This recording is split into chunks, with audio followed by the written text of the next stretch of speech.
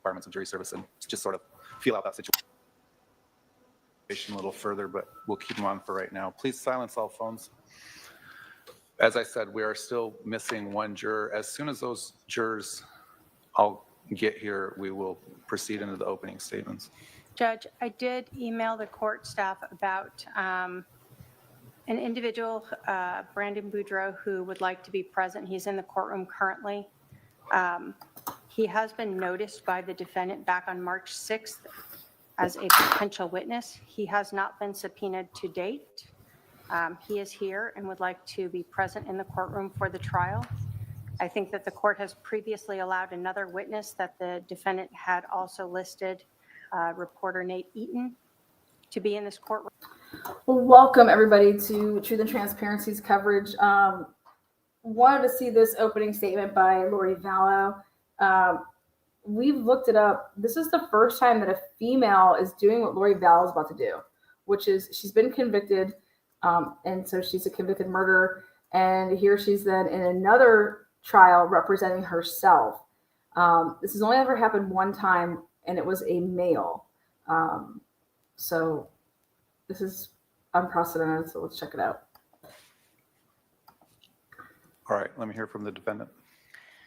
Your Honor, our subpoenas were with OPDS, so I do not have any. We're looking for some confirmation for when those went out.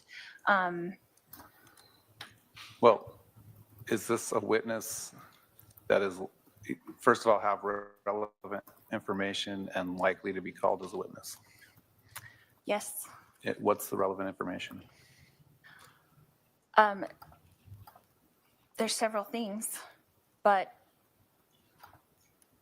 he will be called to talk about things that he was involved with my husband during that time. Well, has the state interviewed this witness? Or potential witness? Not with regards to this case. I don't know what he will be called to talk about things means. So I would like a little more information as to what the relevance is of this witness. He has to have relevant information, which, as I've said, is No. She's a convicted murderer. Daryl Brooks he was an accused representing himself for the first time. She has literally been convicted of murder and is representing herself after being convicted of murder in a different now state in Arizona. She's representing herself. This is totally night and day of what Daryl Brooks did, because this is somebody that is in fucking prison, has been already convicted, and now she goes to a different state and is representing herself. So she gets to it's like she's out on like a field trip for the next 6 weeks, But I think that personally, if she was not to represent herself, that she definitely would have a shot in this case because of the lack of evidence. This is a conspiracy to commit murder. So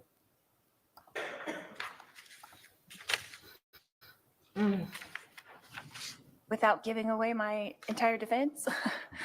Well, we don't just get to call witnesses that, are going to testify about, we talked about the weather that day, so you do need to give me some sort of information about what his anticipated testimony would be. Hi, Jen. What's up, girl? I'm so glad I'm so relevant in your life. Coming that day to do an intervention on me with the family. Is this witness, Mr. Boudreau, is in the courtroom? Yes, he is, Your Honor. All right.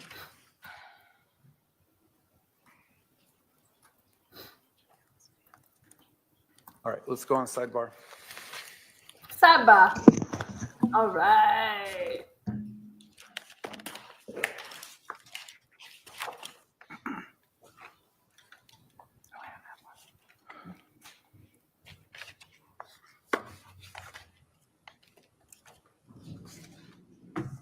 Where are these damn jurors at? Jen, go hug a fucking tree. You like how you can even type in this motherfucking chat? Do not block her either. We don't block here. and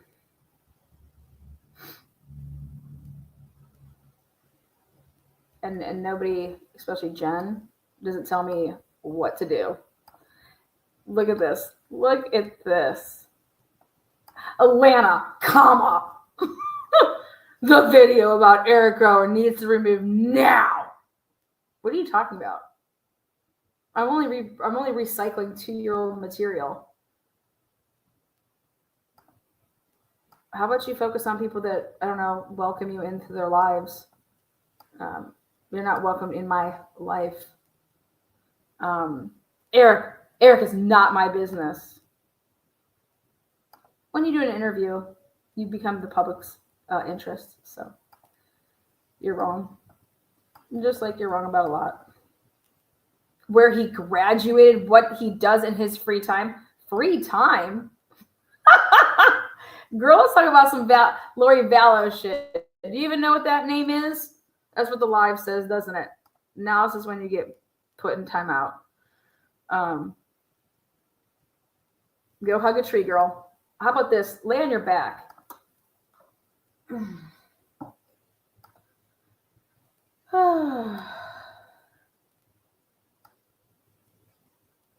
Hi, Boston. You guys, I wanted to see this because I want to see Lori Vallow represent herself. I think it's interesting. You know? She was adamant of not waiving her speedy right, her, right to speedy trial. And so I think it's interesting that she was adamant of that. And well, then I want to do it myself.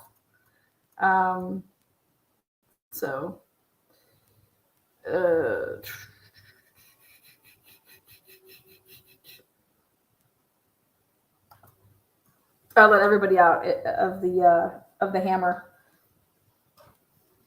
I went through my block list and I was like, I don't even know these names. I just want to click everybody, undeleted everybody, because this is not an echo chamber here. But I'll be damned if somebody gonna put Atlanta. You need to do this, girl. You need to get on your knees, get on your back. That's the only time I'm doing anything for anybody. Otherwise, I do for this channel, which is the Truth Channel. What is up, Deborah? How you doing? 23 months?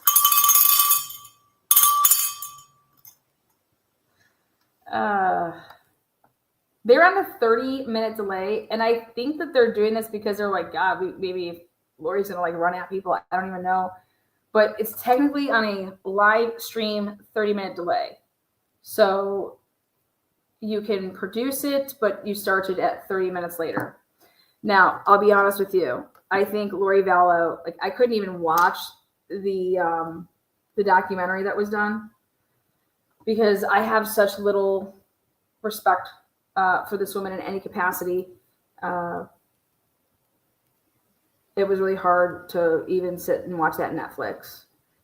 It was like her other son, who's still alive. Like, I love that boy. Like, talk about just like I hope everything that young man wants in life that he gets. He deserves the world. He just, and the poor grandparents, like, there's just some cases that, this woman, fucking sick, man. She's just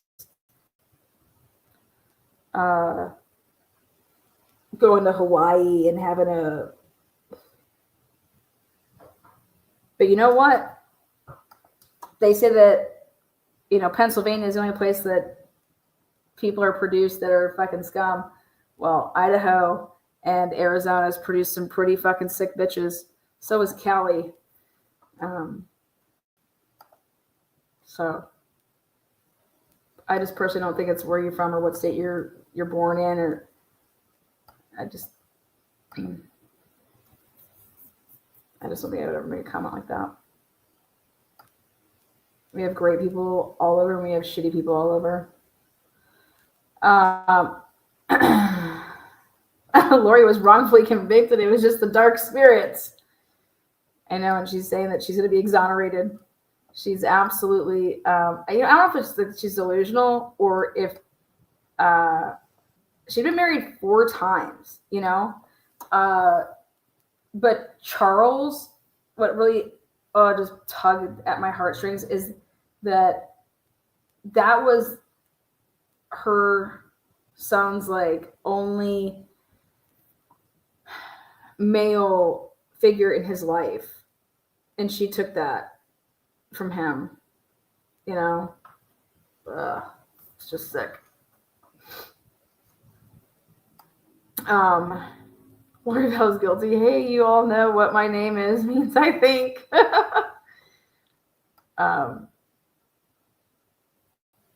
Yeah. So, is she new to the case? I don't blame you. I wouldn't be new to the case. I'm covering this part is because I want to see, this is unprecedented territory.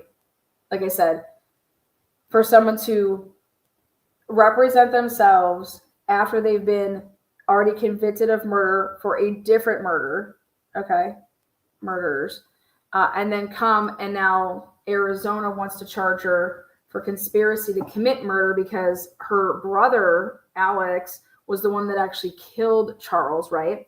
But they're charging her with conspiracy to commit murder.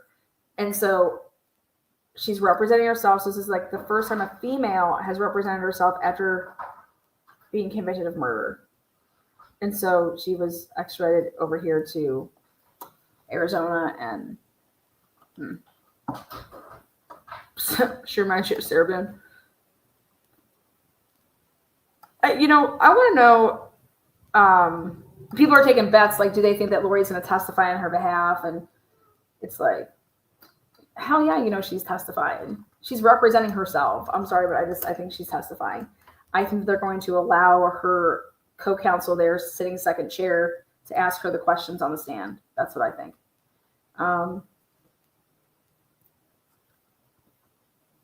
I just love how they're not putting the white noise like in our ears. Thank you so much for that. You see how it says 11:15 a.m., 2:15 a.m., but this started 30 minutes. It was at a 30-minute delay. So they technically started at 10:30. They're missing a juror. I have no idea what's going on. These jurors just don't think they have to show up.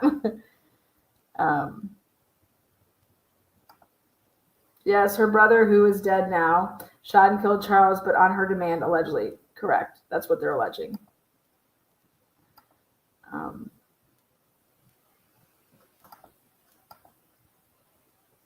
So yeah, her brother killed Charles, though he said in self-defense, because Charles came at him with a baseball bat. Charles played minor league baseball.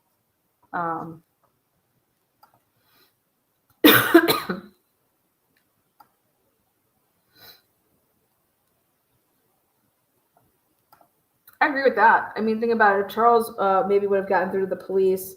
Yeah, the backstory on this case with like the police not, doing anything, or if you watch the body cams, like I said, I'm not going to sit here and talk to you guys and dissect Lori Vallow's case and her cases and all of her shit, because it's just,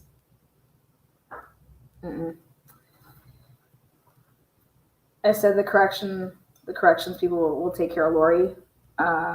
We had never covered it here. At the same time that stuff was going on, I was doing a lot of stuff in Pennsylvania. So,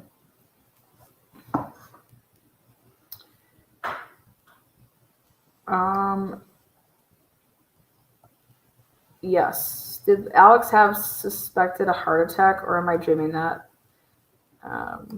You mean as far as how he died? Yeah, allegedly, yeah. Everything's allegedly. Again, thank you. Again, everybody is welcome to be here and stay on topic of what it is. coming into a live about Lori Vallow, Jan. What I think is interesting is that she even thought that she was unblocked here. That's what she must come and write at me like every single day, just waiting for the day to see her like name appear. I literally just unblocked like a shit ton of people because I saw that somebody had blocked a shit ton of people, and I didn't approve any of that.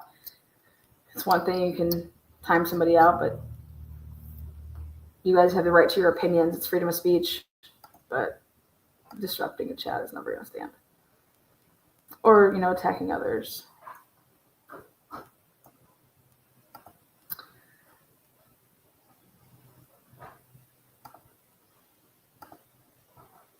You know who's out there is Hidden True Crimes out there. So she's sitting in the courtroom right now. She's out there. Who else is out there? All the Idaho channels are covering it, like Idaho, like East News. I was looking to see who was covering the case. Bella's favorite person that covers the case is Linda.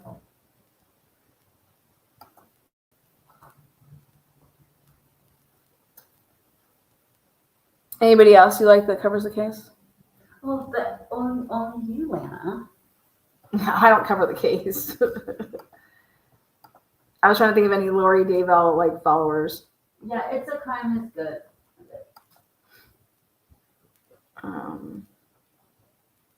Yeah, Nate Eaton's allowed in the courtroom. 100. Yeah, she wasn't trying to keep him out of the courtroom. When she put her motion, it was just to limit. It was to no, she wanted him to be a witness. And he thought that he gave her way too much credit. She's like, I didn't even realize that by me putting him on the witnesses that he couldn't be in here. That is not what I was trying to do. Sorry, but like, I don't even care about that. Like, so, but they thought that I was like, y'all are giving her way too much street cred right there.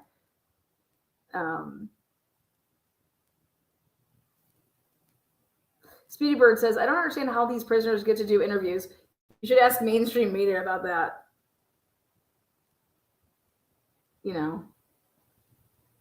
I'll put in an interview for Lori, and let's see how it pans out. You think the prison's get a kickback? Hey, Detective Mowry, look at that little hole.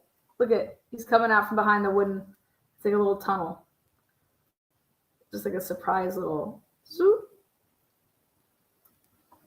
Do you guys know, here's a fun fact for you. Did you guys know that Lori Vallow was on Wheel of Fortune?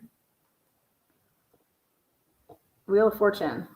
Lori Vallow was on Wheel of Fortune.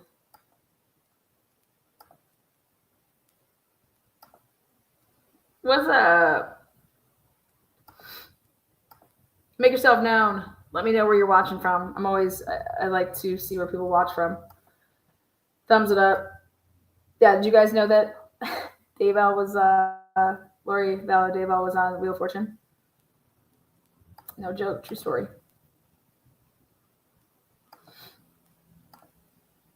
Let's see.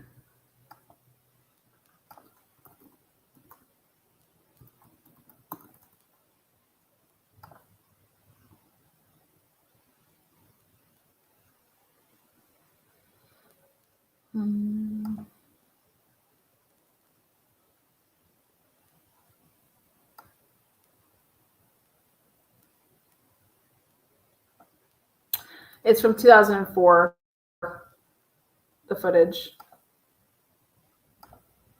Here, I'll show it to you guys.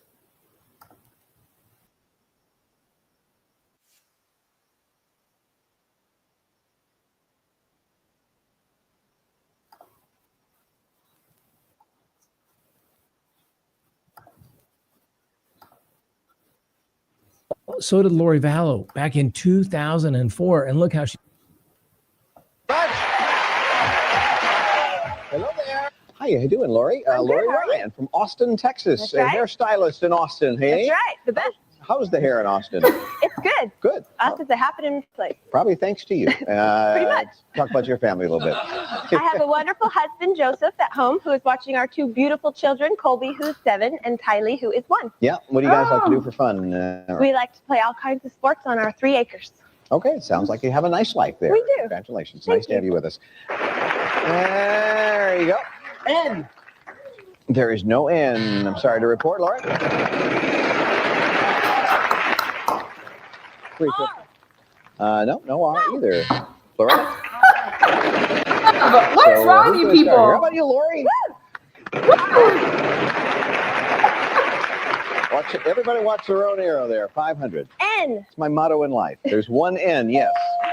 One end. Lori's a faster. She just goes. Yeah. Lose a The turn. turn's gone. The cash will stay. Maybe we'll get back to you. Floretta, your turn. All right. Ooh. Sorry, the best body language didn't work. Lori? 600. There are 2 S's, yeah. All right, what you got, Lori? Nothing for Yeah, 900. C. 3 C's. Good for you. C. You have almost $4,000 for it. I'd like to buy a vowel, Mhm. an I, There are some I's, 3 of them.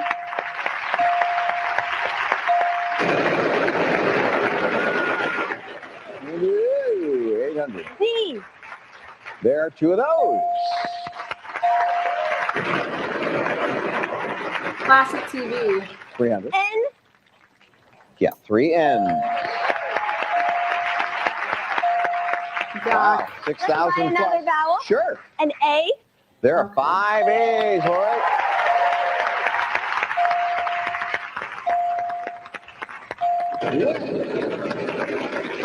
He doesn't know. We need a letter. P. There are 2 P's. You want to risk it? You can. There's either bankrupt or that $10,000 Kenneth Cole gift certificate. You be risking I 6,000. have to. Now I'm here. You have to? I had no money anyway. Well, okay, then lift the darn thing up. Oh my goodness, what is going on? What do we have? Oh my gosh. What did she get?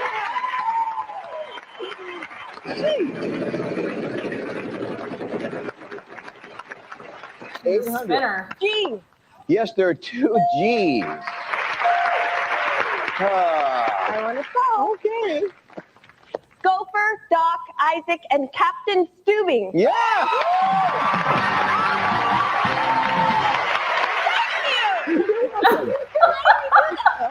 It's a free country. Wow. Of course, those are all correspondents on 60 Minutes 2. You got $7,500, and you got this gift certificate. I wasn't trying to talk you out of it. I just thought that was a lot to risk. But what do I know? The important thing is she has $17,500 just by not listening to me.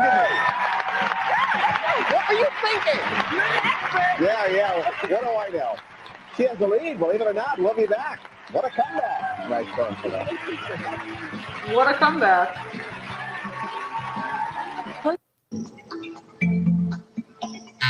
Loretta? Lori? D. 1D. Ireland. Something Loretta? Luis, a letter. I. 2 I's. No money for vowels, but maybe they'll do it for you. Republic of Ireland. Yeah. Hi, Lori. How you doing? I'm good. You should be. I know you're ready to take that one away. Wait and say, Luis, don't get it. But he did. I'm happy for you. Good. And we're happy for you. You did very well despite my advice. $17,500. Ready for this? Oh, I'm ready. All right. We'll take a break and then. All right, so she left with $17,500. Way to go. Lori Vallow, what do you think she blew it on?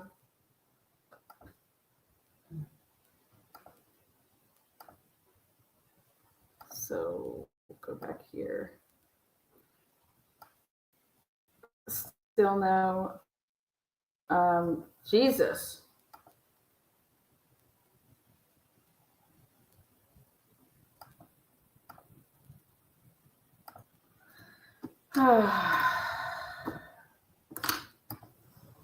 Jesus, Lori.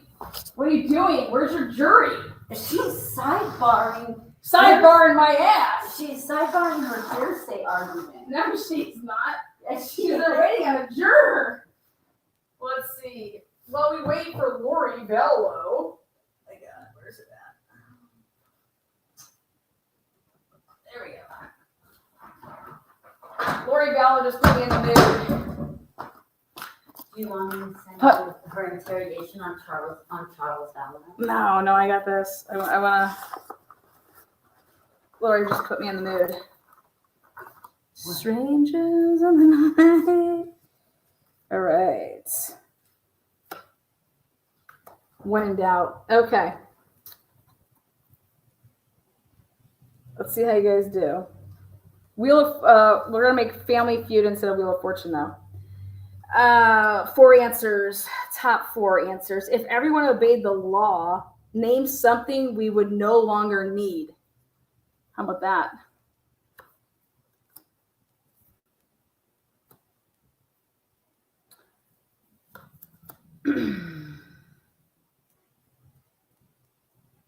Based on Lori here. Police is the number 1 answer.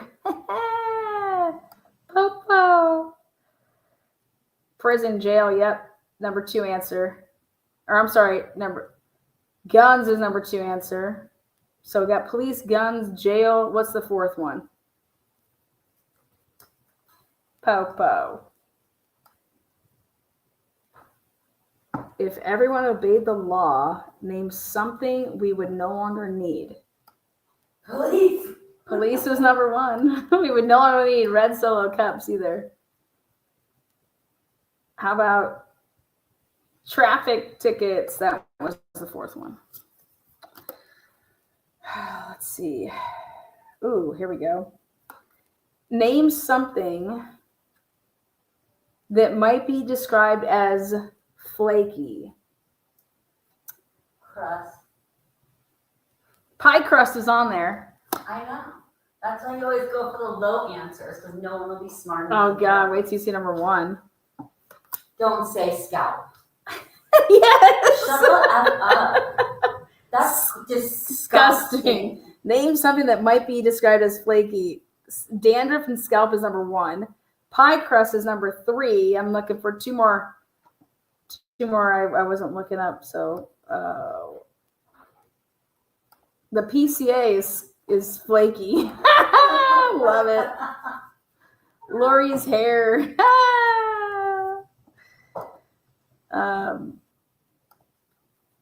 People was the last. People was 4. Biscuits, you guys said it. Biscuits was number 2. All right. Oh, yeah. Thank you. Appreciate you. Go ahead, leave that right there. Name a possession some people would like to be buried with. Name a possession some people would like to be buried with. Top 5 answers.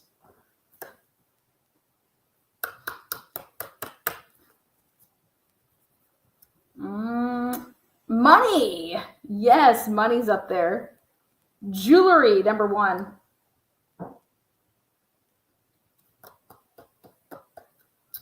Name a possession some people would like to be buried with. A spouse.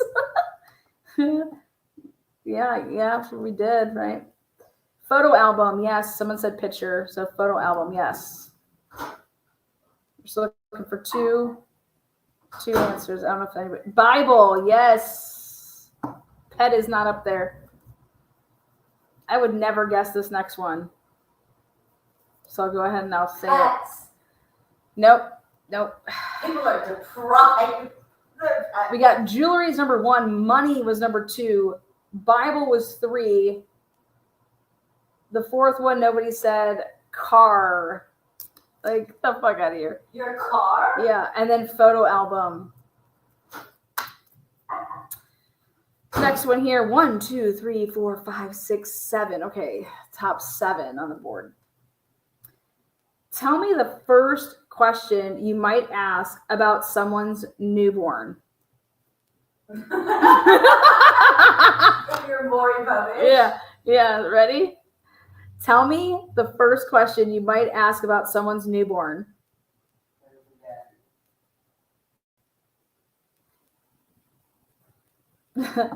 Who's the dad makes it? Yes. Where is his dad? Is on there. Okay, so we're gonna say daddy. Sex is number 1.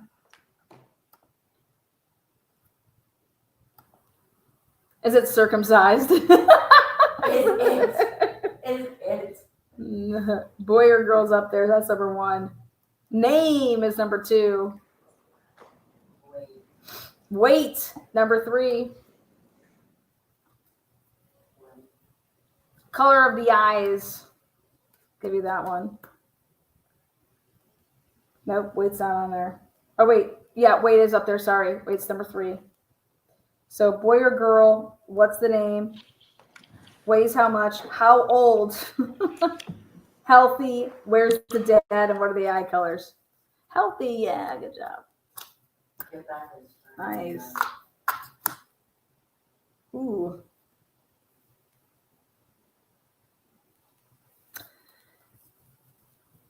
All right, next round.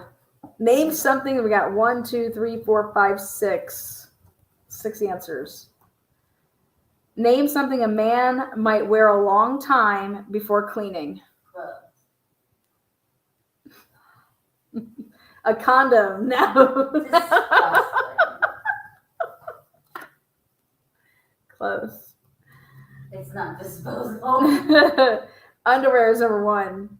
No, it isn't. 100% That it is is. disgusting. Hats on there. Hats on there. How is tie not? Pants are on there. How is underwear number 1? Underwear's number 1. Pants is on there. T-shirts on there. These are going too fast for me. Did somebody say baseball hats on there? Anybody say socks are on there? Good job. So we got tie not on there. So these are the answers. Boxer briefs is number 1. Name something a man might wear a long time before cleaning. Boxer briefs is number 1. Socks is number 2. Coat or jacket. There you go. That was number 3. Shirt or t-shirt, hat, and then pants. We're just sitting around here waiting for fucking Lori.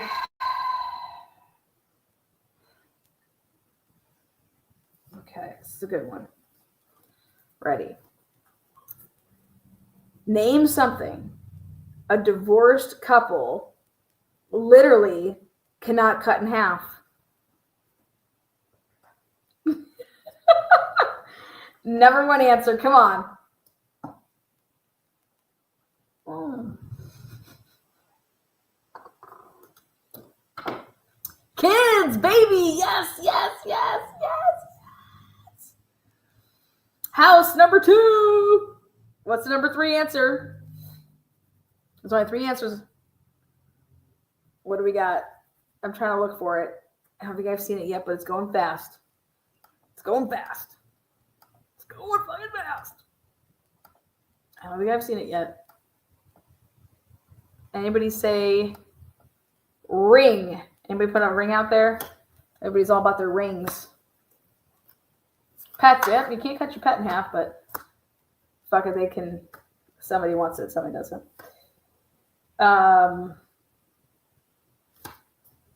All right, it's a good one. You guys were just killing time. It's not trivia night, even though in my previous life, that's what I did. All right, next round. We asked 100 people this question, and the top 5 answers are on the board. Name an occupation that's most likely to cheat on their taxes. YouTube creators. That's the number 1 answer. Oh, shit. Lawyers. All right, that's the number 3 answers. CPA, number 1 answer. They got them door dashers up there. So again, question is, name an occupation that's most likely to cheat on their taxes? Accountant was said, lawyer was said. We got any self-employers out there? I don't know if that was said. Always self-employment. Yeah, there we go. I saw that. Okay, self-employment. Dentist, doctor. Yes, dentists and doctors are up there. If you said it. And I'm looking for the last answer. I don't know if anybody has said it yet. And that, come on, you guys think about when you go out to eat. Your pastor. I love that answer. Strippers are close. It's the same type of thing, service. So food servers, those are like strippers. Food server, yeah, food service.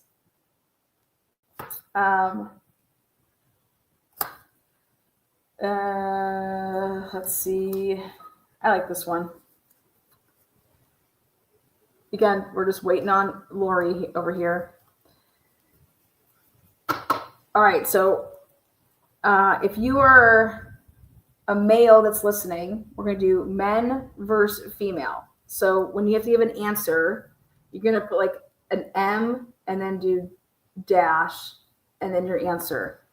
And if you're a female, you're going to do an F and then your answer. And we're going to see, we're going to do Battle of the Sexes here. So name.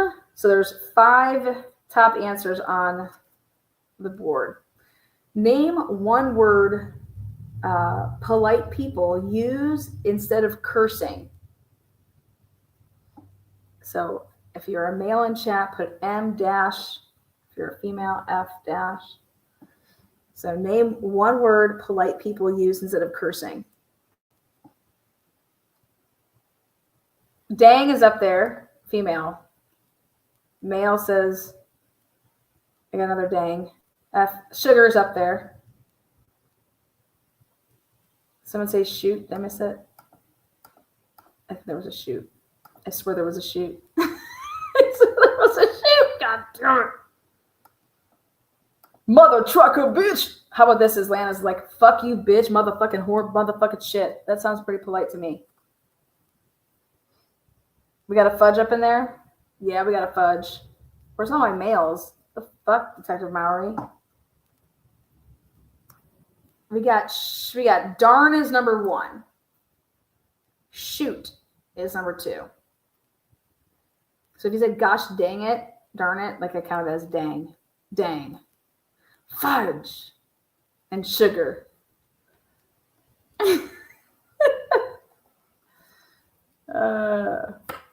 What do we get? I love these answers. Crap. No, that's not polite enough, damn it.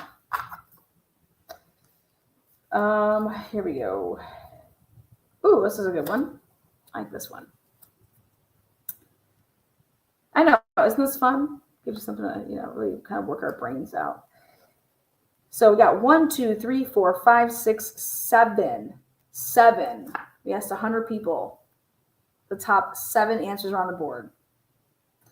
If you had to give up a part of your body for 1 month, what would it be? I'd give up my titty. That is definitely not on there, Lana. I'd give up my tits for a month.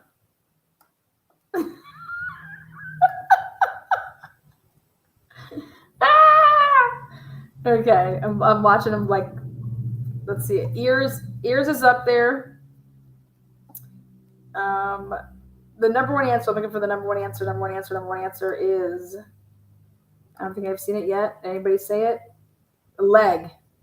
Legs are the number 1 answer. You would give your legs up for a month? I know. What is wrong with these fucking idiots? You can't go anywhere. I give my tit up before I give my legs up. Where are you going to Who the fuck are you guys asking these questions to? Next one. Ready for this one? Feet. I give up my labia before I give up my foot for a month. No labes, no probs. Next one. So we got legs is the number 1 answer. Number 2 answer is feet. Number 3, arms. Lazy legless fools.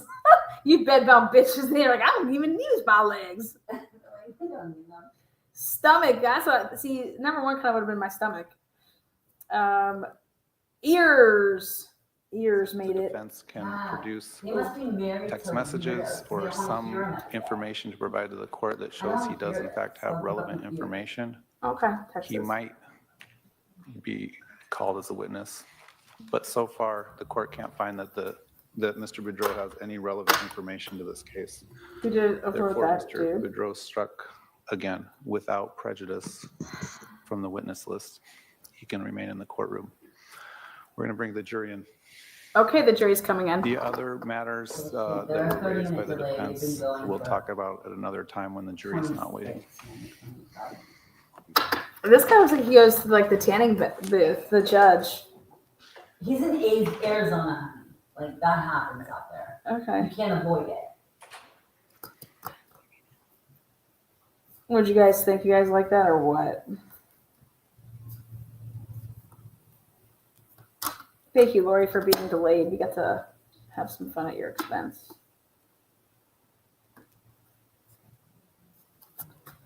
The Platinum Edition. We need to go with the Adult Edition. It's board game night, babe. It's always board game night. Can we do this every live?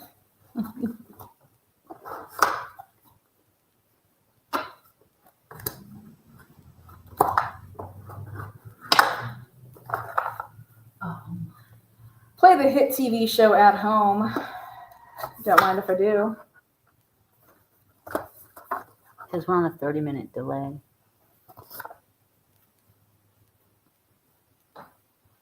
Nate Eaton's in there tweeting.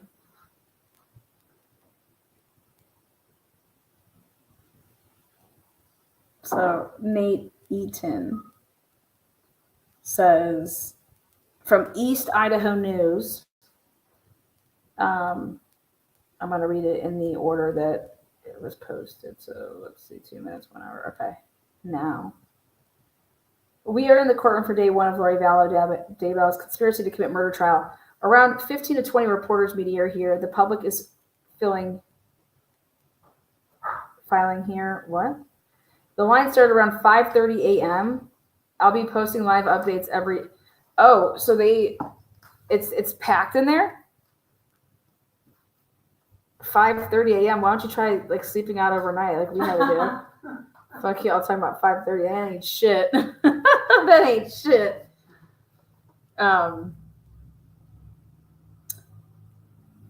Trina. Who's Trina? Trina says Lori left the house with JJ and Kylie in Charles's car. They went to Burger King and Walgreens before dropping JJ off at school. Lori and Alex spoke 3 minutes after Lori left the house. They also spoke 17 minutes after Lori left. Neither of them had called 911 yet. Alex did not call 911 until 47 minutes after Lori left. And Alex Cox is Lori's brother who shot Charles. We already talked about that. Okay. Charles Vallow lay dead on the floor of that house for 47 minutes before Alex called 911. Alex began staging the scene and making mistakes, Trina says. I'm good on reading his fucking synopsises. Like, I'm good on the bias shit. We'll just hear it for ourselves.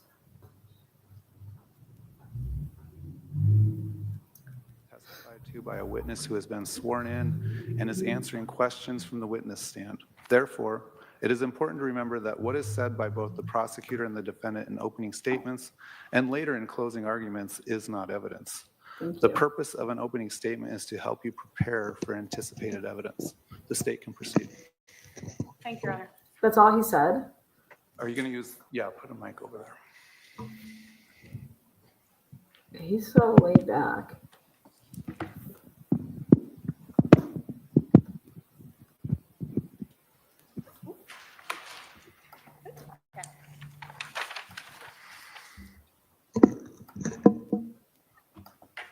So I'm going to need you to stay close to me the next couple days.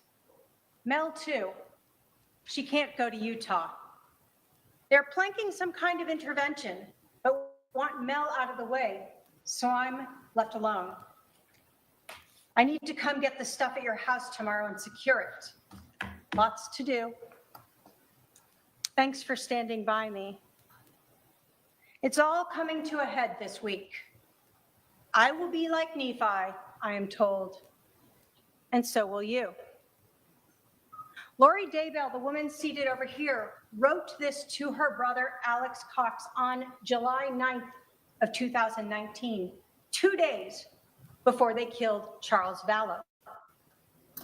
But to understand why this is so meaningful, why this is relevant, you have to understand the context. So let's talk about it. In July of 2019, Lori Vallow was married to Charles Vallow. Lori Vallow lived here in Arizona, Chandler. Charles Vallow lived in Texas. In July of 2019, Lori Daybell was Lori Vallow, married to Charles Vallow. In July of 2019, Lori Vallow wanted to be Lori Daybell, wife of Chad Daybell. And in July of 2019, Lori Vallow wanted to keep the same lifestyle that she had with Charles. And she could get all of this if Charles was dead. She could marry Chad Daybell and become Lori Daybell. She would get a $1 million life insurance policy from Charles Vallow. She would get Social Security for herself and their son, JJ, as a child of a dead spouse. And all of this would be true if Charles Vallow was dead. So what about Nephi? Well, Lori Vallow, Chad Daybell, and Alex Cox all believed that those who disagreed with them were dark, possessed by evil spirits, sometimes called Z's or zombies. Sometimes they had names for these evil spirits like Ned. Lori, Chad, and Alex used religion, the Church of Jesus Christ of Latter-day Saints, and a story of Nephi, a prophet, who was directed by the Holy Spirit to kill Laban, to obtain brass plates and secure the long-term prosperity of Nephi's descendants. Lori used this religion and the story of Nephi as justification to kill Charles Vallow, just like Nephi killed Laban. On July 9th of 2019, Lori Vallow invoked Nephi when she messaged Alex to provide them with that religious authority to kill Charles. After months of trying to get rid of him, they were finally ready to be like Nephi. So how did this begin? We go back to 2018. Lori Vallow met Chad Daybell. You will learn that in November of 2018, that Chad Daybell came to Arizona for a Preparing the People conference. And he and others stayed at Lori and Chad's house. Charles was actually out of town with JJ. Lori and Chad acted as if there was nothing between them, but nothing could be further from the truth. By January of 2019, Lori Vallow claimed that Charles Vallow was possessed by an evil spirit that she called Ned. You will see text messages where Lori and Alex refer to him as Ned. During this trial, you're going to hear from some women who initially were close in Lori's circle. These women will tell you they met her through the Preparing the People conference. They are spiritual women within the LDS church. And initially they found Lori's spirituality infectious. But the more they listened to Lori, the more they started to find concern with what she was saying. One of them called it red flags. Lori began saying things like she didn't need to repent, that she was beyond that. And you'll hear from these women that that goes against everything that their religion follows. Everyone must repent. You will hear from Serena Sharp that in March of 2019, she attended a girls' weekend with Lori and some other women. They went to the temple, they had lunch, They did volunteer activities. And then Lori asked them to do something a little unusual. She told them that her husband was possessed by an evil spirit, and she referred to that as Ned. She told them that Charles was no longer in his body. She asked them to come together and try to cast out this evil spirit. Serena will tell you that she didn't ask Lori what would happen to Charles if that evil spirit went. She only knew that she had said Charles was already gone. She didn't know if he would come back or his body would just die. Later that month, on March 26th of 2019, Alex Cox texted his sister, Lori Vallow, and said, quote, "Ned is still alive, just confirmed." Lori responded, "It's not Ned. It's a new one. Ned is gone. No one has seen him, right? Just talk to him, question mark." Alex said, "Correct. Charles' body is alive." "What did you learn, question mark?" And Lori responded, "A lot. Still working on it. We'll call you later."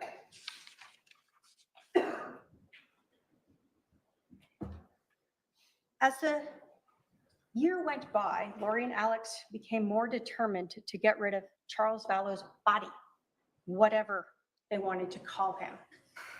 You will hear from Christina Atwood that she attended a gathering on June 9th of 2019. Again with Lori and some close friends, but this time Alex Cox attended. This was the first time she had met him. Christina will tell you that she heard Alex say that he just wanted to kill Charles. In fact, she heard him say this a couple times. And she heard Lori say, in response, that she had been drugging Charles, crushing up JJ's pills and putting them in Charles's protein drinks. Christina will tell you she was so disturbed by this that she actually went and confronted Lori the next day and told her that if Charles ended up dead, she would have to go to the police.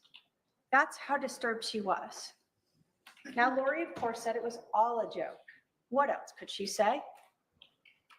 But 1 month later, Alex and Lori created that situation to be like Nephi and killed Charles. What about Charles?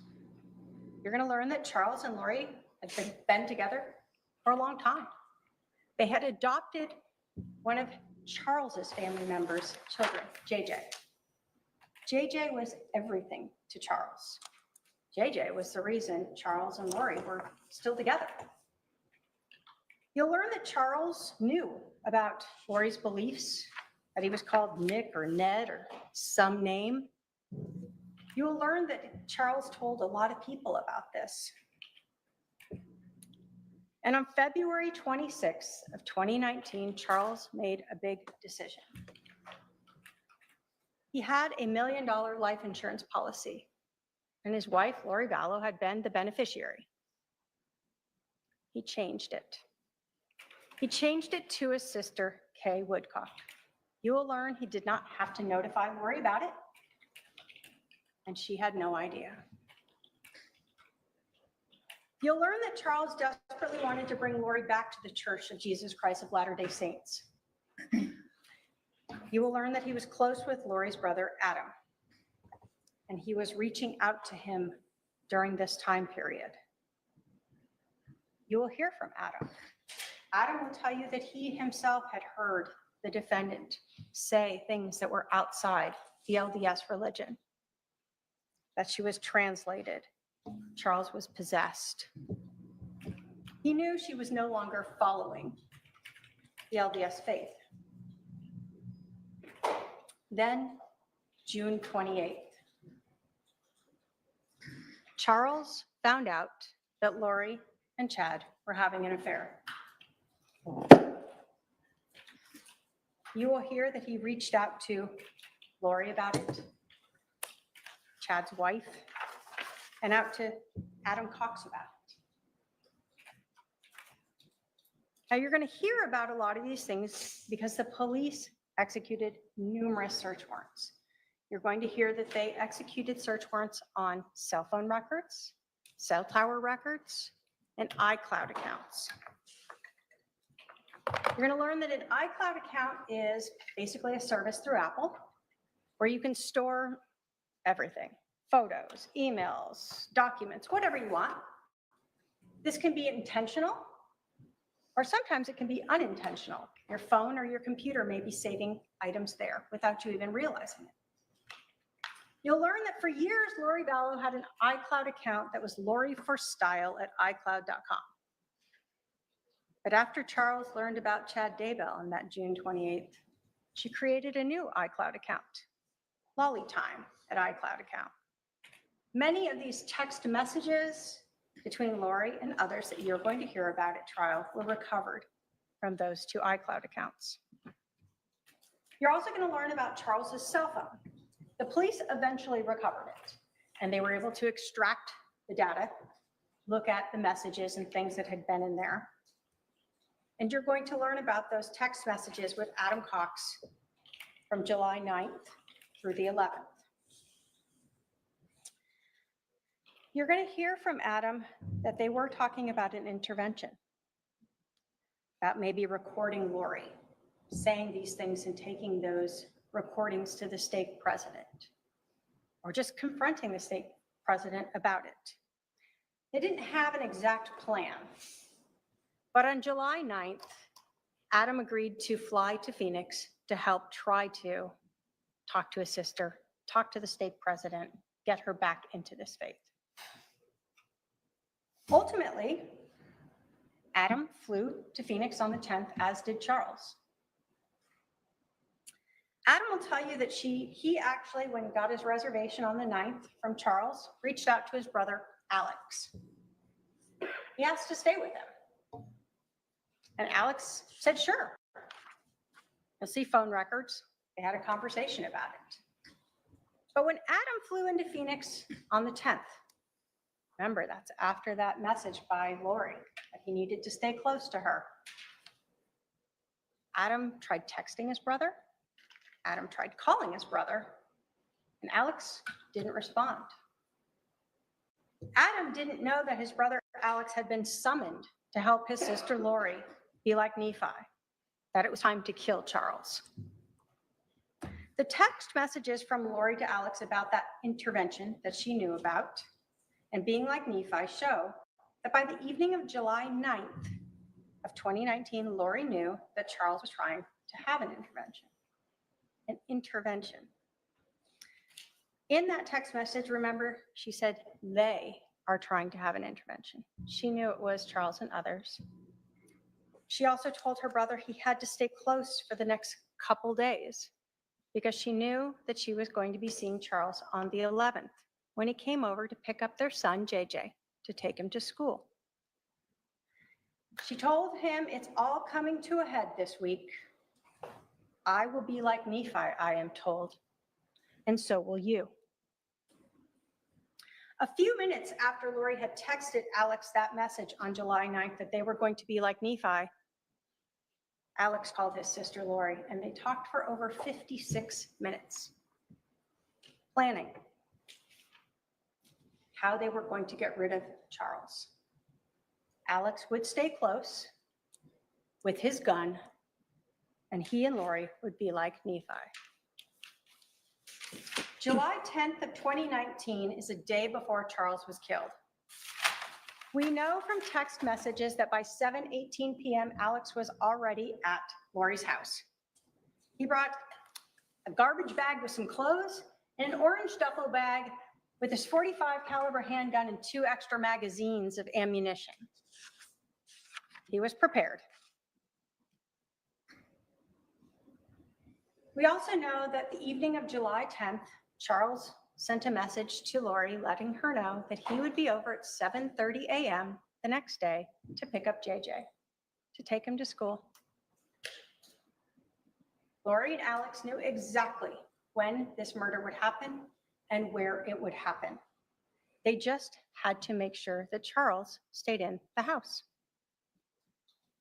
You'll hear that on the evening of July 10th, Charles spent his last night alive on a date. He had been on several dating apps and appeared to be moving on.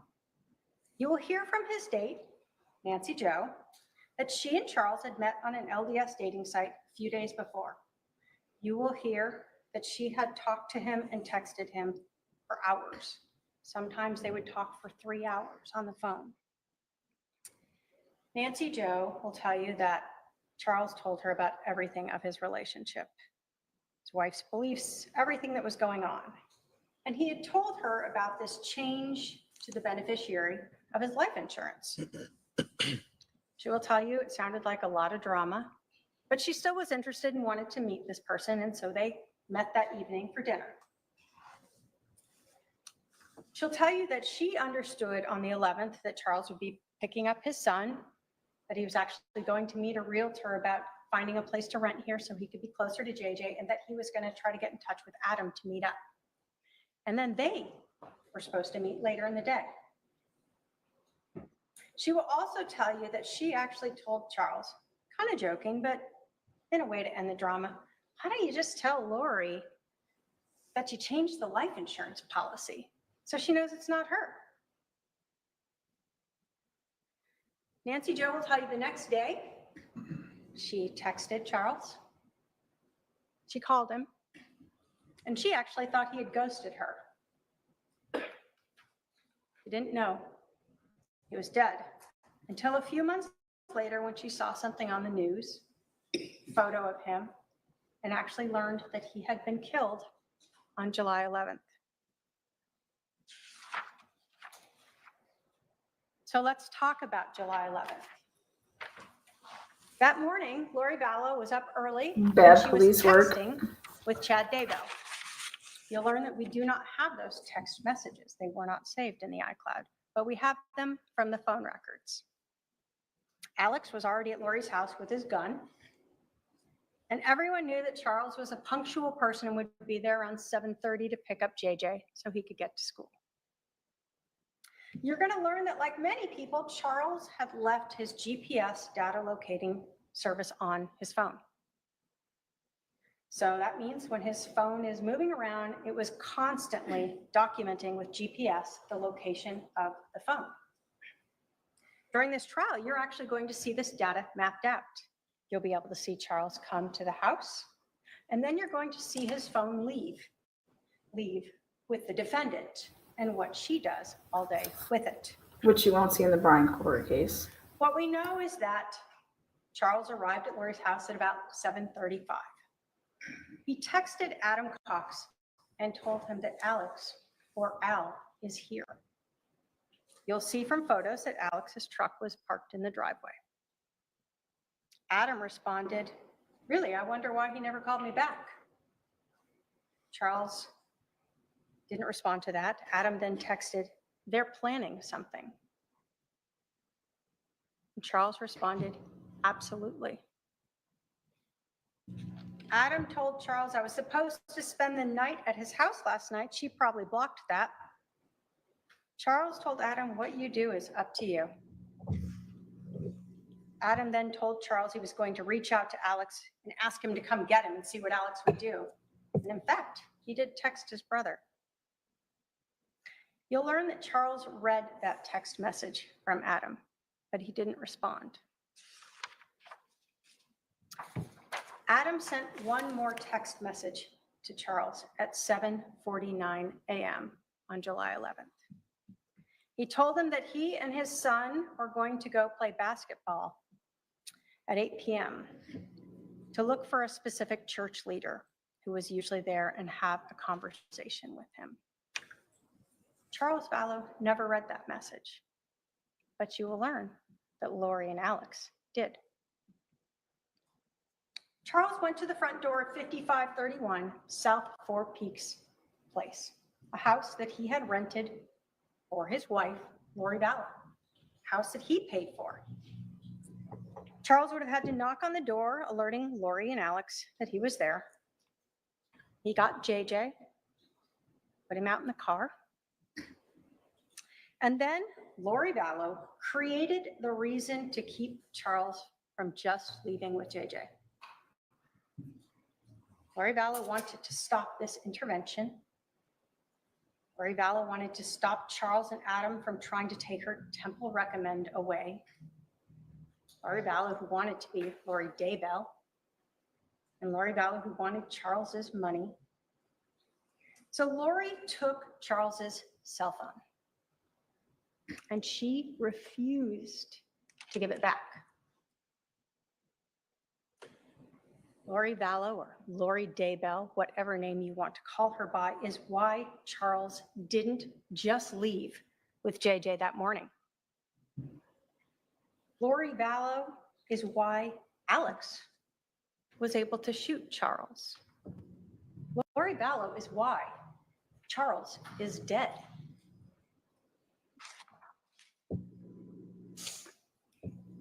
So I want to tell you a little bit about the scene, this house, so you can understand what's happening here.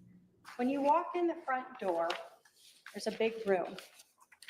It was empty, no furniture. There were mirrors on 2 of the walls, windows on a 3rd wall, and the 4th wall had doorways going into the kitchen and a hallway off to the bedrooms. This is where Charles Vallow was killed. This is where Alex Cox shot him 2 times. The first shot to Charles Vallow was to his chest. It exited out his back. Charles Vallow fell to the ground. He put his left hand to this wound, and blood transferred onto it. You will hear from the medical examiner that this shot went through his heart, and that a person can take seconds to up to 2 minutes to die from that type of wound. You will hear that a person can still talk and move after they're shot in the heart. And we know Charles was able to move since he put his dominant left hand on his chest and transferred that blood to his hand. You will see that. As Charles lay on the floor of 5531 South Four Peaks Place, Alex Cox stood at his feet and fired a second shot. That shot entered his abdomen, and it exited his left shoulder. The angle was significantly upward. Dr. Baumgardner, who is the medical examiner, will tell you that this wound was shored. You will learn that shored means that there was something hard behind that wound. So when the bullet exited it, it caused a different tearing pattern than the other wound that exited Charles's back. It is this shored wound, this exit on Charles's left shoulder, that shows us that there was nothing accidental about this second shot. You will learn from the cell phone that at 7:49, Lori left Charles's house, or left her house with Charles's cell phone, his wallet, his rental car, and JJ and Tylee. She drove to Burger King, Walgreens, dropped JJ off at school before she and her daughter Tylee drove back to the house. During this time, while Lori is driving around in Charles's car with his phone, she spoke with her brother Alex twice. The first call was at 7:52 a.m., 3 minutes after she left. The second call was at 8:06 a.m., 17 minutes after she left. You will hear that when Alex and Lori are talking, neither of them had called 911 yet. In fact, you will hear that Alex didn't call 911 until 47 minutes after Lori left. Charles Vallow lay dead on the floor of that house for 47 minutes before he called 911. During this 47 minutes, Alex began staging the scene and making mistakes. You're going to learn that the police found a bat that was located on the right side of Charles to the north of his head. Like he had been holding it, and when he was shot and fell, it dropped, it rolled up against one of the walls that had mirrors on it. What you're going to learn that is Alex forgot that Charles was left-handed. In fact, you're going to learn that Charles was a semi-professional baseball player. He pitched and he batted left-handed. So that bat was on the wrong side. Next, you're going to hear about an injury to Alex himself. Lori had told police that Charles hit Alex in the head with this bat before Alex shot Charles. Classic self-defense. But in all cases, we must look at the physical evidence because it doesn't lie. And the physical evidence doesn't have a bias or a memory loss. Sometimes it's the lack of physical evidence that doesn't lie. So again, we know that this room where Charles was shot had no furniture, mirrors, 2 walls. You'll learn that although Lori claimed that Charles hit Alex with that bat and then Alex shot him in self-defense, that Alex's gun had no blood transferred on it. Alex was allegedly struck in the head with a bat by a semi-professional baseball player.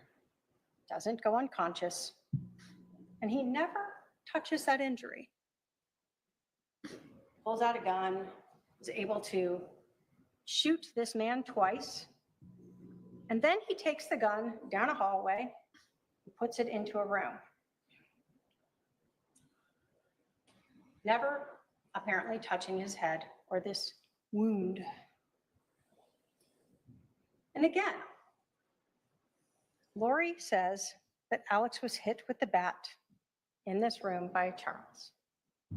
But again, what we don't see is any blood on the floor. Charles strikes Alex in the head with a bat. They're grappling on the ground. There's not a single drop of blood on the ground in that room. There's pooling of blood around Charles as he lay there on the ground. There's not a drop of blood going down the hallway to where Alex put the gun. There's not a drop of blood in the room where Alex put that gun. There's not a drop of blood on the floor in the kitchen where Alex went to go wash his hands. There are no towels, sheets, clothing, napkins with blood on them where Alex was holding his head and trying to stop this bleeding from this injury. You will see on body-worn camera, Alex Cox, who's on with 911, come out of the house. He will have a phone in one hand and his other hand up, and you will notice that he actually has a pair of sunglasses resting on the top of his head. You will see at some point, Alex sits down and they ask him to move to another location. They talk to him for a while, and then you'll see him eventually touch his head a few times, and then he obtains a napkin or towel, something, and you'll see him at times rubbing his head, patting it. That is the only bloody item you will see. Those sunglasses on Alex's head. He is struck in the head by a baseball player while grappling on the ground. He then pulls out a gun and shoots his brother, puts away this gun, deals with his injury, and yet those sunglasses are still right there on the top of his head. No blood on the floors, no blood on the gun, no damage to the mirrors, bat on the wrong side. A lack of physical evidence to help support this self-defense claim. Next, trajectory. The medical examiner will talk to you about the trajectory through Charles's body. The detectives are going to talk to you about the trajectory through the room. Dr. Baumgartner will tell you that the trajectory of that first shot to Charles, the one that went through his chest, through his heart, and out his back, was front to back and slightly downward. It will be less than an inch downward. The detectives will tell you that the bullet from that shot, actually, as it exited Charles's back, ended up across the room in the baseboard. They pulled it out and recovered it. Both of them will say that this shot is consistent with Charles being standing upright with a person in front of him. The gun could be slightly down, or his hand could cause that little bit of downward angle. Dr. Baumgartner will tell you that that second shot that entered Charles's abdomen and exited his left shoulder, that the trajectory of that shot was front to back and significantly upward, 13 inches upward. Dr. Baumgartner is also the one who will tell you about that shored wound. What you will hear from the detectives, though, is that when they found Charles on the ground, off to the side of his left shoulder was the other bullet on the ground, not embedded. They'll also tell you that when they finally moved Charles, they took his body away, they cleaned up the blood on the ground, and they noticed a defect in the flooring, in the wood, consistent with a bullet striking the ground. That defect was located where Charles's left shoulder had been. You will hear that both Dr. Baumgartner and the detectives found the trajectory, the wounds, were consistent with Charles laying on the ground, Alex being at his feet when that second shot was fired. The physical evidence does not lie. Charles was on the ground when Alex Cox fired that second shot. The injuries to Charles, the location of the bullet strikes, the trajectory of the injuries both in Charles and in the house all show this was not self-defense. This was a staged murder scene. I told you that Lori Vallow left the house at 7:49 a.m., and we know this because of Charles Vallow's cell phone. The 911 call was placed at 8:36 a.m., 47 minutes later. The police arrived at 5531 South Four Peaks Place at about 8:41 a.m. Lori Vallow and her daughter Tylee returned to the house at 8:48 a.m. When the police first contacted Lori Vallow, they thought she had no idea that her husband was dead, that he'd been shot and killed. Initially, you will see body cam footage of an officer going up and just getting her information. Lori doesn't ask, why are all these police here? Why is there a fire truck here? Why is my brother sitting on the ground over there? Or is he okay? Instead, she comments about her neighbors. You'll learn that the police then pulled her aside to do what they call a death notification, to let her know that her husband was dead. Only to their surprise, she told them she knew, she was there. So at this point, the police knew they needed to take her to the police station and question her. You'll learn that Lori Vallow was interviewed by the police. She was treated very kindly. The police asked her what happened. Lori Vallow told the police that she took Charles's cell phone. She admitted that she was the reason that Charles didn't just leave and take JJ to school. She told police in no uncertain terms that Charles was demanding his phone back, and she refused to give it back.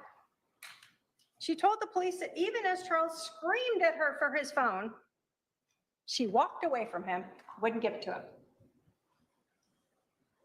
No matter what happened or what Charles said or did, she would not give his phone back to him.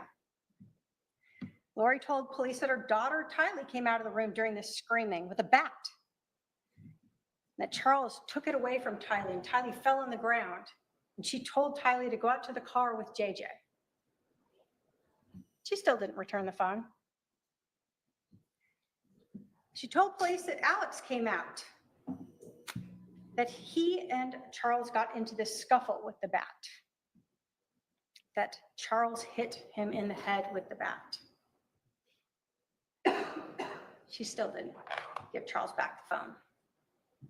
What she did instead was take his phone and go around that wall into the kitchen. Left the situation. Time to let brother Alex be Nephi. While she's in the kitchen, she said she heard the gunshot, came out, saw Charles on the ground, and her brother standing at Charles's feet. Then she told the police she left.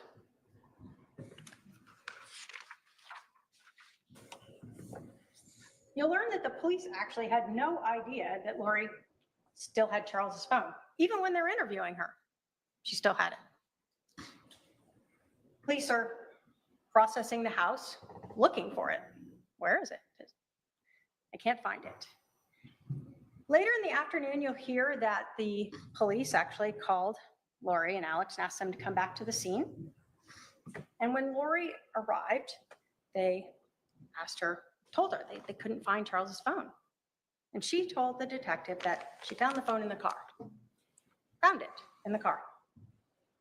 She gave Charles's phone to Detective Enclan and then provided her with Charles's PIN number to get into the phone. You'll learn that after those interviews in the morning, Lori and Alex went back to Alex's house in Santan. And there they went through Charles's phone. You'll learn that Alex actually took photos of some of the messages between Charles and Adam, including Adam's flight reservations. And he later sent those to his sister, Lori. July 11th. Lori didn't tell any of Charles's family he was dead. She didn't tell Adam that Charles was dead. She certainly knows they'd been talking. The next day, Lori texted Charles's sons from his prior marriage and told them, "Your dad is dead." Charles's sons reached out to their Aunt Kay about this, and you'll learn that Kay and her husband had to Google this, see if it was true. They found out that Charles had been shot.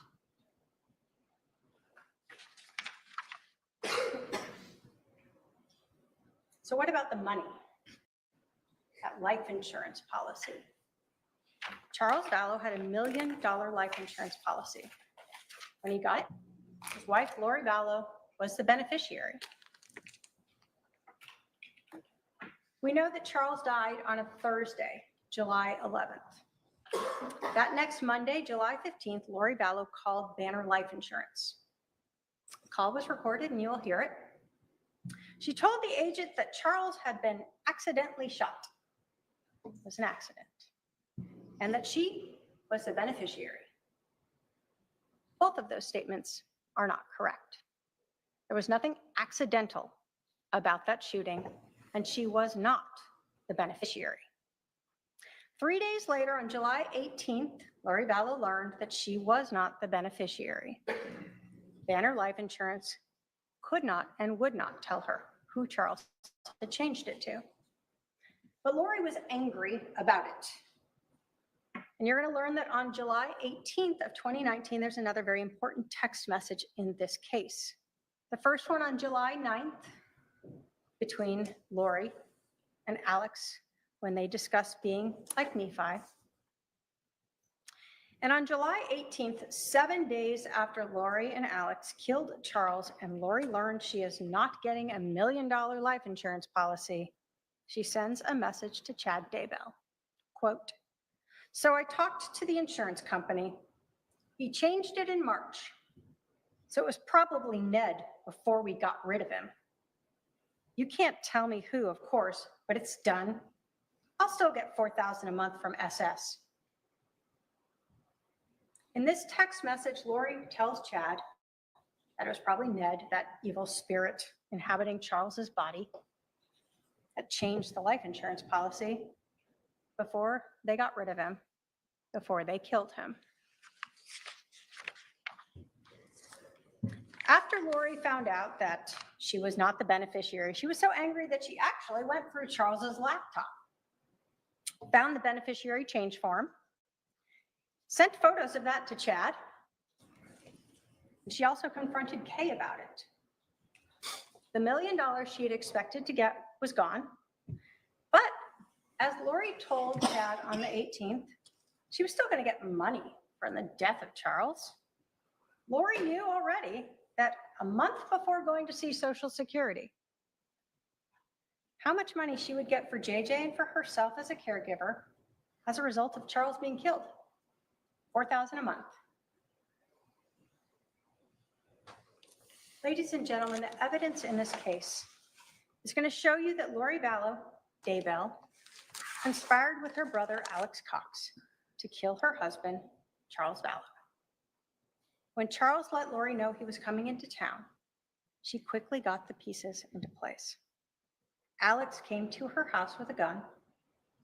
Lori created the way to keep Charles inside the house so that Alex and she could be like Nephi. To kill Charles Vallow to better at least her life so she could be with Chad and she could live off that life insurance policy. As we go through this trial, you will see photos of Charles's injury, photos of the crime scene, and hear testimony that will prove that this was not self-defense. As we go through this trial, you'll be provided with phone calls, emails, text messages, and hear testimony that lays out the motive for this murder, money, and Chad Daybell.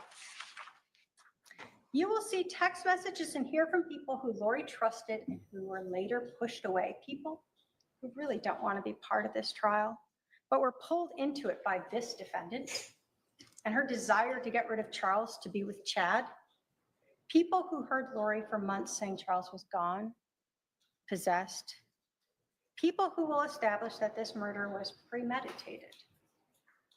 You will hear text messages from July 9th by Lori to her brother, Alex Cox, that he had to stay near her, that it was all coming to a head, and she would be like Nephi, and so would he. A justified killing, just like the prophet. And later, the text message to Chad where she told him that Charles changed the life insurance policy before they got rid of Ned. A confession by Lori of how religion and money were twisted to justify Charles's murder. At the end of this trial, the state will come to you and ask you to hold the defendant responsible for the death of Charles Vallow and find her guilty of conspiracy to commit first-degree murder. Thank you.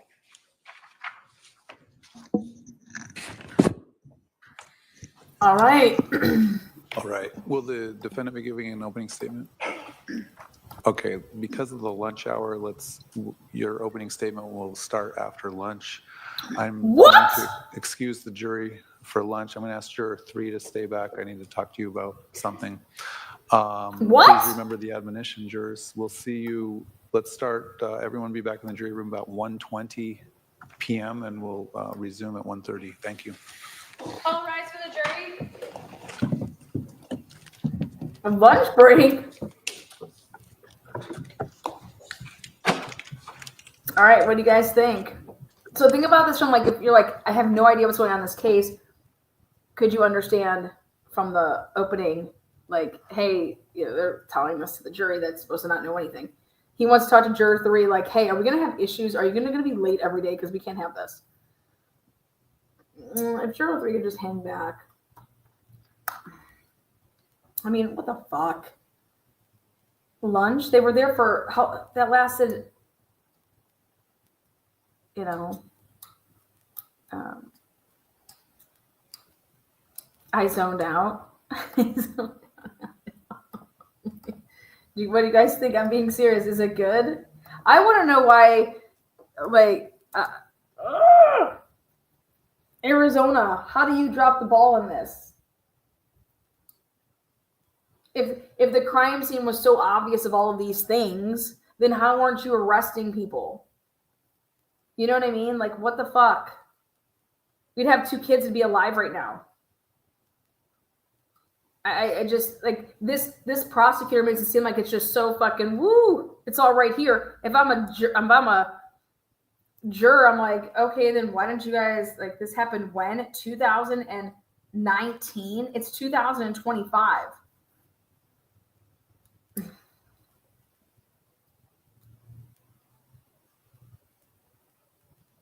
It's just like, I think I would have talked a little bit about that.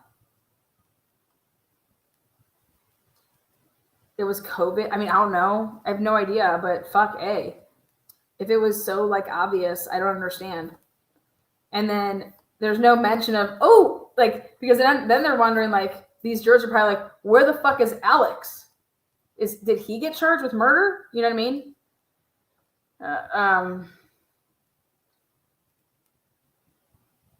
The brother died.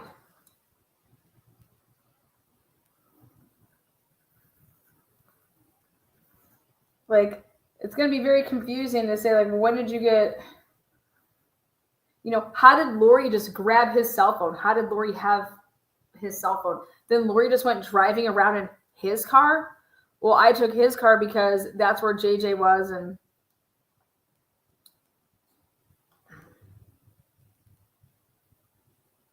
I mean, don't get me wrong. I think she's guilty as fuck about everything. But I'm saying, if these people don't know the case, they're just probably like, wait, now we get to go eat lunch. I just got here. I'm not even hungry yet. I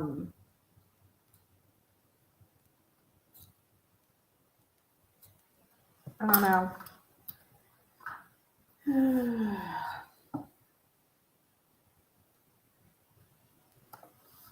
I don't know. We should have two kids. Based off of her opening statement, I will say this. Based off of her opening statement, we should have 2 kids that be alive today. Based off of her opening statement. Yeah.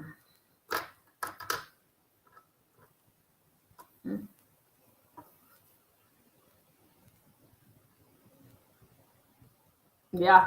He's like, I'm over here Googling stuff. Yeah. And think about this, like, as a jury, you're not supposed to, you're just like, okay, I'm trying to follow. And then you want to start off with, like, you know, talking about fucking demons and possessed. And I'm just like, whoa, like. And so that's why I was like taking my notes and be like, okay, if a juror is sitting there taking notes, who even knows if they are?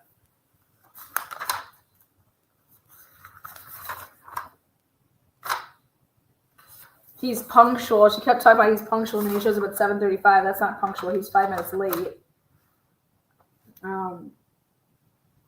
Then how about this? My question is how does the girl that's supposed to meet up with him, how do the police not know anything about that and don't contact her? And she has to find out via the TV.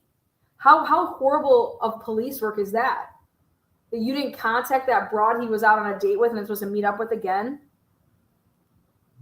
I'm sorry, but that's horrible police work. You have his phone. What, you didn't contact this broad?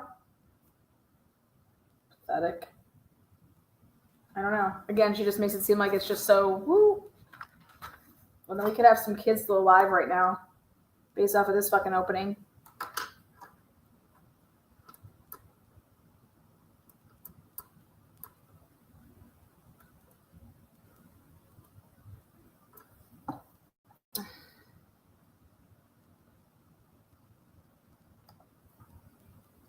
Oh, are those the jurors? Be careful.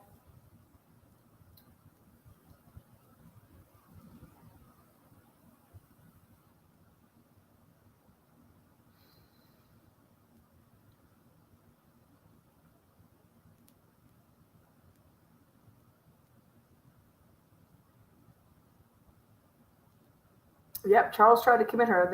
I can't wait to see how this jury reacts to this. Because there's a reason that you're trying this case now after you got a conviction that 2 kids were murdered. You know, I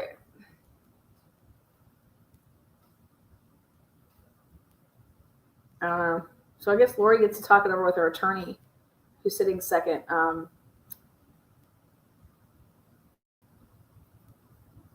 you know. I wonder if these cops are going to come in here and say, like, Lori played us. Like, we're fucking idiots, and we fucked up this case because we bought everything that she said. We didn't do anything by the book. We're a fucking bunch of morons. And because of that, 2 children were then murdered. Like I told you, this case makes me, I can't even. Ugh.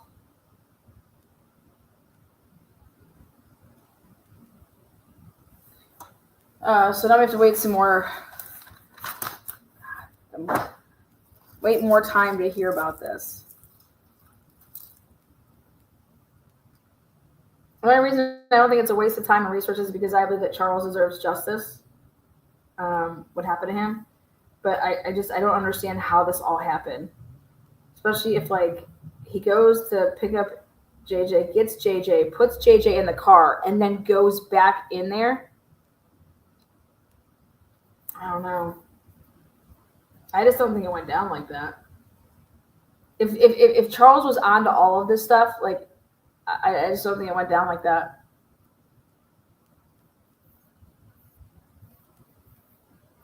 This would make sense as to why the kids were killed. As to what they knew about this. You know what I'm saying?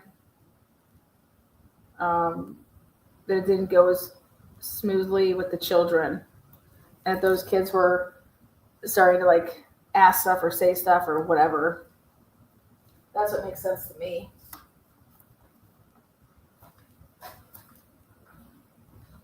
The children were going to blow the cover.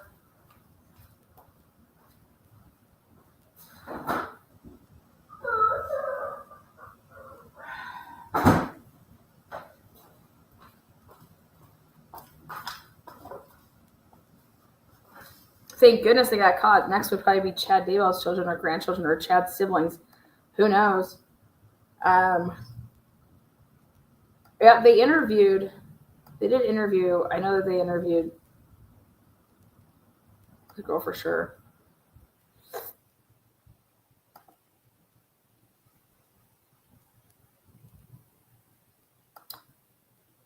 Yeah, this case is just fucking nasty. I just don't understand how I don't understand how her and Alex weren't arrested. Based off of that opening statement, her and Alex should have been arrested, and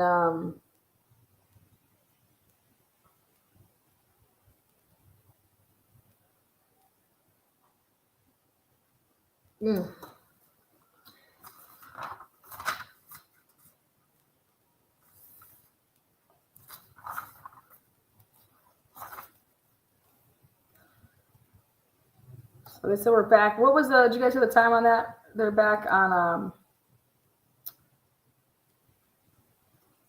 is Lori still? Lori's like, so Lori, what does Lori get to do for lunch break? What kind of lunch breaks does she get? Does anybody know? I've always wondered. This is actually, like, totally out of, so let's see. You think Lori gets to hit up DoorDash and just be like, hey, I want to send a DoorDash to the courthouse so I can get some DoorDash food?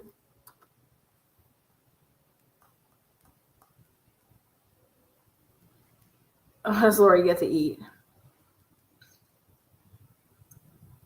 Like, but it's slapping the court, but for court, Lori gets mystery meat and a cookie probably. Not being serious. Like, what do you think she's getting to eat? I bet you she's eating pretty decent.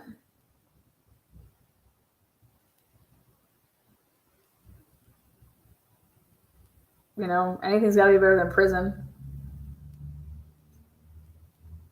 She'd probably be happy with, like, yeah, give me some Taco Bell. You think she's asking for Jersey Mike's?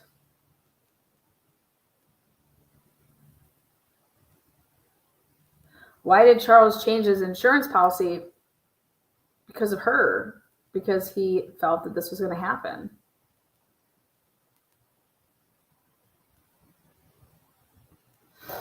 I don't understand why he just didn't tell her that he changed it, because that keeps you safe. Hey, bitch, I changed the life insurance policy. Like, you're not my beneficiary anymore.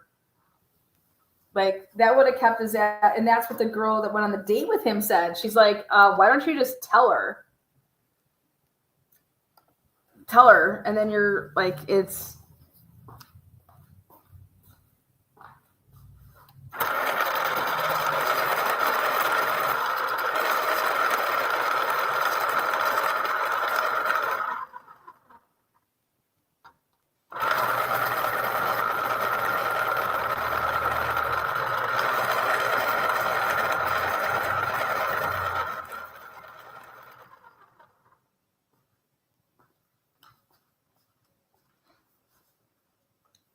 I mean, I think he was probably still going to be. And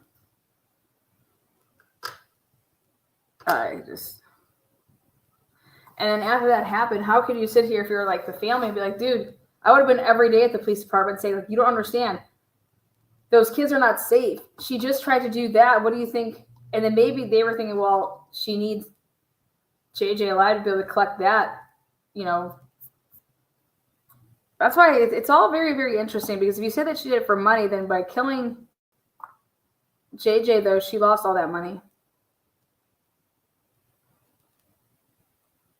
I don't know. These are just people that you just can't, there's no logic. They're illogical people. They're fucking crazy. So like thinking logically is just a fucking, like, fuck it. Now we're getting like, let's just, hey, we got away with that. Let's just kill that. You know what I mean? It's fucking disgusting. I can't even, ugh. All right, we're going to take a break here. I don't know what they're doing. They're just zooming in on people. I don't know what the fuck Law and Crime's doing with their camera.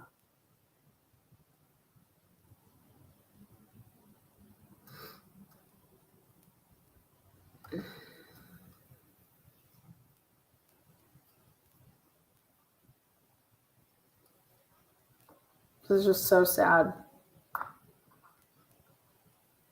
She's being charged with conspiracy to commit murder. So, who picked up that green little name? Thank you, Water Otter. Water Otter.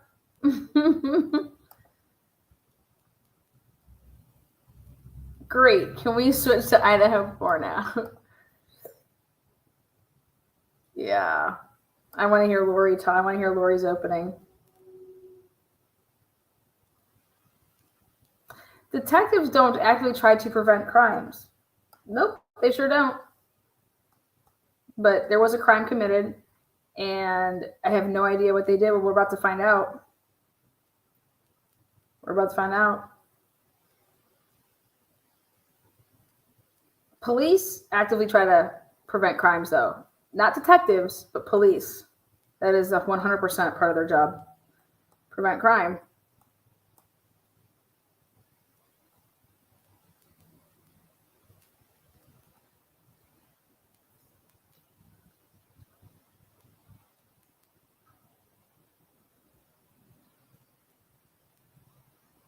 I think Chad Daybell is the most disgustingest fucking human. Like, lizard lip, fucking probably broke dick.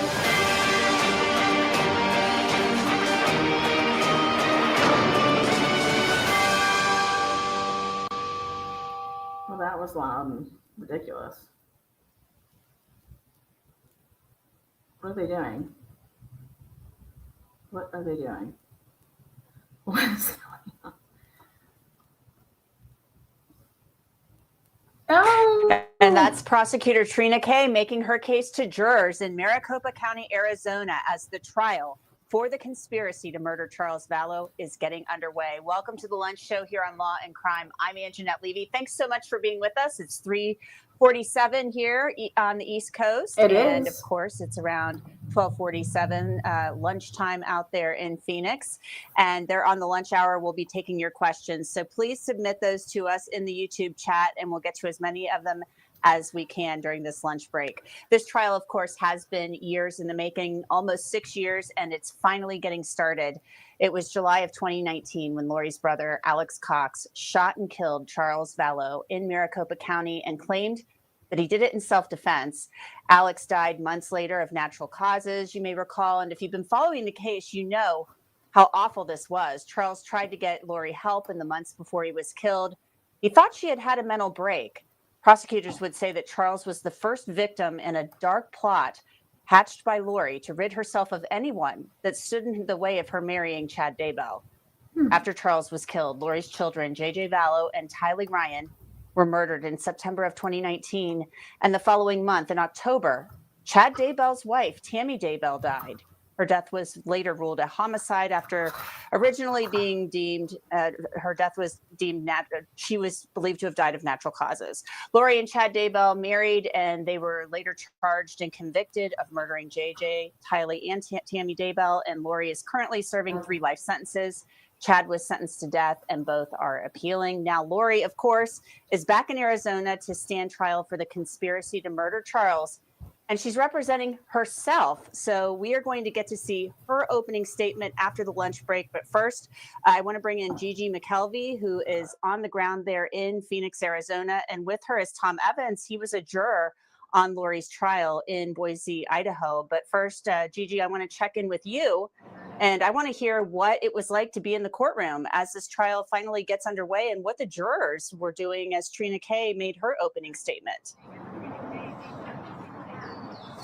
Well, I think that Trina Kay did a great job of keeping it very simple for these jurors who likely don't know much about this case. It's very convoluted, but they were all ears, all eyes on her. Horrible, Mike. She explained it was very easy to understand, really just focusing on that life insurance policy as the motive, not bringing in too much of the religion. She did mention a couple of things that were said in text between Lori and Alex shortly before Charles was killed. But so far, this jury seemed to be very transfixed with her openings, which I think she did a great job. We're not able to see Lori very well where we are, but she seemed to be. Wait, pretty lies and alibis. Well, all I have to say is that nobody can see anybody, and can you tell what the jury? Are you kidding me? And I was wondering, your guest there, Tom Evans, Gigi, Tom, why was it so important to you to make your way to Phoenix? Well, that's how for we this feel. Trial? Obviously, you're really invested. You were a juror on the trial in Idaho. Oh. You're right. I was a juror in Lori's trial, and when that trial was over, I decided to write a book about my experience as a juror. And then a year later, I went to Chad's trial every day of that, and I've written a second book about that trial. And so now I'm working on book 3, and that's why I'm here. Oh my God! The juror has wrote 3 books. I know you have been covering the case from the very beginning. You're really invested in it too. What's it like for you to see this case finally come to a head after all of these years? Because Charles was murdered back in 2019. It's been almost 6 years.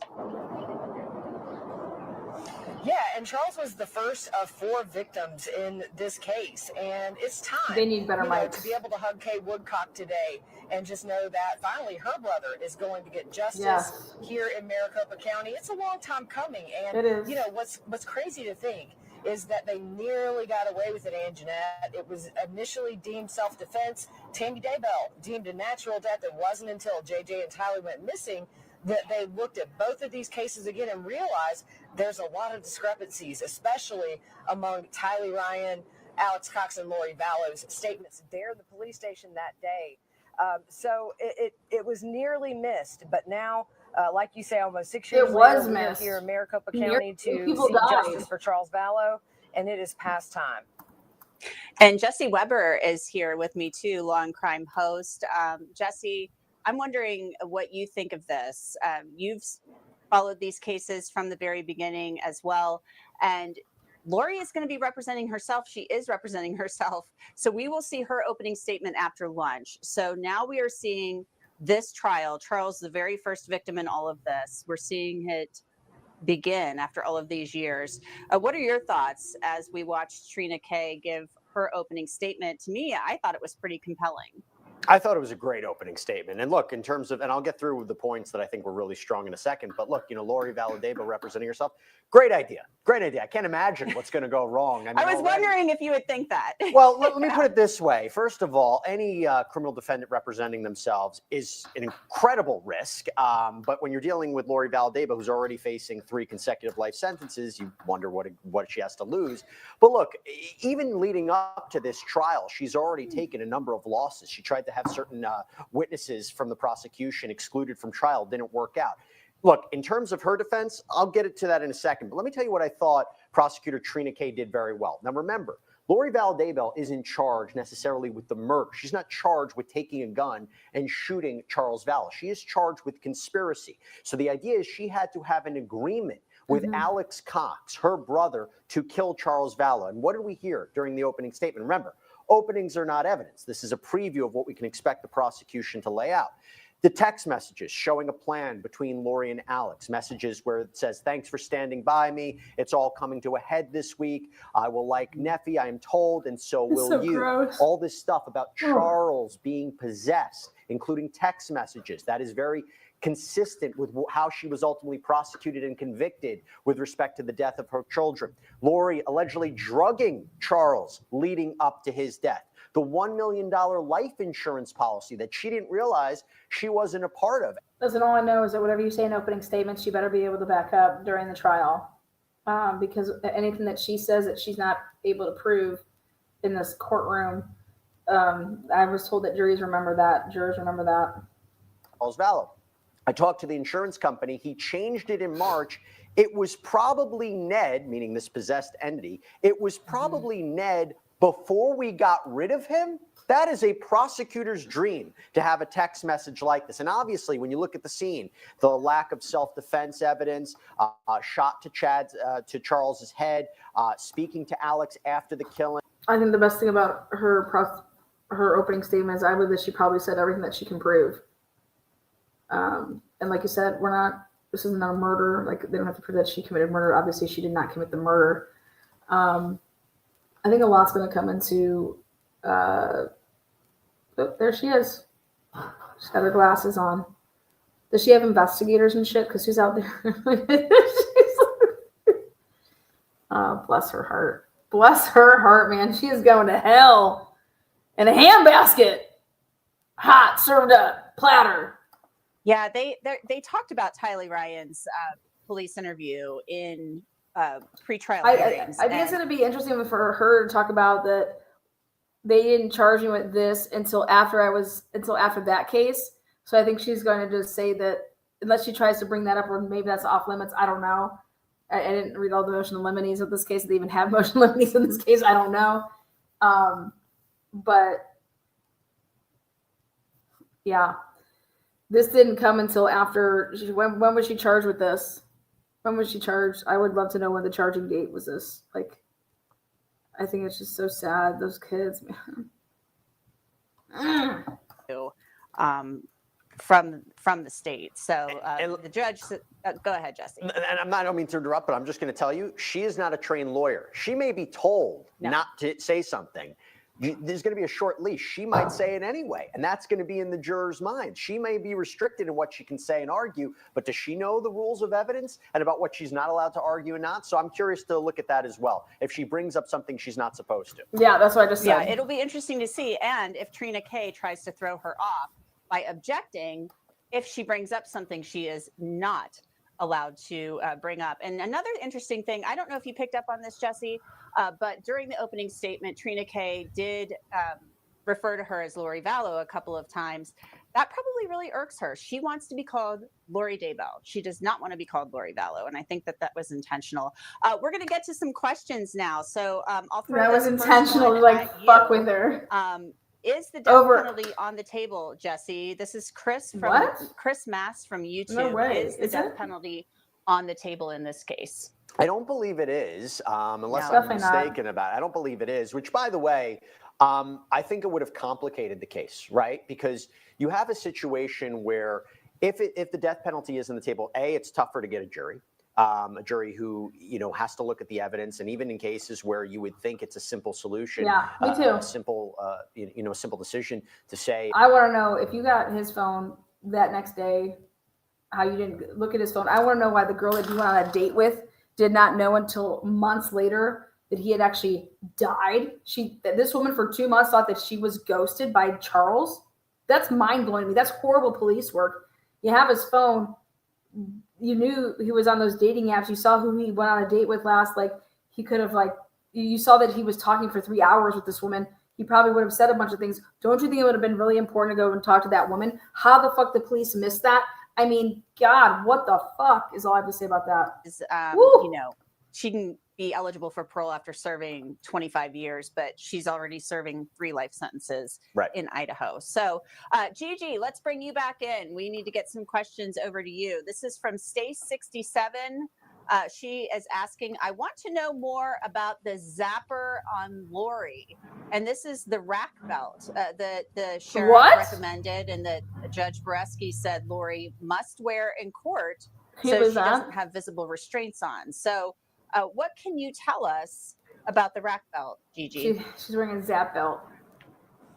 Well, first off, I can tell you with the last pretrial hearing that we had, it was kind of clear Lori did not want to wear the belt. She was pointing out they were going to have armed guards at the exits if she didn't wear it. So I would be nervous too. It's essentially a wearable taser that goes around your waist, and you have one designated person from the jail, I believe, that has the button that could literally put Lori on the ground. I mean, those things, it's like wearing a taser all the way around your body, and it is a one push thing. So if she gets out of hand and gets to where that person feels she's a threat to anybody in that courtroom, they can zap her and down she will go.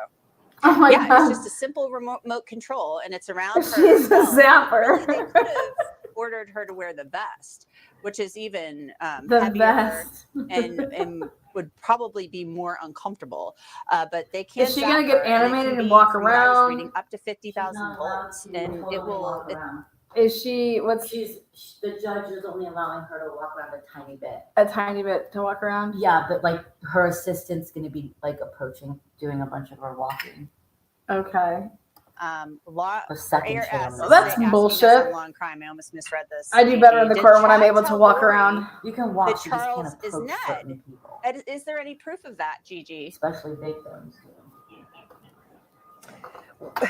The origins of where the name Ned came from aren't exactly clear. However, we do know back in 2019, late 2018, early 2019, Chad Daybell was conducting Google searches, very specific. Ned Schneider, Louisiana, died 1996. So for me personally, I do feel like Chad Daybell was the one that came up with that name. Although this fake evil entity in Charles had 3 different names over the course of all of this, Ned being the first. All right, is she calling her husband? Is Chad a witness? Does he get to make the trip? How does that? Was he going to be on Zoom? Everyone's wondering. Well, is he on the witness list? Yeah, it's and we have Charles on body camera, which I'm sure the jury is going to see, and he's saying, basically, she's calling me Ned Schneider, so he's trying to get his wife some help back in January of 2019, and it's all on body camera. It's all there. He's calling me Ned take Schneider. a look Look at him. now at some of the opening statement from Trina K. We cut up a little bit of this for you, so let's take a look at that. And why don't you go to your talk about it on the other side. questions? The Church of Jesus Christ of Latter-day Saints, and a story of Nephi, a prophet, who was directed by the Holy Spirit to kill Laban, to obtain brass plates and secure the long-term prosperity of Nephi's descendants. Laura used this religion and the story of Nephi as justification to kill Charles Vallow, just like Nephi killed Laban. So Gigi, Trina K is laying it out there for the jury. Do you think that this is funny, this Lana? whole I think religious it's so sad, aspect so of this, disrespectful. where Who thinks this is Chad funny? and Lori Fuck and outta Lori here. and Alex, I guess that she said they don't Only thing I have think is these funny is text your messages fucking from that name. day between Your Chad horse and Lori. but feather? Alex Yeah, and shove it up your Lori fucking are ass. That's what I talking think's funny. about this and using these religious terms. Fuck outta So here. this is going to be part of this trial. Yeah, and I think the prosecutor is going to have to do a very good job of explaining it to these jurors as if they are not members of the LDS faith and have no idea I who agree with Nephi that. and Laban are, which are referenced in these text messages.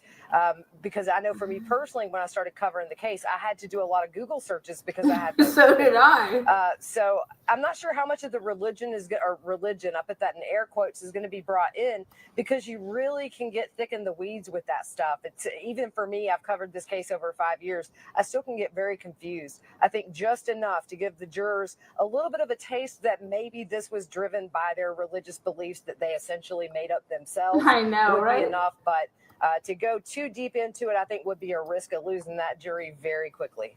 Horse feather fucker. And I So, think Gigi, Tom can probably attest to that, because that was part of, Oh, well, let's Yeah, I let's agree with dovetail that. that over into Tom. Why don't you address that really quickly? Yeah, I think if they make this case too complicated, they're going to lose the jury. There you go. This case He's a goes juror. so deep. There's so many layers to it, and I don't think it's necessary in this case for killing Charles. I think it was necessary in Idaho when they were trying to prosecute her for the murder of JJ and Tylee, but not as much here. I think keeping it simple, keeping to the facts as they relate to Charles. Well, we will see. She brought up a little bit of it in opening, so we'll see if she gets how deep she gets into it once she gets into the evidence. Jesse, I'm going to go back to you now. She better this keep is it from simple. Hot Mess Mom. Hot Mess TV Mom. from YouTube. I love that name. All of us moms, I think, can relate to that a little bit. Is the state able to bring up Lori's other convictions, I or want to is know the that same. inadmissible? I think it's So out. a couple of things. First of all, let me go back to the death penalty question. One thing I wanted to add to that, my understanding is in Arizona, conspiracy to commit murder wouldn't make somebody even eligible for the death penalty. It would have to be a first-degree murder charge. So just put a little clarity on that. Typically, no. Now, having said that, typically you're talking about the idea of bringing in other convictions. Typically, no would be inadmissible. You can make the argument that would be highly prejudicial. Now, here's the problem. What happens if Lori Vallow decides to take the stand? Then she can open up the door to those other convictions coming in. If she brings up things about, Tylee, or she brings things up about JJ, or she brings up the fact about her prior criminal history, if that should come in, then that can come in, and that would be highly problematic. Now, I also agree that from a prosecutorial point of view, while it might help the idea of telling this story, it could complicate it. Those deaths occurred after the death of Charles Vallow. I think there was a difference between bringing in a little bit about Charles Vallow in the trials with respect to the kids, since that happened before and you're establishing a No, it'd be to pattern her in a way. strength if she I doesn't agree mention that it. If you put that in. If she doesn't mention it, it's really, really well. These people are gonna wonder, like, why aren't we calling these kids to the stand? You know what I mean? It's so interesting. Like, where is Alex? Okay, where are the kids? All these things as jurors, you're going to be like, we didn't hear from the kids? We didn't hear from Alex? She's going to have to be very careful that she doesn't open the door to all of that. And she's already kind of demonstrated during some of these pretrial hearings that she can be a little bit of a loose cannon. So we'll see. I mean, and she wants to testify. She's kind of made that clear. Jesse, this is kind of a hard one. This is kind of a hard question. I'm just prefacing my question with this. This comes from Margie from YouTube. She's asking, will she serve time in Arizona if found guilty? Or will she go back to Idaho? So would she go back to Idaho to do the 3 life sentences, or would she stay in Arizona if she's convicted of Charles's case, and then later the Brandon Boudreaux case? Let's say she's convicted on that. Would she stay in Arizona and do that time first, or go back to Idaho? Well, it's difficult to say in terms of if she's convicted and what the sentence I don't would think it be. fucking Would she have to matters. serve out a shorter sentence before going What a back waste of to a Idaho? question. Usually there's a conversation between Arizona authorities and Idaho. Does it really fucking matter? Like, that's the question you picked. Love Angela, but that is not the question I would have picked. Idaho, Miss Lazy J, what's up, girl? Idaho didn't know what to do with Lori and Chad. Did you know our county coroner has 6 weeks of training and no medical certificate? What? Chad's wife should have had an autopsy, but our coroner dismissed it. It's flat out embarrassing. Yeah, that's absolute craziness. I think what's also crazy is to think about if you don't mention anything else and it's just this, I think the jury is left to be like, why didn't we hear from so-and-so and so-and-so? So, we'll talk about strategy. Who wants to keep her? You know, maybe it would be that. Who wants to keep her? We're going to go back to Tom for this one. This is a question for you, Tom Evans, from Brittany. I think it's a really good one for you. Do you think she thinks she's giving the women in jail strength? Do you think they were confused at all? Brittany asks, I know the full story, so I followed what she was saying, but I could see being confused if this is the first time you're hearing it. Absolutely. Are we asking if the jurors in this trial are confused? Or Yes. Yes. Sorry, Brittany wanted to know if you think the jurors are confused or were confused listening to Trina K lay all of this out. Since Brittany knows the whole story, you know the whole story, but in looking at the jurors, did you sense any confusion on their part? I didn't notice any confusion in their faces. I was watching pretty closely. And I think she did a really good job of laying it out detail by detail in a way that was pretty easy to understand. And that's why I say, I don't think they need to bring in the deaths of Tylee and JJ and just confuse everything. Keep it simple to what the jury can understand. Yeah, I think that's good advice. They're not allowed to bring it in. Gigi, here's one for you. What is he talking about? How are you following this case and not know that? How on earth was Lori ever I don't even follow this case. Stand The trial, fuck, he's writing books? Represent herself. You guys heard that, right? What he said right there. He's writing books on this case, and he doesn't even realize that the state can't talk about that? Or deemed competent. Also, in order to be able to represent herself, they did another psychiatric evaluation here in Arizona. She was deemed competent. It's really hard to fake those things. They know when you're malingering. And so, look, if you've watched her at these pretrial hearings, although we do see her emotion taking lead a lot, she's not doing the worst job I've ever seen. So I think that she is definitely competent enough to know what she's doing. I mean, these motions do have some research elements to them. She does have advisory counsel, but at the same time, it's not as big of a train wreck so far. Not as big of a train wreck. At least in the pretrial, that she hasn't even spoke yet. Her downfall if she lets it get to her. Yeah, it does seem that she, and this is why people usually have a lawyer represent them. It does seem that she does let her emotions get the best of her at times, especially in that hearing last Monday during jury selection. She was hot. But we'll see how it goes for the rest of the trial. Maybe her counsel can rein her in a little bit. Here's another question for you, Gigi, from Pixie. How long does Lori get for her opening statement? Has the judge placed any time limits? Oh, yeah. That's a good question. Time limits. Not that I know of. I don't, oh gosh, knowing Lori, we could be here till the actual second coming if they didn't put a time limit on it, because she loves to talk and she may go off the beaten path. But I think that the prosecutor will probably be happy to object if we feel we're getting into stuff that's not relevant. So we'll see how it goes. I think that's the $1 million question. What is she going to put? What is she going to put in front of it? Yeah. Statement, and how long is she going to go? How long? I will be interested to see how she organizes.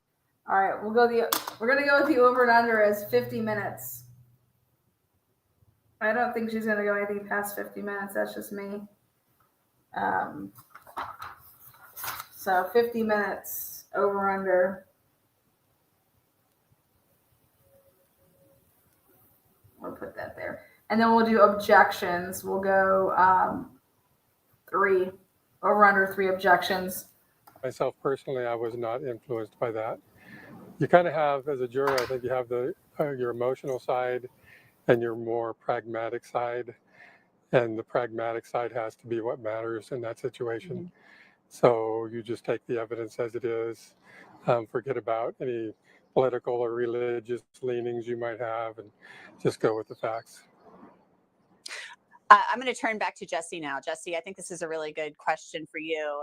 And it's an exciting one because it comes from Scotland, which I think is really cool. So we have an overseas question, yes, from the United Kingdom. This is exciting.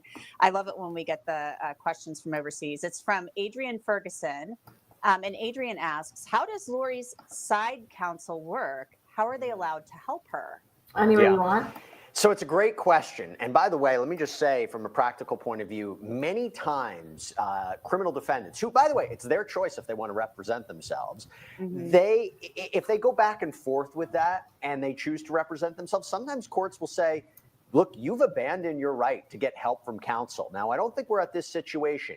She is allowed to present her arguments. She is allowed to call her witnesses. She is allowed to move forward with the legal strategy she wants. However, she can turn to her help. She can turn to her legal counsel for aid in certain matters about how to introduce an exhibit or how to, prepare a certain filing for the court. She does have that. How long? Supposed to necessarily be like paralegals, but they are her advisors, which, by the way, I think from a practical point of view, helps streamline the case, make it more efficient. But, again, it's either you can't really have a hybrid.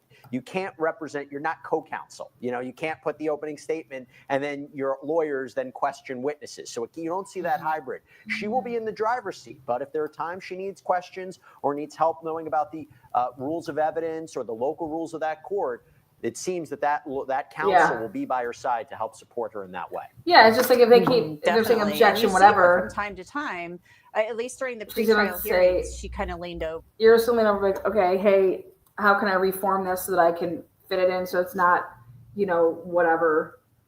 If it was leading, if she was on direct or. Question. This is from Barb Russell, and she asks, will Lori call Chad as a witness? Yeah, that's what I want to know. That's she's going to call him. She wants to see him. Oh my gosh. I would love to see it, but no. He was What? not on her witness list. She had 11 witnesses and then one expert witness. It's questionable whether any of her witnesses are going to be able to come in because they haven't been sent subpoenas and they haven't been interviewed by the state. So last week the state filed a motion to preclude all of her witnesses, which would leave Lori Daybell as the only witness if that is. What did her help do? Something that he addresses as it comes What do you mean? to the trial, probably You closer guys- to that defense case. What the heck are you talking about? She does not have to put anybody on the list. If the state has certain people on the list, okay, if the state calls them or if they were on the witness list for that, then there are witnesses there. She would just ask for the extent of the subpoena. He was never charged in this. The prosecutors here in Maricopa County said there just wasn't enough evidence to really guarantee a conviction. Whether or not that changes, who knows? But to me, it would make it seem like they don't have enough right now to charge him. Why would he have anything relevant to say about this trial? Yeah, most definitely. And he was not on her witness list. And as we go. know, I mean, she loves Chad Daybell, so she's not going to put him in a position that's going to put him in any legal jeopardy. So, I just don't see that happening, and I wouldn't see her doing that. So Gigi, I know you have to get back to court. I don't think so she would want it's to been talk to great, him. Being back on the I think air she would with just call him you, just and to we will say, be doing this all week long. So did I ever look forward confess that I to had it, any part to and do want with you to, this? get back inside. Okay, So honey, good to thank see you so much. and Have a thank good you to Tom day. Evans. It's been great having both of you. We'll let you get back to it. Let's do and then Chipotle. Jesse and I will take it from here. Let's get some So Chipotle up Jesse, in here. I'm wondering what you are thinking we are going to see Chipotle when up in the this lunch bitch. break ends. I mean, I'm wondering what we are going to see This when is gonna be Lori gets up insane. there, because she will be allowed at the podium since she has I'm the so wrap belt on. excited. That's a security precaution that they're taking.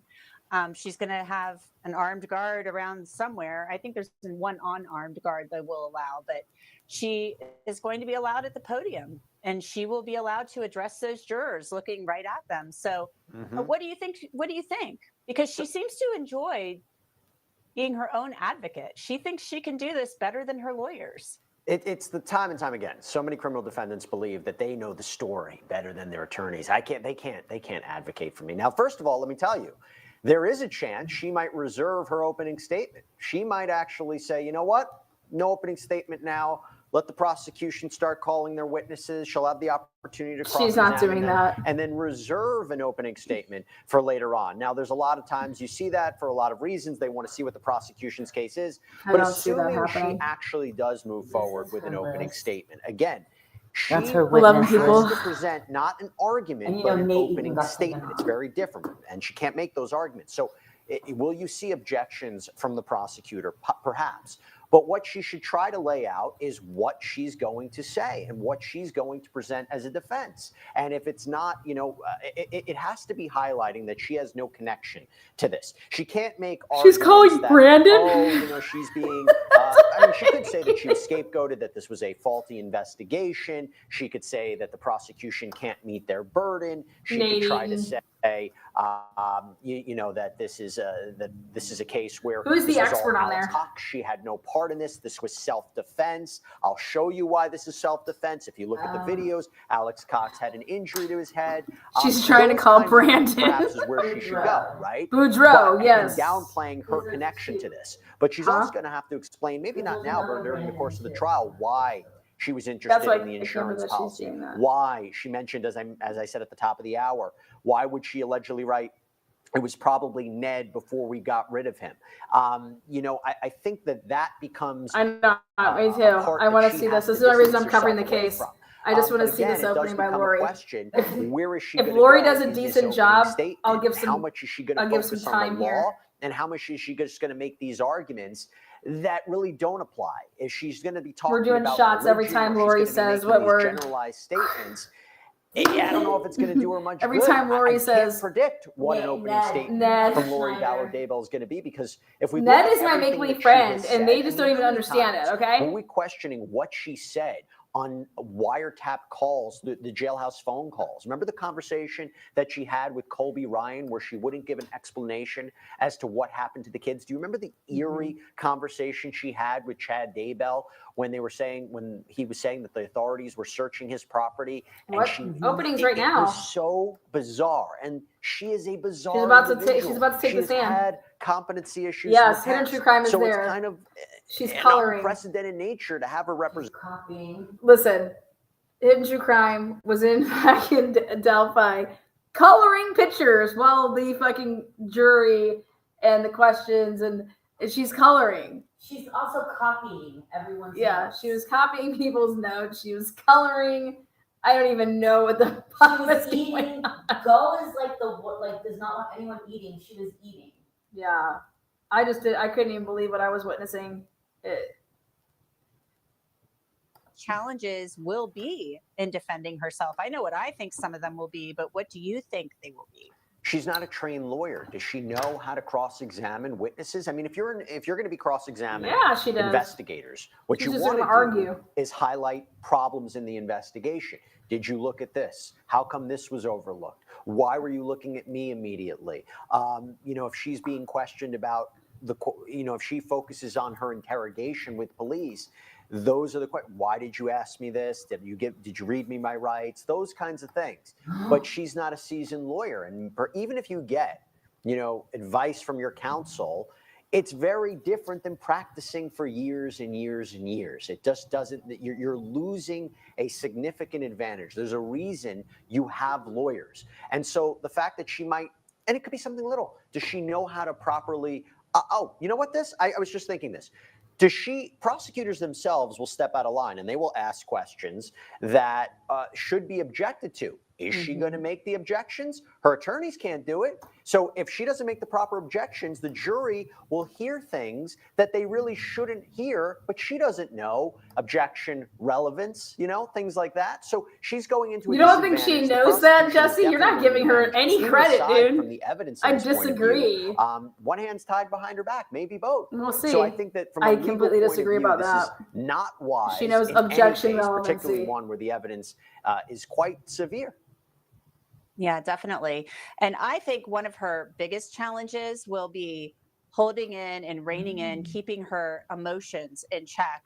And we saw her last week, Jesse. We saw her. If I was her, I would having just an say issue with that. So objection. let's take a little bit of a look. All I would do is just say objection, and then just say objection.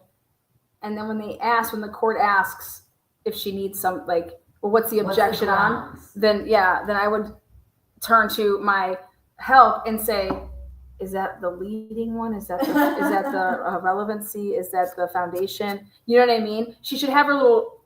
All you need to have is a little 1 through 7, 1 through 6, and your objection. Like, there's the only things that you can object to: leading, foundation, relevancy, outside the scope. What else? Did I say foundation? I don't not want to give notice to the other side with the limitations at the incarcerated. Objection, asked and answered, God damn it. Limitations with OPDS. Battery a witness. Late in the game that they did. I've done everything in my power as a defendant to prepare the state and to give over everything that I could do within my power with the limitations. Objection, incompleteness of evidence. I object to this fucking document. Prison jail. So when you say, And I shouldn't be able to represent myself because of that fact. That negates my constitutional right. I didn't say that. Okay. All right. I said that sometimes there are reasons to not go forward to trial as fast as you want. Okay. So there Lori was zealously defending herself, Jesse, but still, I mean, yikes. I mean, the judge at some points during that hearing, his patience, and he's a patient man, his patience was wearing thin, but see what I mean? She gets herself really stirred up.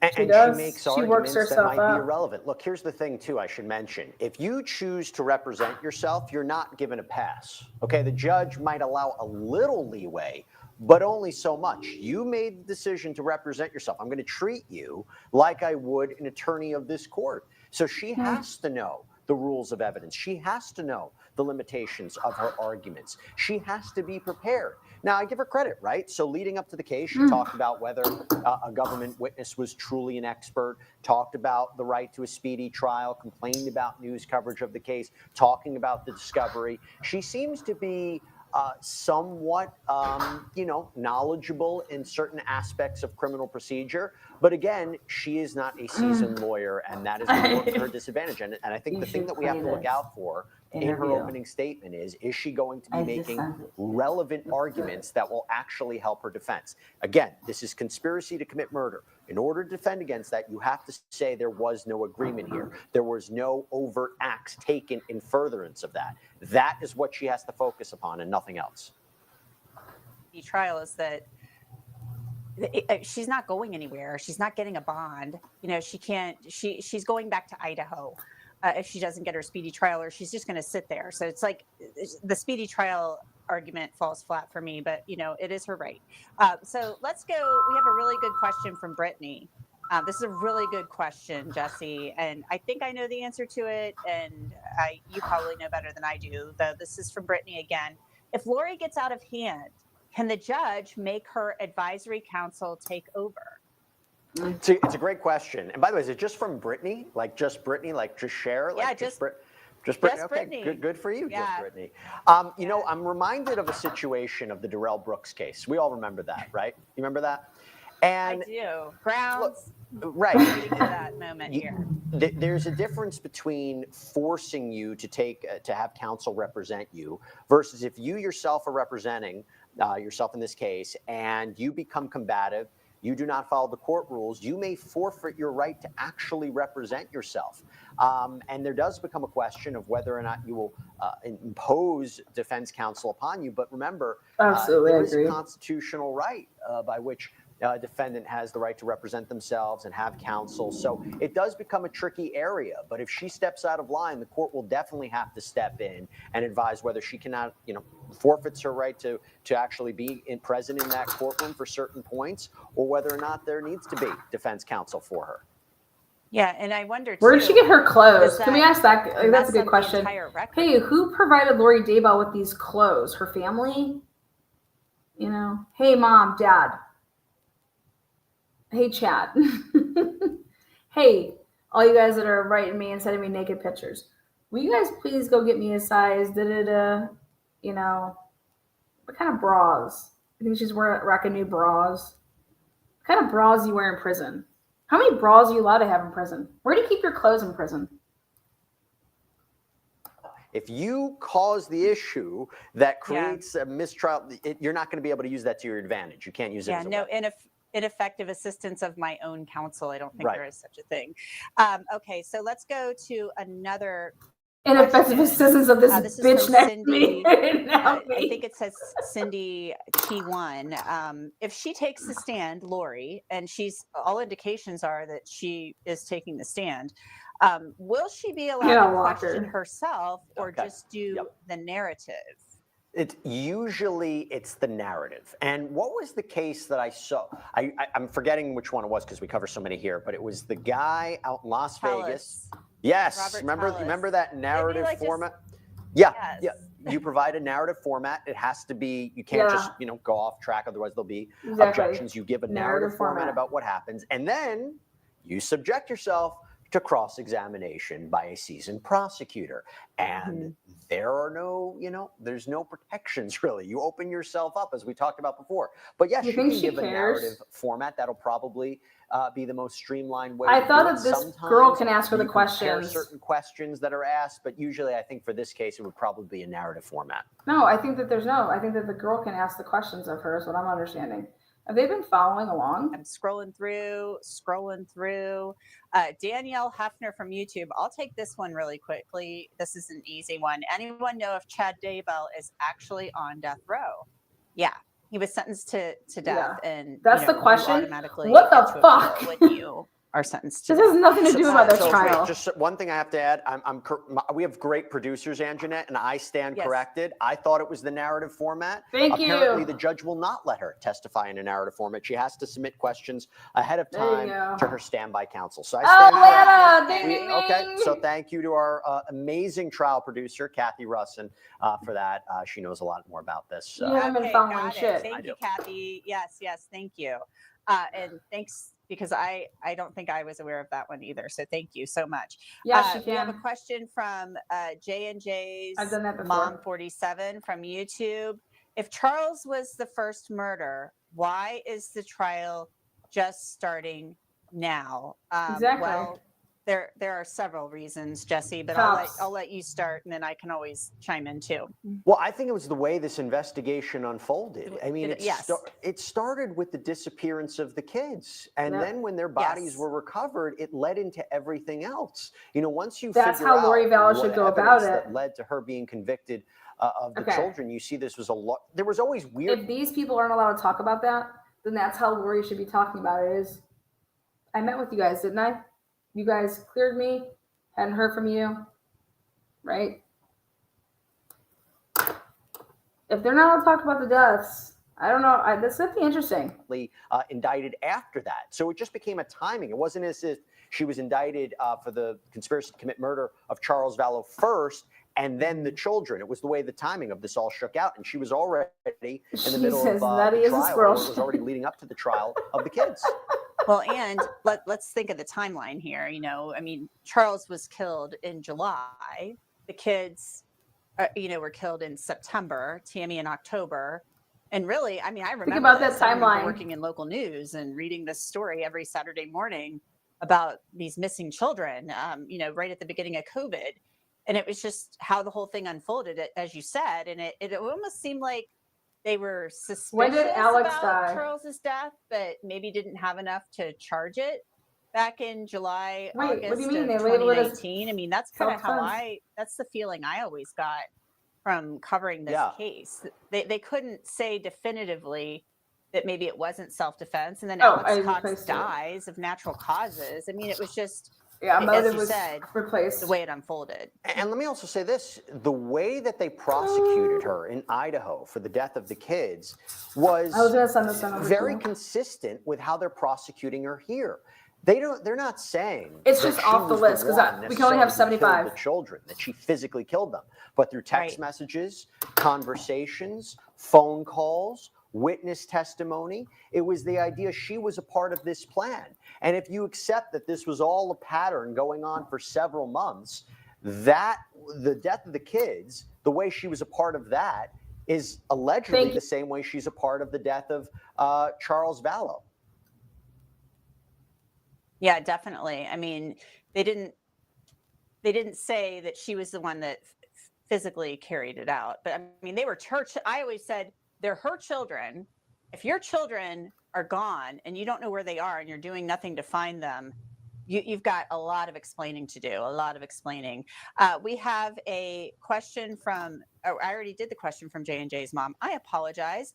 Let's look at another soundbite. We're going to look at another piece of sound from Prosecutor. Okay, so think about this. July 2019, Charles. September 2019, the two children. October 2019, Chad's wife. December 2019, Alex Cox. 5 people between July and December of 2019.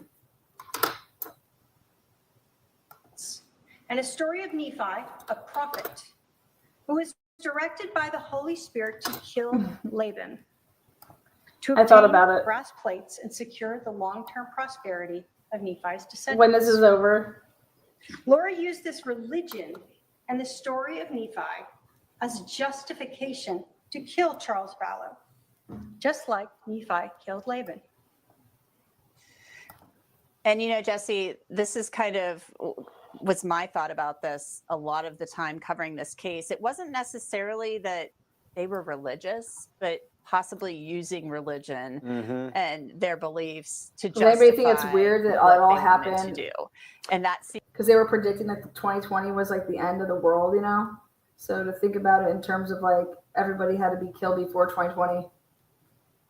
I don't know. It's interesting. These people are fucking sick bastards. I'm evil and I'm possessed and all of this stuff. So it's a huge part of this. It's tied in to the timeline here, right? You heard from the opening statement that there are witnesses and text messages that would say she kept referring to this, entity within Charles as Ned. You can't just separate. I think she has a lot of grounds to object to hearsay. You know what I mean? Like, a lot of this is going to be hearsay. To a head this week. I will like Neffy, I am told, and so will you. Or when Lori sent Chad a message, I talked to the insurance company, he changed it in March. It was probably Ned before we got rid of him. This is inextricably tied, the religious aspect to it, and I agree with you. It wasn't, one would say that it was just a devout twisted belief system, or is it being used to get rid of the people that were in the way of A, living a life without their significant other, as we heard during the trial with money, right? I didn't order this same stuff. thing with getting the benefits of JJ and Tylee. So you're seeing, what was it, money? This isn't my order. Who the fuck is Ricky? Trial? I mean, you're dealing with very similar elements. These people are dumb as fuck. I swear to God. Vallow was an incredible witness in this case. He had filed for a protective order. He was talking about how he was concerned for his life. I mean, these are things that a prosecutor really needs. I can't to deal sell with the these fucking story people anymore. That the person he thought he loved had these twisted beliefs and he thought his life was in danger. And all the stuff, I mean, the idea that Lori was allegedly drugging Charles, putting pills into his protein shake, and then he just happens to die. This is all part of a timeline that the prosecutors need in order to find her guilty of conspiracy. There's a problem here. I still, Jesse, cannot to this day get over the fact, every time I watch that body camera footage from January, I can't get over the fact that a husband went to the police for help and nothing happened. I mean, it's stunning to me. And I hope that something good has come of this, maybe some better training and recognizing mental health stuff. We have some other questions, though, that I think I should get to. A question from Roxy on YouTube. Do inmates have access to legal resources and materials to represent themselves in court? So I think the best way to explain is what's happening right now with the Sean Combs case, right? So he wanted a laptop with all of the evidence. If you're representing yourself, and even if you're not representing yourself, you have a constitutional right to put forward a defense, to participate in your defense. You can have access to the materials. You won't necessarily have access to I mean, maybe there's a law library in the jail, but you do have access to the evidence. Now, it doesn't mean that you're going to have a personal laptop that you can use whenever you want. Obviously, there's certain limitations put on it, but you do have access within the confines of a jail and working with your attorneys to have access to the evidence and prepare.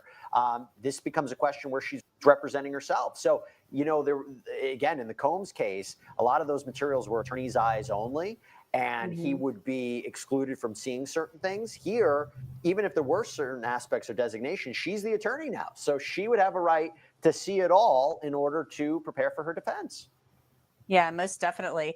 She has complained, though, in some of the pretrial hearings about being kind of hamstrung by the limitations of being incarcerated. I mean, she can't just go out and interview people. Correct. Her investigator has to do it and that type of thing. And, so there may be some materials and stuff she has access to, but she's kind of complained about some of the limitations when she's kind of put herself in this position. Yeah, she has the right to represent herself, but she's kind of painted herself into a little bit of a corner. Let's go now to another question. This one is from Susan Lee. Can Lori and Chad, I think this is a really good question. I wonder this. I don't know if either of us know the answer. I'm thinking it's probably no, but can Lori and Chad speak right now between prisons? That's a good question. My answer would probably be not. I don't think you can call each other between prisons. Maybe write letters. I don't have an answer to that one. It was one thing to say leading up to the trial. You had these competing interests and co-defendants in a way. I'm not entirely sure. That's a good question. I would love to get a little more clarification, or maybe if someone knows if they've communicated and I'm just not aware of it. I'm not entirely sure. Yeah, and I mean, he's on death row. And Yeah, I've always heard death row is pretty restrictive, but he other could people maybe say write a it's actually letter. not. He could maybe write a letter.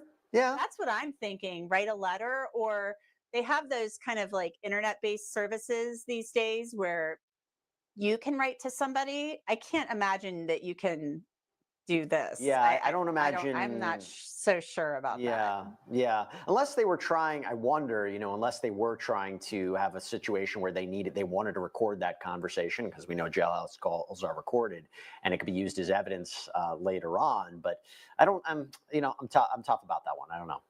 Yeah, I don't know either, but that's a great question. And I think we'll dig into it, maybe look into that a little further and bring you the answer later this week as we continue to do these live lunch show Q&As all week during Lori Vallow Daybell's trial. So Jesse, it's been great hanging out with you here on the live stream this afternoon. Always fun. Love hanging out with you. Love hanging out with you, Anjanette. Even though we're not, we're distances away. We get an opportunity to talk. Oh, by the way, one more thing. We know for a long time that Lori had regular contact with Emma. So this is Chad's daughter, and presumably she would pass messages between them. So that's a little update again from our producer. Oh, Kathy has a lot of tea. Well, Kathy's going to be on here later this week too. So Kathy, way to go! Than I am, so you're in good hands. A lot of tea, as the kids say, later this week. So I've also heard about some weird stuff where they do stuff with the phones, where they do this, but that was probably old school, like turning phones like this. I don't know. We'll talk about it another time. The way you secretly communicated, because you've lost me. You've lost me. No, just stuff I've heard over the years covering crime. But yeah, it's been fun hanging out with you, Jesse.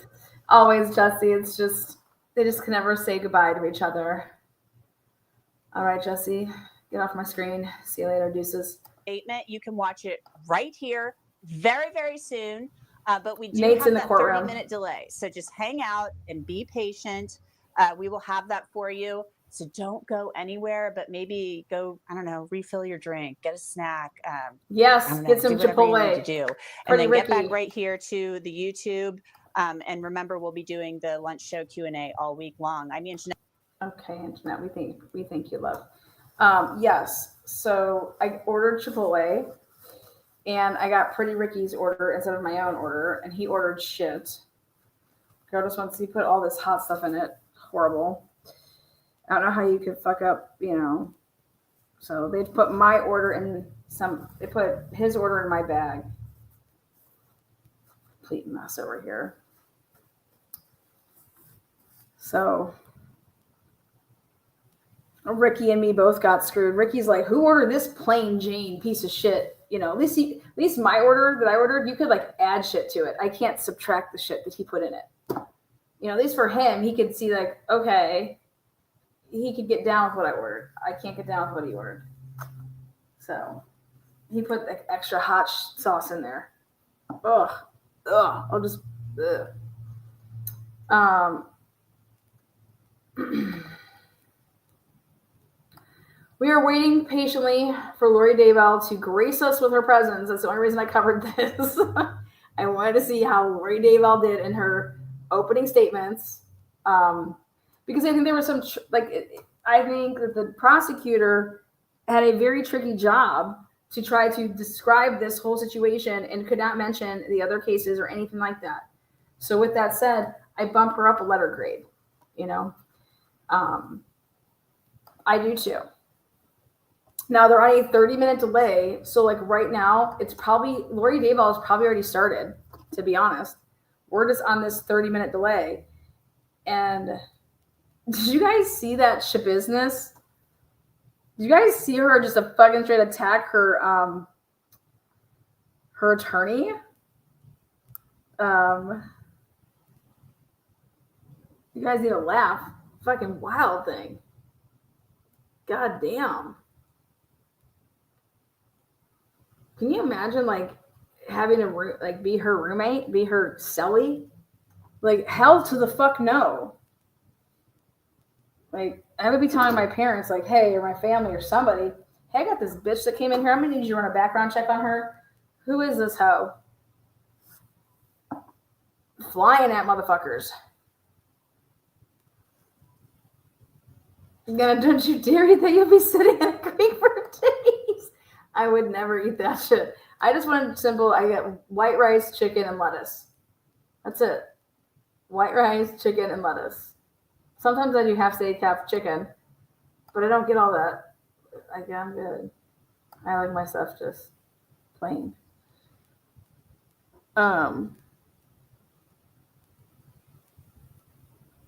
Your DoorDasher's on my way. Thank God they realized, oh shit, man, you gotta get this over this bitch. We feel so bad. That's what I thought. Bring it along now. It's because these DoorDashers, man, always trying to double dip.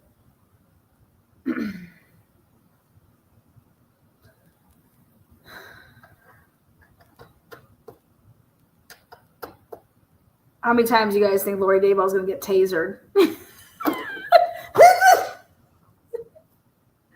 Ladies and gentlemen of the jury. What if she just totally faked out the world and acted like she got tased but didn't? Tell me that wouldn't be some funny ass shit. Act like the motherfucker pressed the button. Can you help to stop tasing me?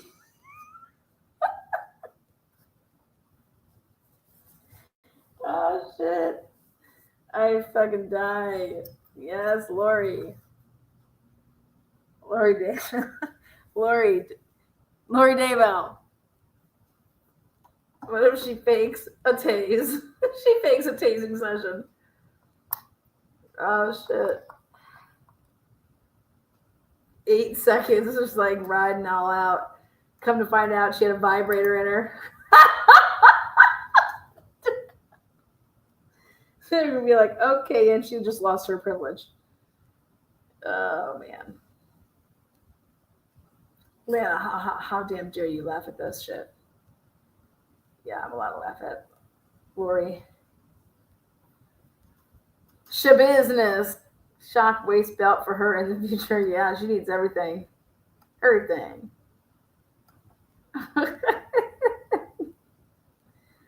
You know, I just thought about this. What if Lori, you know, she has her water and she's like, you know, because lawyers ask her like, hey, can I get a 5-minute recess? I really have to use the bath. You know, you have to go to the bathroom. So I'm curious to see how many bathroom breaks Lori asks for. Anybody have an update on the Karen Reed case? Karen Reed have any fucking jurors yet? I mean, what are they doing? Oh, look at him. Get your ass over here. Where you at? I got this guy. Okay, good. Let's see. Karen Reed.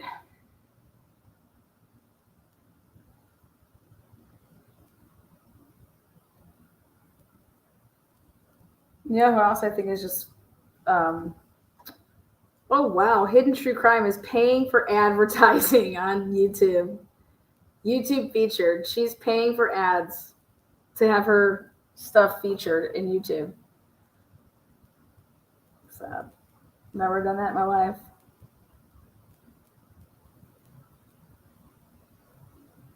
Here you go. Gems. Hello. Doing a little bit of a mic test before I start because I have my new mic here. Wanted to make sure it's working. It's great. And I don't see anyone yet. You got it, Lauren. Rock it. Go get it. Just rock it. Rock it, Lauren. Anyway, wanted to make sure I'm live before I start talking. Okay, there we go. There's a thumbs up. Okay. Yep, thumbs. Kathy. Welsh girl Kathy. Hello. Okay. I can't believe we're here again. This is for those new to my lunch lives. This is the third trial when it comes to this case, the second of Vallow Daybell. I'm certainly feeling some deja vu. But new city, Phoenix, Arizona. New prosecutor, Trina Kay. New courtroom in Maricopa County. New judge, Judge Boreski, and justice for Charles Vallow. He was the first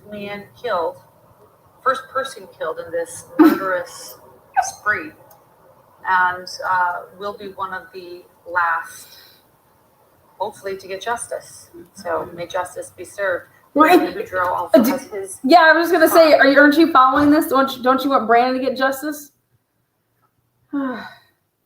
Shortly after Charles's, and right after actually. And Brandon Boudreaux and his wife were back in the courtroom after they said that he didn't necessarily need to be a witness unless Lori could find relevancy. Why Lori wanted Brandon Boudreaux to not be in the courtroom and to be a witness is because of texts with her husband leading up to Charles's murder. And she said, or alleged murder, I guess.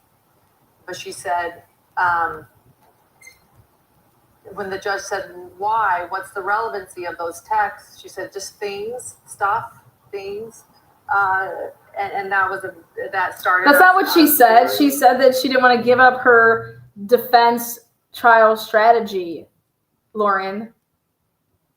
Long sidebar before we even got started with opening statements. I mean, how do people listen to people that are just so fucking misinformed? How do you watch something and then go have the balls to go outside the courtroom and fucking, let me tell you what I just saw. And it's not even fucking right. It's just cringe, man.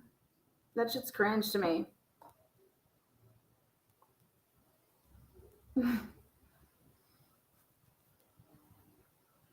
Ooh. Thank you, Sherry D. So, Sherry D on it there per Ted Daniels. While leaving court, Karen Reed said her team has used 10 of its 16 peremptory challenges. Those allow her attorneys to exclude people from the jury without providing a reason. It's like, cut that bitch, cut that hoe, cut that dick loose. So, for the record, we all saw it right here. We all saw it right here. We heard Lori with our own ears say that, well, what do you want me to tell you my defense strategy right here? And then that's what sidebar.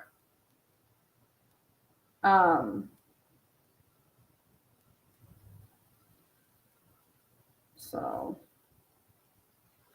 I want Brandon to get some justice, and I want him to get it from his ex-wife too. Yeah, fuck that bitch too. Fuck everybody. Groovy $5 holler. What do you got, Groovy? Hi.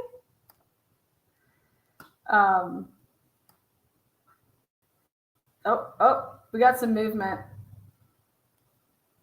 Oh, here we go.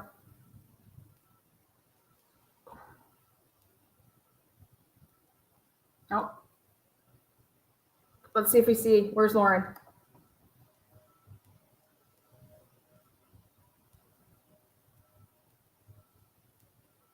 I'm trying to see people in the crowd. Oh, God. Oh, God.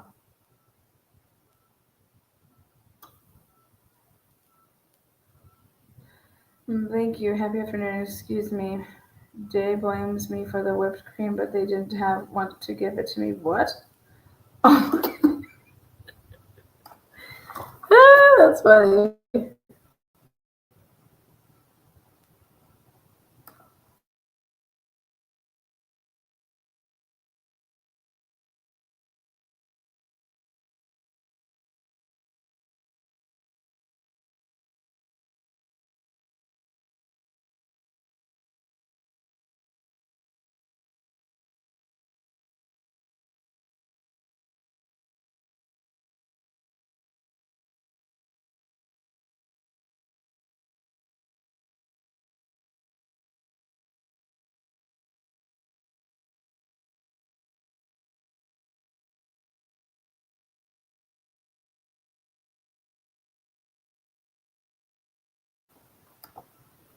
Okay, we're back at it. I don't know what Long Crime's doing, but we're back over here at it.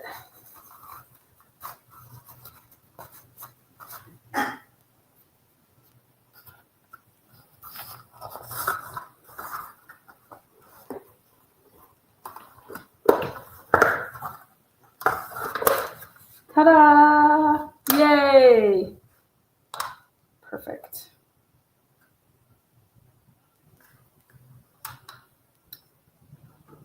Yes. Chicken, lettuce, rice. Perfectly made. Best afternoon. What are they doing? Oh my God. Are they outside of a court? What?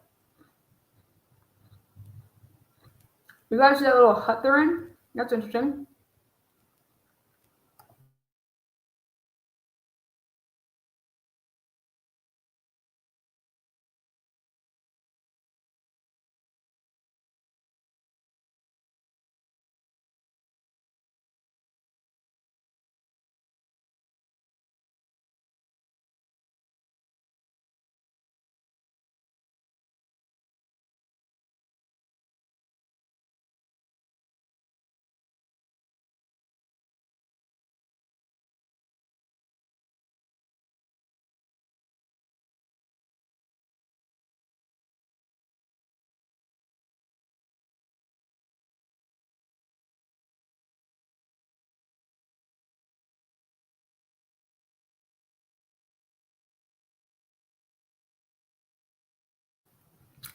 Sherry D says, truth and transparency. Do you know who wears the turquoise glasses? Yeah. Hot as fire today. Boston Globe posted an article stating many Free Karen Read supporters think Karen Read is guilty but afraid to speak. What? That case is nothing but drama.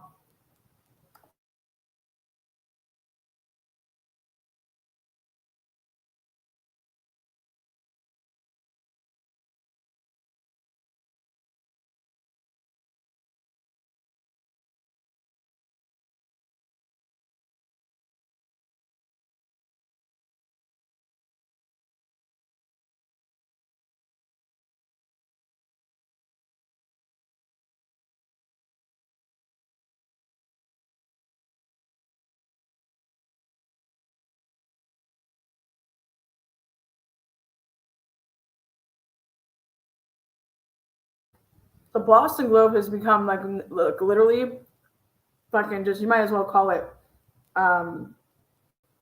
what was it? That stupid ass tabloid that was always. National Enquirer. Yeah. What was it? National Enquirer. Yeah, the National Enquirer is now the Boston Globe. Fucking Trashville. Trash in, trash out. Fuck them. Bullshit.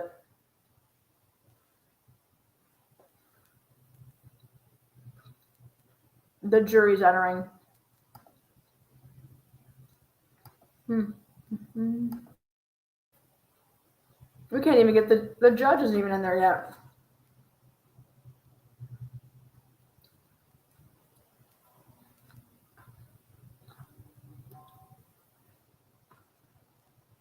I will at least say this with Judge Gall, I didn't feel like there was any of this shit. You know what I mean? Like, it just, I thought she was punctual. There's none of this bullshit. Okay, here he is. All rise. Here we go.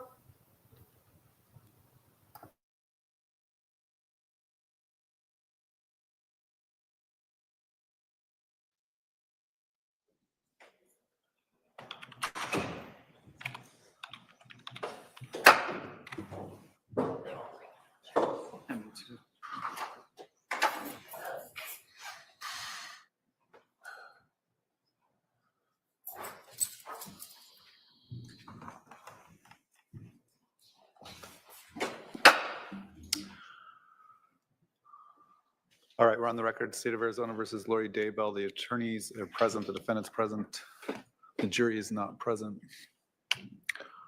We ready to bring in the jury? Yes, Your Honor. All right. Let's bring in the jury.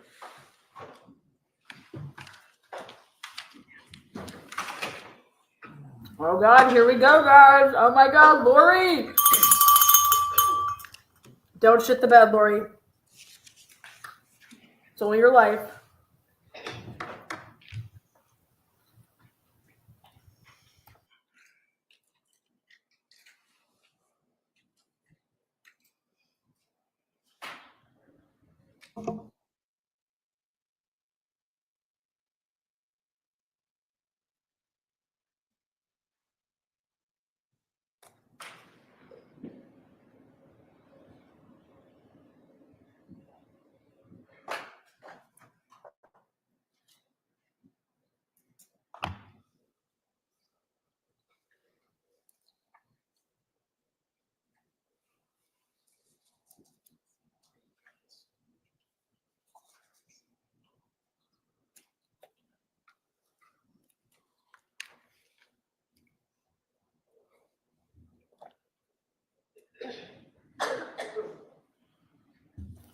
I mean, what are they doing? How long does this take? All rise for the jury. Okay. We have a female bailiff? Oh my God. You do.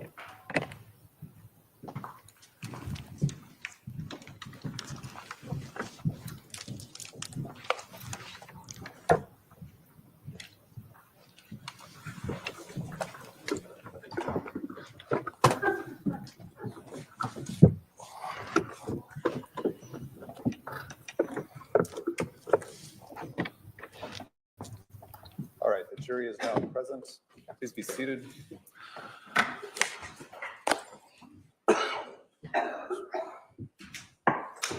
All right, the defendant can proceed with her opening statement.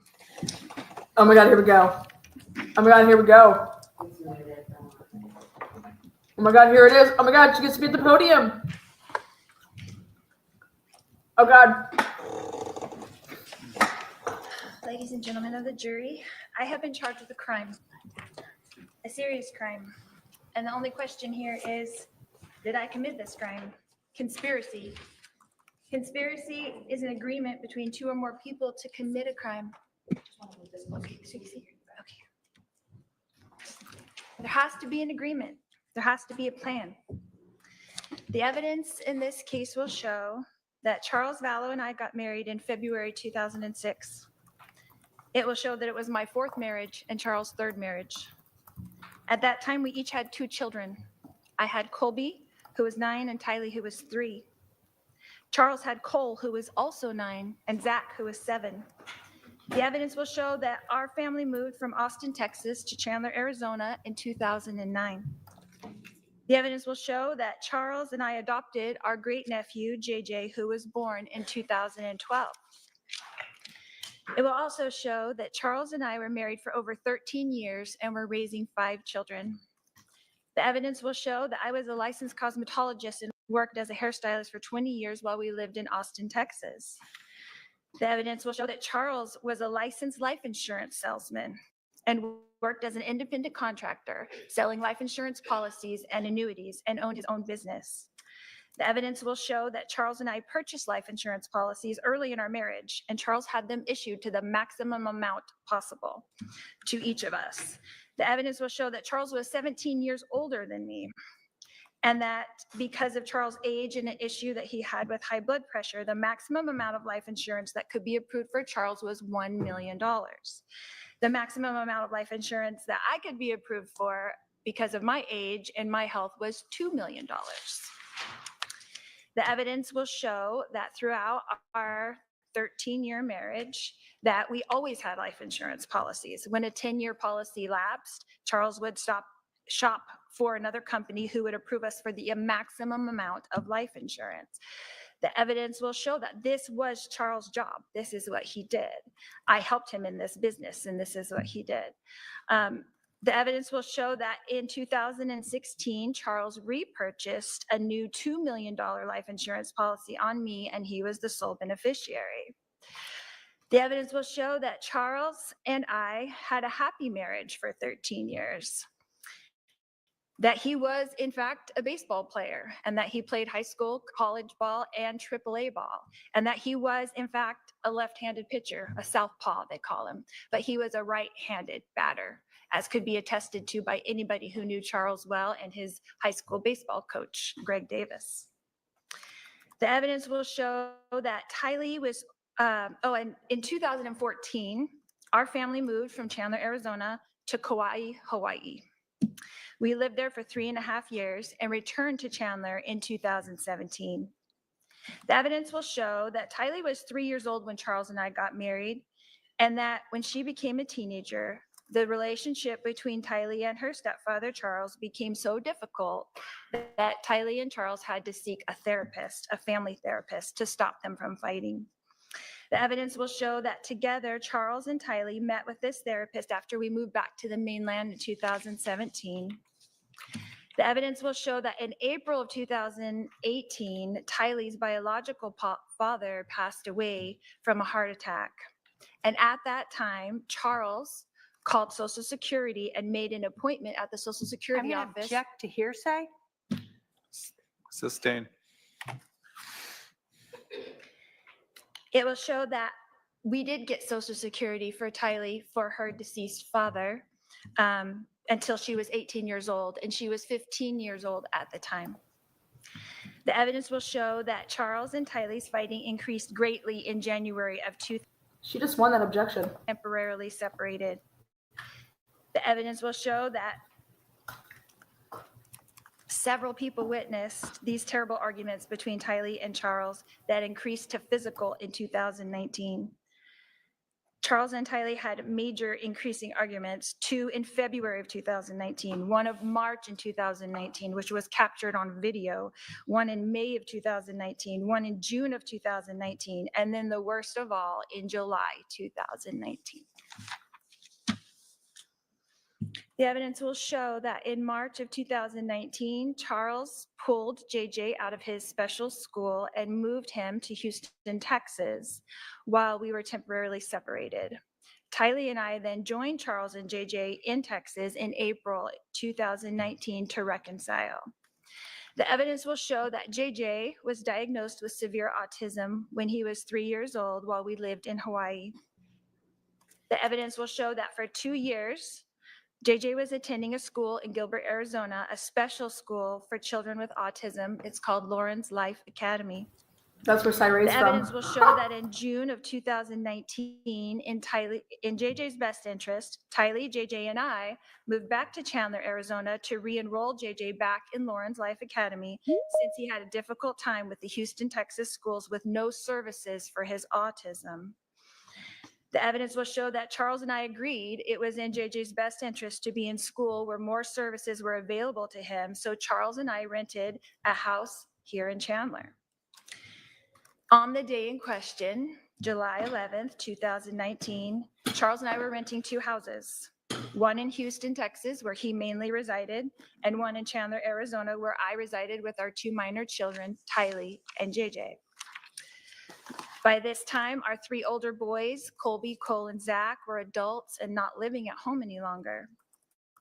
The evidence will show that during the months of June and July, that my husband, Charles Vallow, began to send me threatening text messages. These messages were seen by my sister Summer, and that worried her. The evidence will show that Charles insisted on flying into Phoenix on July 10th, as we've heard from the state. The evidence will show that I advised Charles that he could not stay with us at the Chandler house because he could not get along with Tylee, and I did not want them to get into another fight like they had 3 weeks prior. The evidence will show that it was ultimately decided between Charles and I on text messages that he would stay in a hotel because he traveled for business all the time and stayed in hotels all the time, and that I would book it for him since I worked for him and booked all of his travel. The evidence will show that Charles did in fact fly into Phoenix on Wednesday, July 10th, and stayed in the hotel that I booked for him.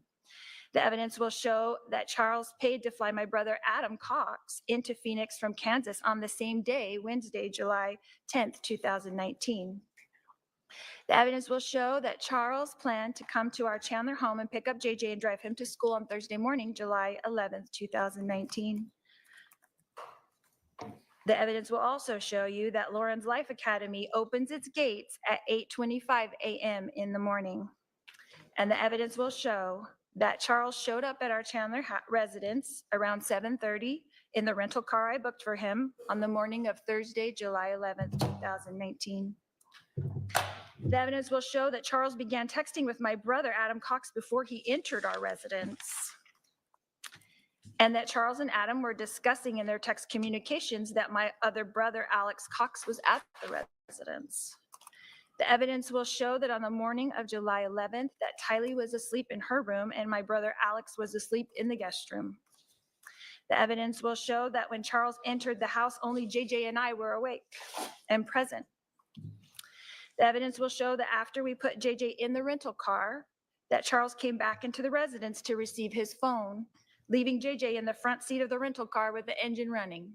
He was 7 years old. The evidence will show that Charles began to scream at me when I refused to hand him his phone. The evidence will show that Charles' screaming woke up Tylee and Alex. The evidence will show that Tylee came out of her room with a bat to protect me, her mother, from her stepfather, Charles Vallow. The evidence will show that Tylee and Charles fought over the bat, and that after a struggle over the bat, Tylee fell onto the ground, and Charles lifted up the bat to hit Tylee with the bat. The evidence will show that Alex then intervened to protect Tylee from being hit with the bat. He did not have a gun. He was not wearing a shirt. He was pulling up his jeans because he just woke up and came into the room where he heard the screaming.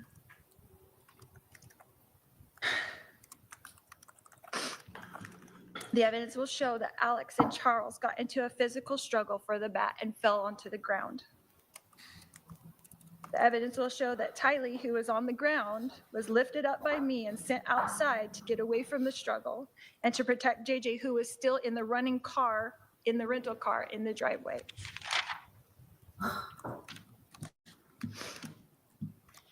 The evidence will show that after the struggle on the ground between Charles and Alex, that Charles prevailed with the bat and began to come towards me with the bat as I ran away from him into the kitchen.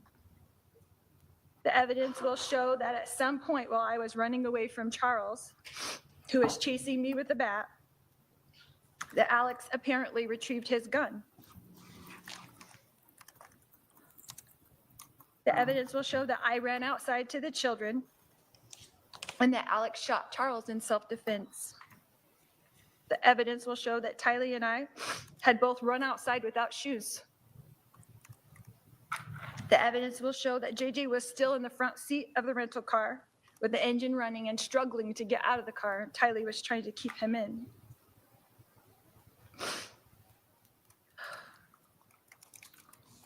The evidence will show that Tylee and I got into the rental car with JJ and drove away.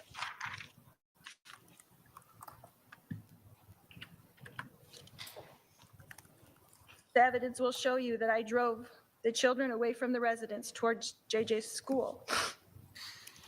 Can I grab a tissue?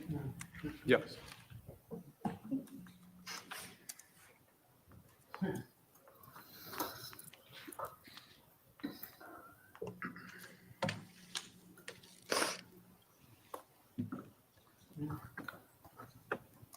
The evidence will show that I drove the children through the Burger King drive-thru that Charles had promised JJ.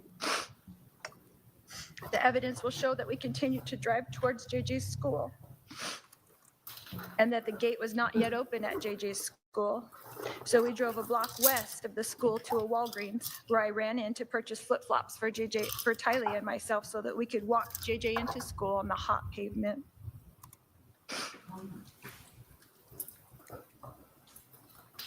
The evidence will show that Tylee and I returned directly to our residence where we met with police in our driveway. The evidence will show that we were spoken to by the Chandler police officers. And the evidence will show that Tylee and I were told by the Chandler police detectives that Charles had passed away.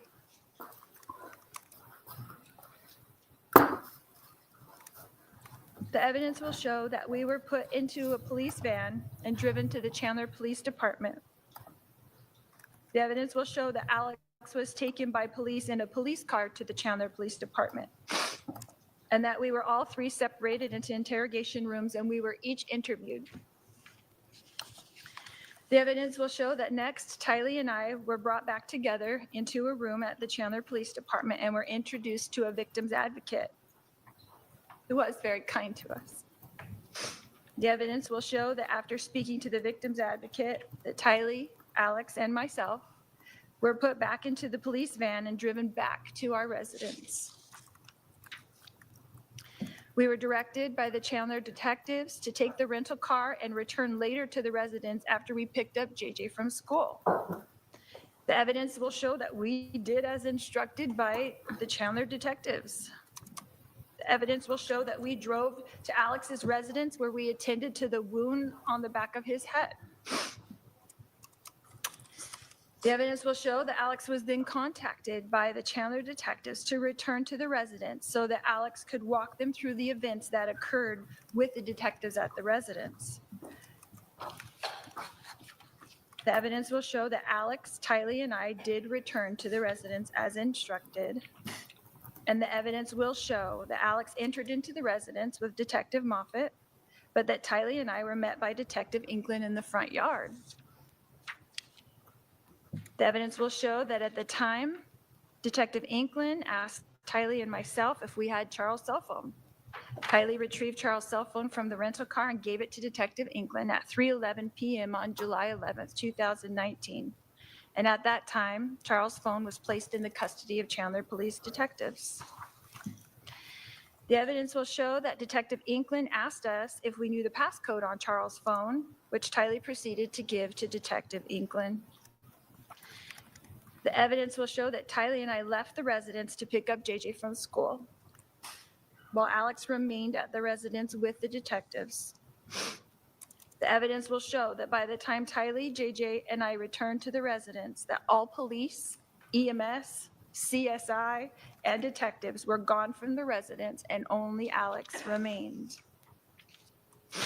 The evidence will show that the next day, I contacted Chandler police to inform them that Charles' belongings were still at the hotel.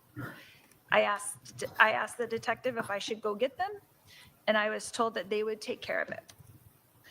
The evidence will show that I asked the detectives, what should we do next? And they directed us that they would contact us in about 3 weeks after their supervisor passed off their reports and Alex could go to the police station and retrieve his gun. The evidence will show that the last thing I heard from Chandler Police Department until June of 2021, 2 years later, when I received a grand jury indictment from them for this alleged crime. The evidence will show that Chandler Police treated this incident as self-defense. I'm going to object to that.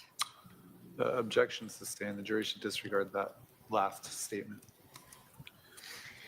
The evidence will show you that my brother, Alex Cox, passed away on December 12th, 2019, almost exactly 5 months to the day after Charles, my husband, passed away. The evidence will show that Alex passed away from a blood clot in his lung. Objection again. I'll sustain the objection. It's not relevant for this matter. The evidence will show you that I am the only person being charged with this crime. I'm going to object to the relevance of that. Sustained. As the state has mentioned, they are alleging that insurance money was my motive. Social Security was my motive. Spouses having insurance policies is not a crime. Collecting Social Security is not a crime. Self-defense is not a crime. A family tragedy is not a crime. It's a tragedy. Thank you. All right, the state can call its first witness. Thank you. If I may go get him.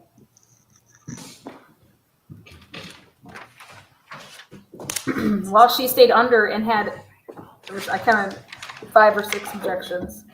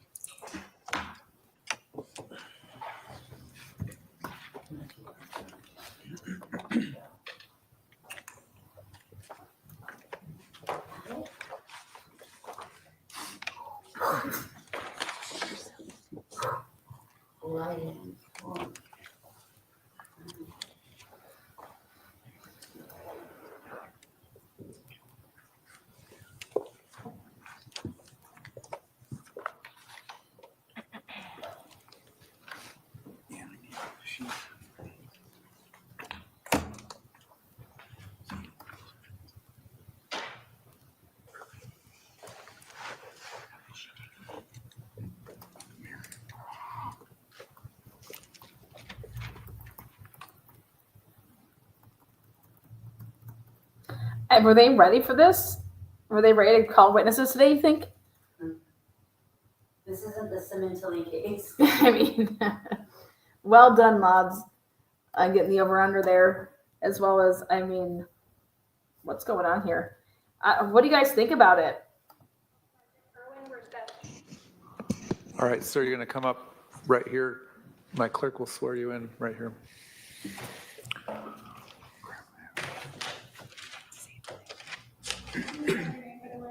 W-I-E-R-Z-B-I-C-K-I. And your first name? I-R-W-I. Thank you. Do you solemnly swear the testimony you're about to give will be the truth, the whole truth, and nothing but the truth, so help you God? All right, you're going to have a seat up here. Okay. Are we not showing the witnesses? They're going together.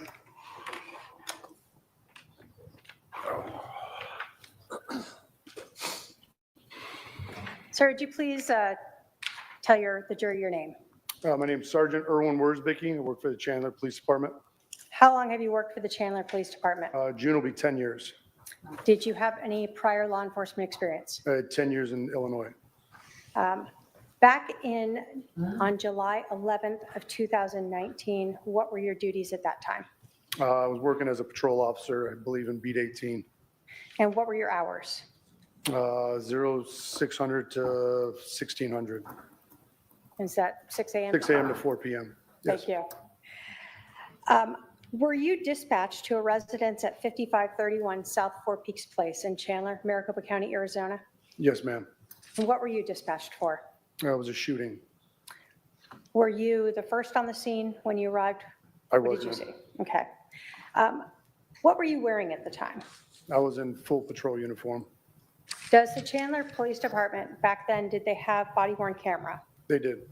And can you describe where that was and how that works? I believe back then I wore it on my left shoulder. Okay. And how does it get activated? You have to press a button and it'll turn it on. Does it normally record audio? Yes. And did you have that on and did you activate it when you arrived to this scene? Objection, compound. Were there other officers on scene at some point when you got there? After I arrived, yes. Fine, you're saying it was 760, so I pulled the printer to see if I could get. What was that? What other officers arrived on scene? Right after I arrived, Officer Krautheim arrived. Can you describe to us sort of what happened as you get to the scene? How did you guys, you and Officer Krautheim, handle the situation?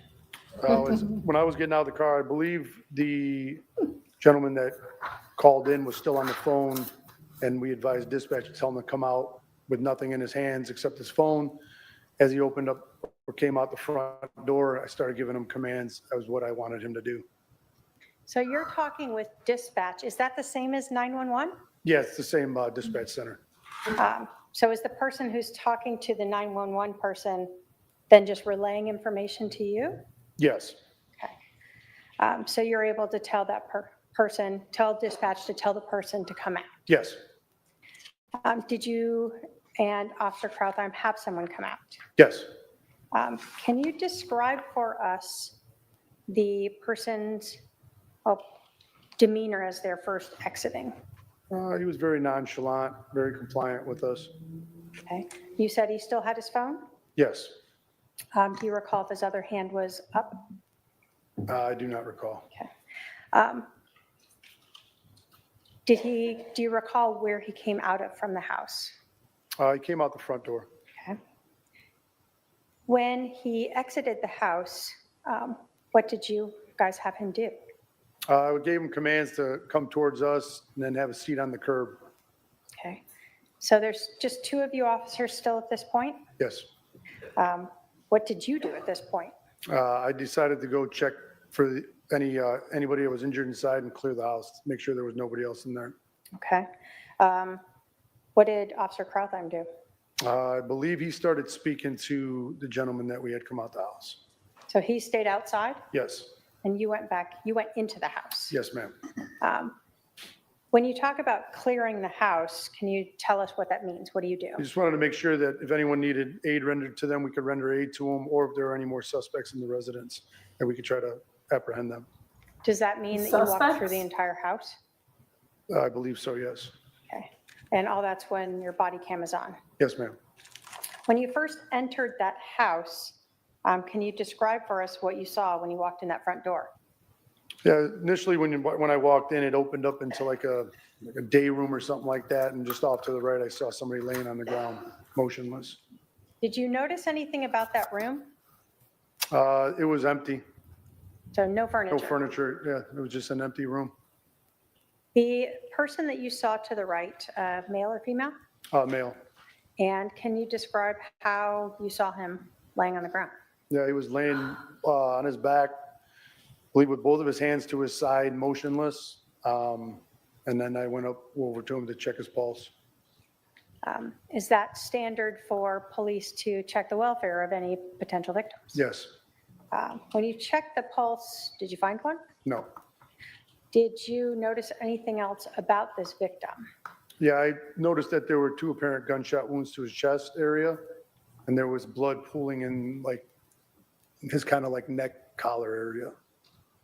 Did he appear to still be alive to you? No.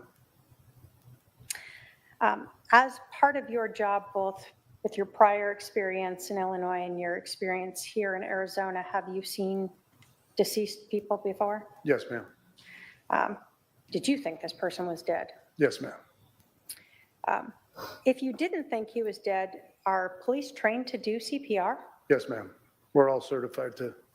Would you have done that if you believed that would have helped him? Absolutely. So even though a person appears deceased to you, is fire still called out to check on them? Yes. Why is that? They go through their own process and procedures, and I believe they usually give the official time of death. Okay. Did you notice anything else in that room where that male was lying? I can't think of anything right now, no. Do you recall seeing any projectiles on the ground near the victim? Objection, leading. It's a yes or no question. I believe I did this. Okay. When you walked in the house after you saw this nail on the ground, did you continue through the house? Yes, ma'am. And was that to clear it? Yes. And will paramedics or fire come in if you haven't cleared the house yet? Usually no. So they want to make sure it's okay as well? Yes. After That was you leading. cleared the house, did you, or as you were clearing the house, did you ever locate any weapons? Yes, I believe we located a firearm in one of the back bedrooms. Okay. Did you touch that in any way? I don't recall. Okay. After you cleared the house, did fire enter? Yes, ma'am. And what did fire do? They began to try to render aid to the victim. By the time fire came in, were other officers now on scene? Yes. Were you still wearing and recording with your body cam? Yes, ma'am.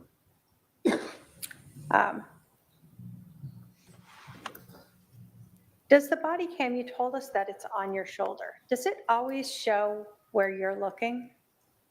No. So your eyes or your head can be turned to a different direction than what the camera is actually Yeah, showing? if I was turning talking to the judge, my camera would be facing the crowd. I want to show you a video.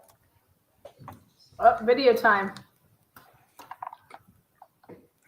And if I can have my paralegal bring that up and have him identify it.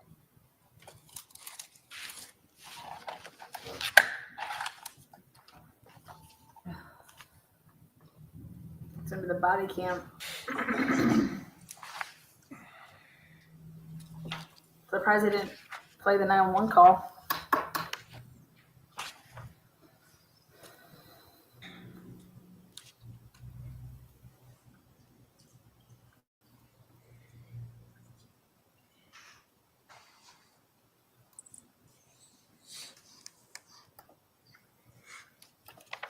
While we're waiting, I think Lori did a pretty good job in her opening.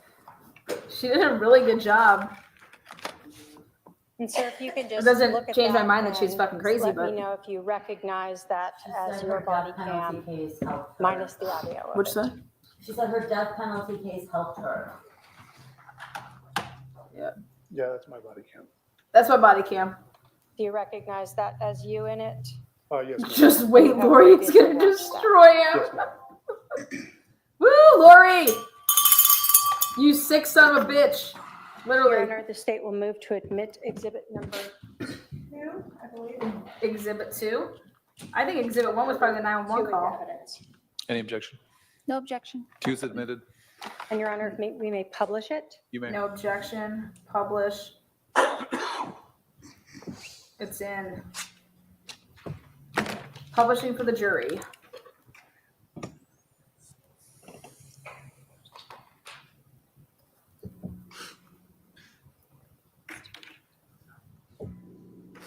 So is Chad watching this? Will Idaho let him?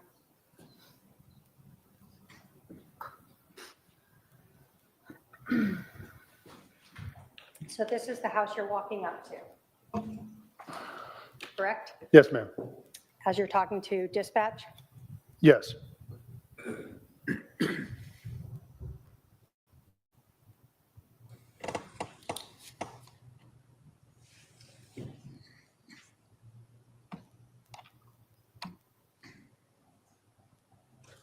And this is the individual that is coming out that you asked dispatch to have come out? Yes, ma'am. And is that Officer Krautheim in the back? Oh, there he is. He comes out, he has a shirt on, jeans on.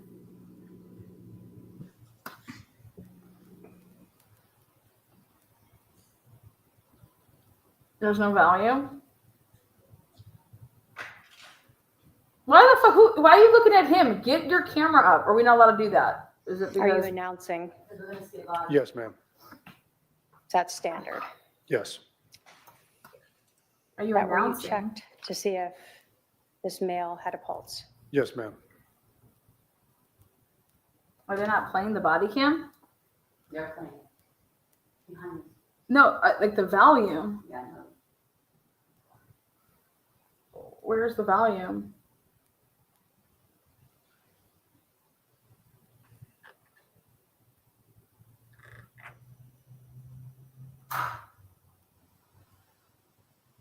They've already been inflated, Mary P. They're out there. All these cameras are out The there. weapon that you told us that you found. Yes, ma'am. Where'd you find it? Why isn't she Are asking you letting that? people know on your radio that you found a weapon? I believe so, yes. That's leading.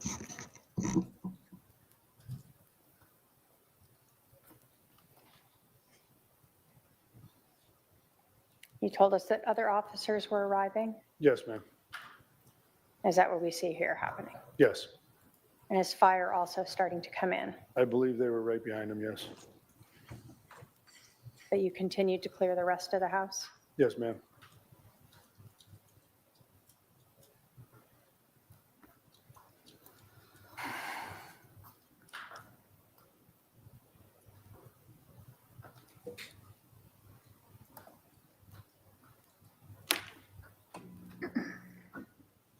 So what do we see there? It appears that the fire is rendering aid to the victim, or attempting to.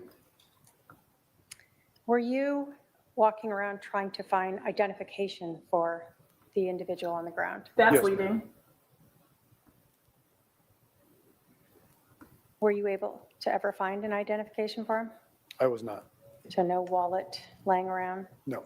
no ID in his pocket? I didn't check his pockets, but no, I don't think fire found one. So you're kind of talking with them to let them know who this is as well? Yes, Because they're documenting it. yes.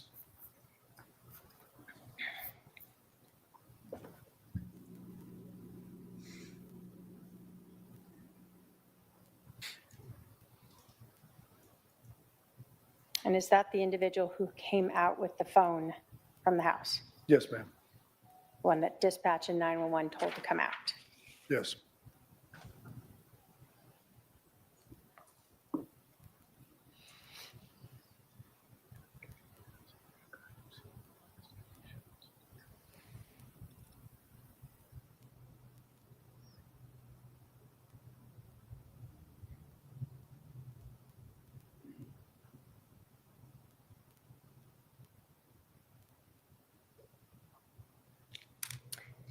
When you were interacting with him there, what was his demeanor like?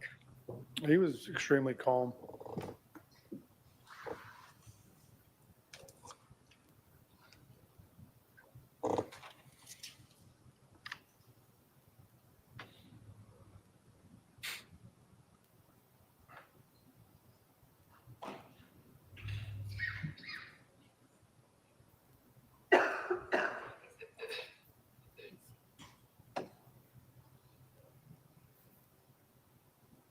You told us that you were looking for the wallet for this individual.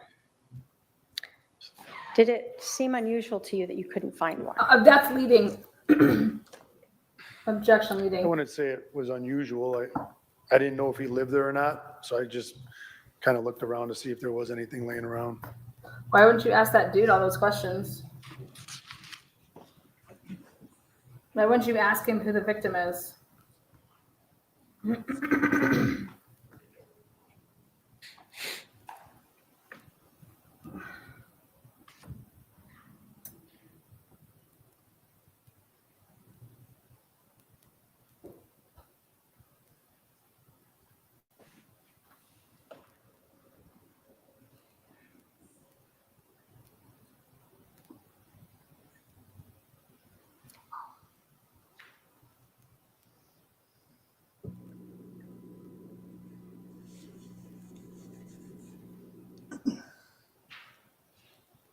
Objection non-responsive. Is there a pending question? Is this you still trying to see if there's anything in the residence that might be related to that individual? I think I was just giving Officer Cohen a recap of what I already went and looked through.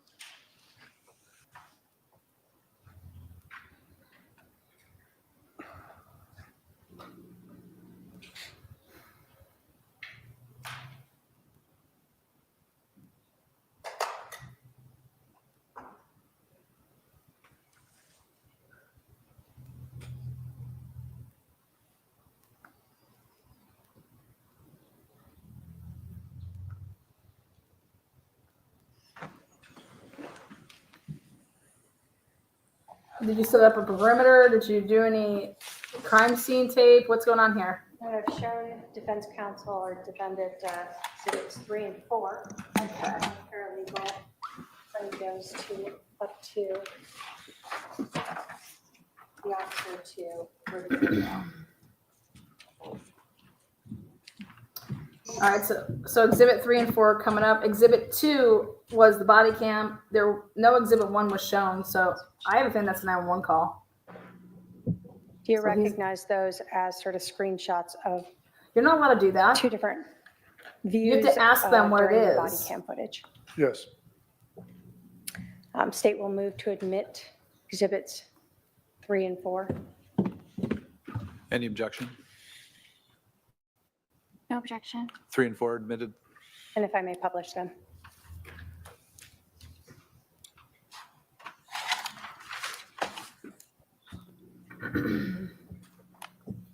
No objection. Admitted. Published.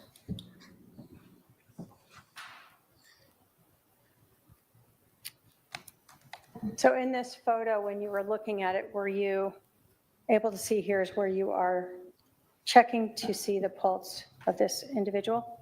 Yes, ma'am. And did this also reflect what you had talked about of the blood pooling that had run towards his neck area? Okay, so these are still images from the body cam. Exhibit 4. Is this sort of when we first see you walk back in and we see fire working on the individual?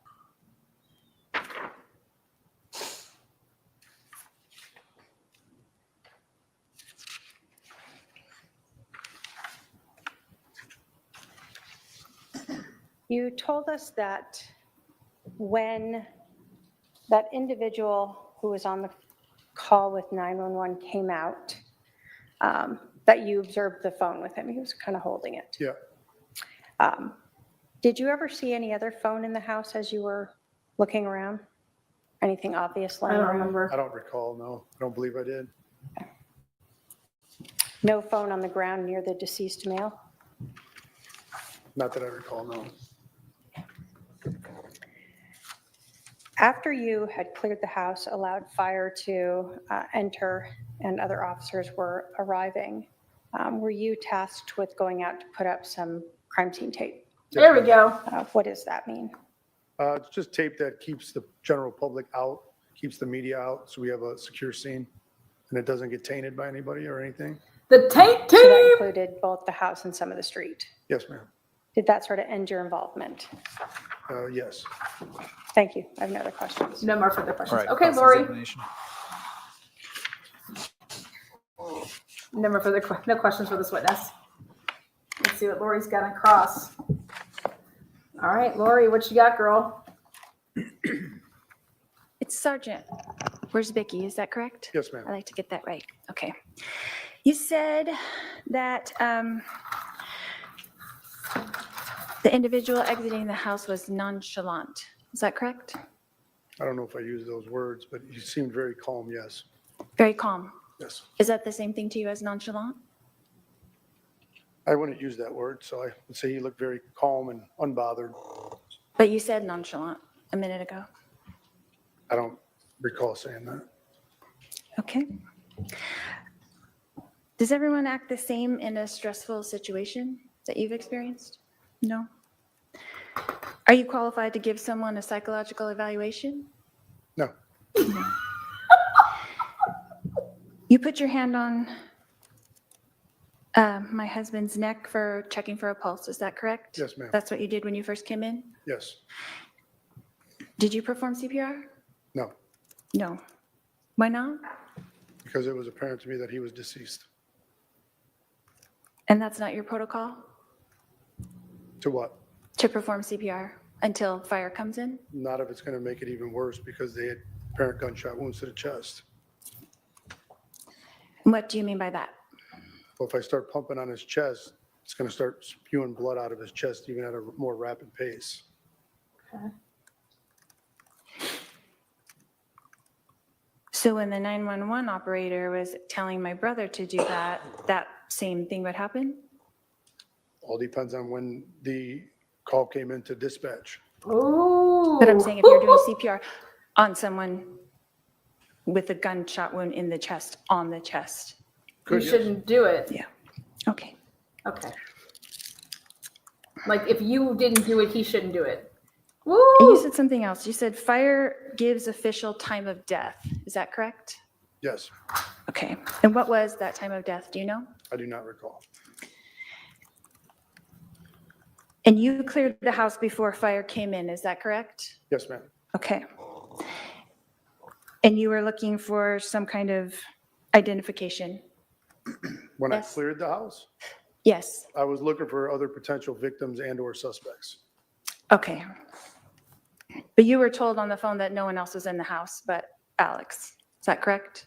I don't recall if I was told that or not. Okay. Do you have any crime scene investigation experience? Just Yes. my 20 years of experience as a police officer. 20 years. And you said something about, and this is just for me to understand, you said something about the casings being to the left of him or to the right of him? I didn't say they were to the left or to the right. Oh, No. did you say west or east? No. Oh, sorry, that was my interpretation. Can you tell me what the weapon was that you found? It was a handgun. Was it a 45? Don't recall. Okay. Could you tell what direction the bullet came from? Based off the way the body was laying, I could assume it came from where his feet were at. Near the feet? Mhm. Did you see the projectile that was in the baseboard? I don't recall if I saw that or not.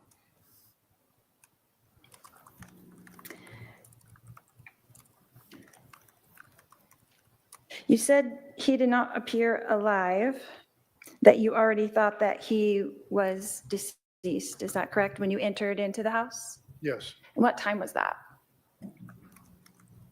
I believe I was dispatched to the call at 8:41. So, I mean, if I was going to make a guess on what time I walked into the house, I would say I was probably at the residence within 10 minutes. So around 8:51 perhaps? Possibly, yes. Okay. And then when fire took over, is that the normal protocol for fire to take over and do the CPR? Yes. And so you didn't do CPR, but they did do the CPR. Is that correct? Yes. On top of the gunshot wound. Yes. Is that normal protocol? Ooh. I don't know what their protocol is. Okay. So they I'm did just asking CPR? 'cause I wouldn't think to do that either. And then you said that you went outside to put up the crime scene tape. Is that correct? Yes, ma'am. So after you cleared the house, you left and went to the front yard? Yes. And then you were there for how long at the residence before you left? I couldn't give you a time. Did you stay for a while, or was that the end of your job there? I don't recall. It was a long time ago. I have no idea how long I was actually on scene for. And who is your direct supervisor? I believe that day was Sergeant Nocella. I'm sorry, what was the last name? Nocella? Okay. And what contact did you have with Detective Moffett that day?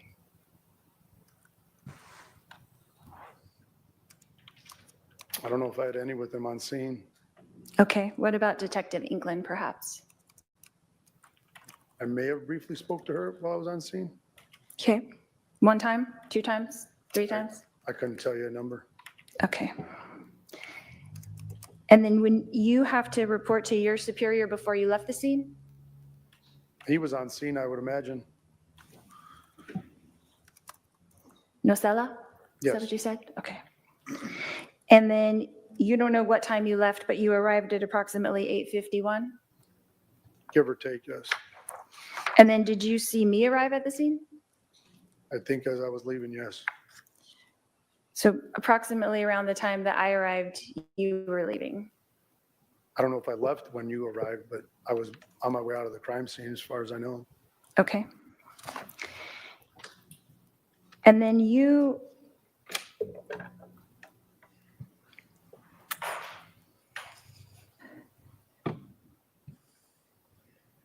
said something about 2 crime scene log? wounds. Is that correct? Yes. And how did you see the 2 wounds through the shirt? Just was an observation that I made when I saw him laying on the ground.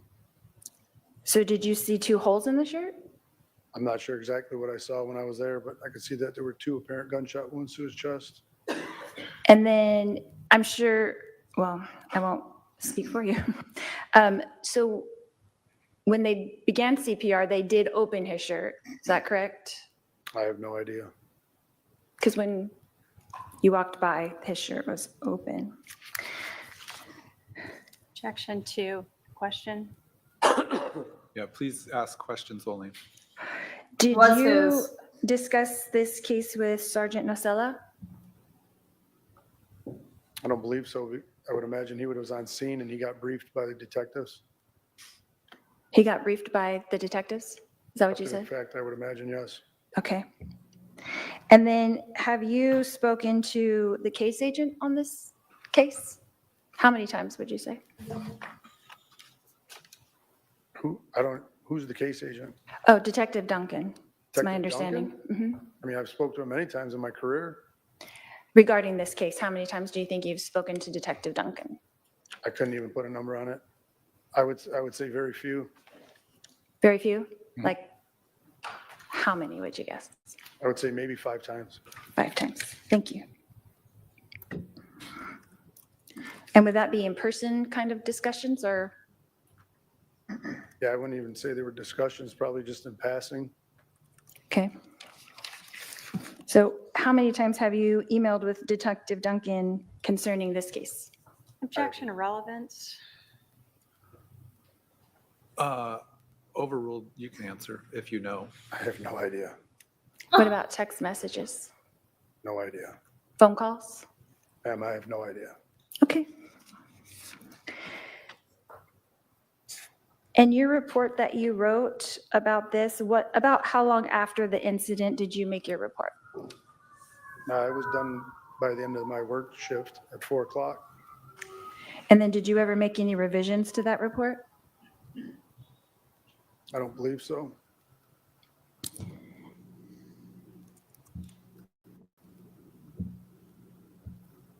So you left the scene approximately sometime in the morning, and by 4 o'clock that day you had written your report. Is that Yes. correct? And you've never changed anything on your report? Not that I recall, ma'am. And the report is exactly as you left it when did you review it for this testimony today? Yes. And it was exactly the same as when you wrote it at 4 PM on July 11th? I don't know if I wrote it at 4 PM. It was Or done by 4 PM? It appears to be yes. Okay. Thank you, that's all I have. All right, redirect.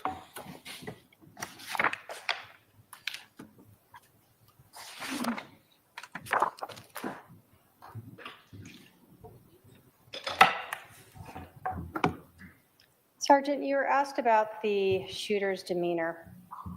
Were you just telling us what you observed? Yes. What did you observe? I just observed him very calm and collected after just shooting somebody. And that's both seeing him come out as well as having some interaction with him on the curb? Yes, ma'am. When a person is been shot and you check for a pulse and you believe they are deceased, That's not Lori's job, as though. a Don't worry police about that. officer, are you supposed to touch the body? No.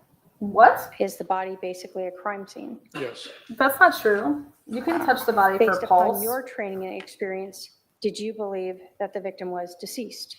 Yes, ma'am. Do fire have EKG heart monitors and things that they use to determine if maybe you missed a pulse? Yes, ma'am. When you talked about giving CPR, if an individual is now a crime scene, would giving CPR to that deceased person change the crime scene? Yes. And so as someone who believed the person was deceased, you did not want to modify or change the crime scene? What? Right. You were asked about the gun. Is the gun part of the crime scene? Yes. Were you responsible for processing the crime scene? No, Why didn't you go in there and pick it up and start handling it? because I didn't want to alter where it was laying when he got done using it. You're allowed to do that. You were asked a lot about when 911 was called, when you were dispatched.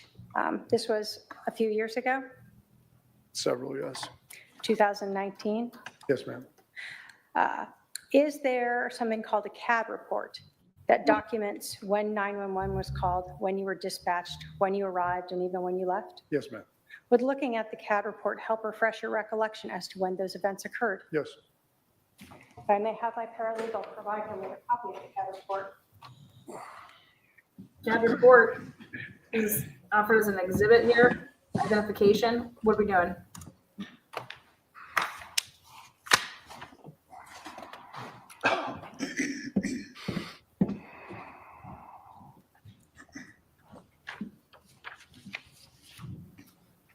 Very rare. Starting, does looking at the CAD report help refresh your recollection as to when the 911 call was received? Yes, ma'am. When was that? It was received at 8:36. Does looking at the CAD report help refresh your recollection as to when you were dispatched? It appears it was dispatched at 8:37. So your memory of saying 8:50 or so was perhaps incorrect. Yes. Was looking at the CAD report indicate when you arrived? 8:43. So again, that was a little earlier than your memory was. Yes, ma'am. And does looking at the CAD report help determine or refresh your recollection as to when you left the scene? Yes, ma'am. When was that? It's 5:31 p.m. Oh! Oh, shit! As a police officer who is one of the first on scene, do you provide He made his report before he briefing left? or information to your sergeant or the detectives on scene as to what you saw, observed, and did? If they ask me directly, yes, somebody will brief them that's on scene. But you have to provide somebody that information to then provide to the detectives? Yes. Why is it done that way?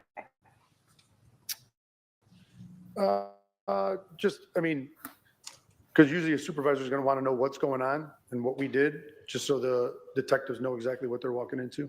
So for instance, if you had had to move the gun, they would want to know that, right? Yes, Or if you had moved the body, they would want to know that too, right? yes, And if you had found any evidence, would they want to know that as well? absolutely. And so is that what you would have to do that day when you are speaking Objection, to leading. sergeant or detectives? Yes. I have no other questions, Your Honor. Does any member of the jury have a question for this witness? If so, She's not a please redirect. write it on the provided form. I mean, she's about to recross, isn't she? I'm not seeing any questions come down. You can step down, sir. Wait, what? All right, the state can call its next witness. Thank you. And if I may go get it. Well, that was kind of like a shit show. Did this guy even look at his report? now. Dude, he was on scene and finished his report at 4 o'clock, but didn't leave scene until 5:31.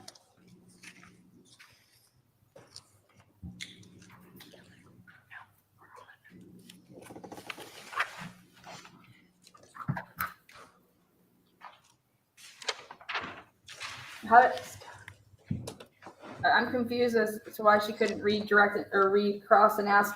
So, since you left the scene at 5:31, where did you do your report?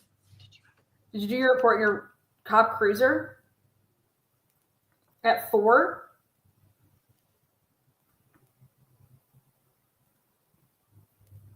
Do you normally do a report before you leave a scene? Like, I don't know. I'm just asking, is that normal? It's really weird. I personally don't even think that she had asked that boy a question, but I would just honed in on the fact that stick with the CPR. She did that. All right, go ahead and have a seat over here to my left. Again, I'm covering this trial the great Lori Vallow. Okay, I think Lori Vallow is a sick fuck. But I also think that if these police Sir, officers, would you please introduce yourself to the jury? I'm Robert Krautheim. And where do you currently work? I currently work at the Sandra Day O'Connor Federal Courthouse Back in 2019, where were you working? as a Chandler police officer in Chandler, Arizona. How long did you work for the Chandler Police Department? 25 years. this happened in When did you Siren's retire? backyard. About 3 years ago, February. When you were working there in July of 2019, what were your duties at that time? I was a patrol officer. I was responding to calls for service. Okay. And do you recall what your shift was at that time? It was a day shift. I think I start my shift at 6 and end at 4. Were you working patrol for Chandler Police Department on July 11th of 2019 at about 8:36 a.m.? I was. Were you dispatched to 5531 South Four Peaks Place in Chandler, Maricopa County, Arizona? Yes. What were you dispatched for? A shooting that had just occurred. Based upon the information that was, well, let me ask you this. When you are arriving to a scene, do you get information relayed to you about this call? I do. Why is that? The call taker is asking the person on the phone what's going on, where it is, who's there, just basic information. And then dispatch relays that information to me as I'm driving to the call for service. Is that so you have a better idea about what you're walking into? Yes, it's on the computer, but verbally, the stuff that's really pertinent before I arrive is just verbally done over the air. So when you were arriving on the scene, did you think this shooting had just occurred? I did. When you got to this 5531 South Four Peaks, were there any other officers on scene yet? Yeah, Officer Wiz was there. Is that Officer Wiersbe? Yes, I'm sorry, I apologize. What were you wearing? Patrol outfit, basically a patrol uniform, police uniform, body-worn camera. And back then, where was your body-worn camera? At the time, it was a lipstick camera, so part of it was here, but the camera's actually on my right shoulder. Okay. A lipstick And camera? was that on and recording as you sort of arrived on scene and while you were present there? Yeah, I started recording while I was driving there. Okay. When you arrived, did you know whether or not the 911 caller was still on the phone? Yeah, she was still on the phone.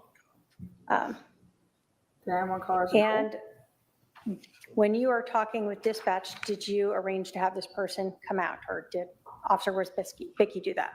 Yes, dispatch advised him to come out of the home without anything and hands up in the air. That's kind of standard. And did he comply with that? He did. What exit did he come out of? At the front door. Okay. Can you describe sort of his appearance and demeanor as you observed him coming out of the house? His clothes were clean. He was calm, not emotional at all. Different than what I would have anticipated. When he first exited, did you notice any injuries to him? He was holding, it was a white rag at the time. It was just kind of red and white. He was holding on the back of his head. When he first exited or later? As he's coming out of the house. Did you notice any difficulty walking or talking when you first had contact with him? No, Any difficulty sitting or standing? no, Did you learn the name of this person? I did. What was his name? Alex Cox. Did you observe him sweating at all Sweating. when he first came out? No, Any type of jitters? no, Sweaty balls. Any uneven or broken voice as he's talking to you? no, At some point, did you notice an injury to him? I did. And where was it? On the back of his head, towards his right side. And what did you see? I articulated my written report as about an inch laceration, a small like knot, and it was bleeding a little bit. What the fuck?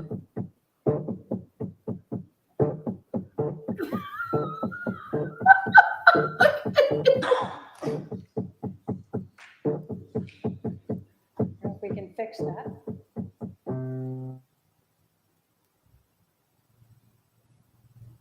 Who is calling in on Zoom?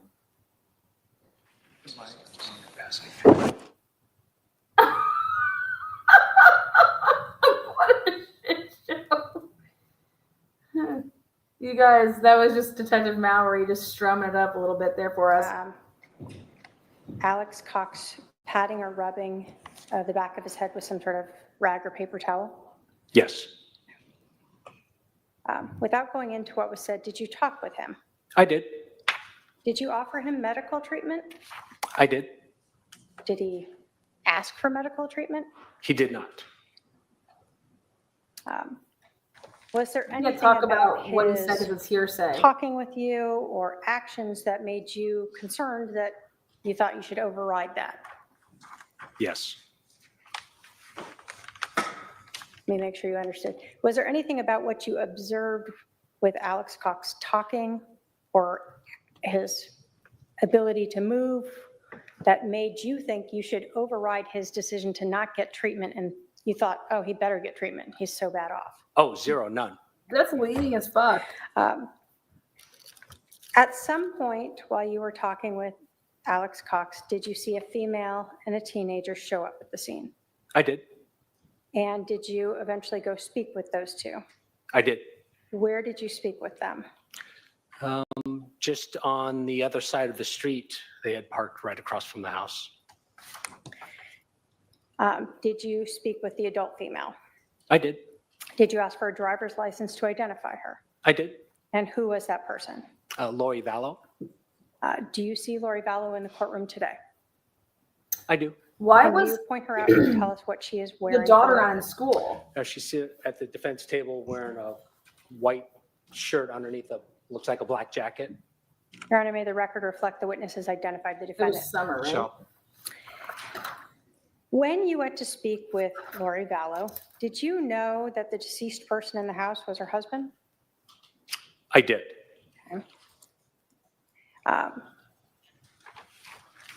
When you went to speak with Lori Vallow, did you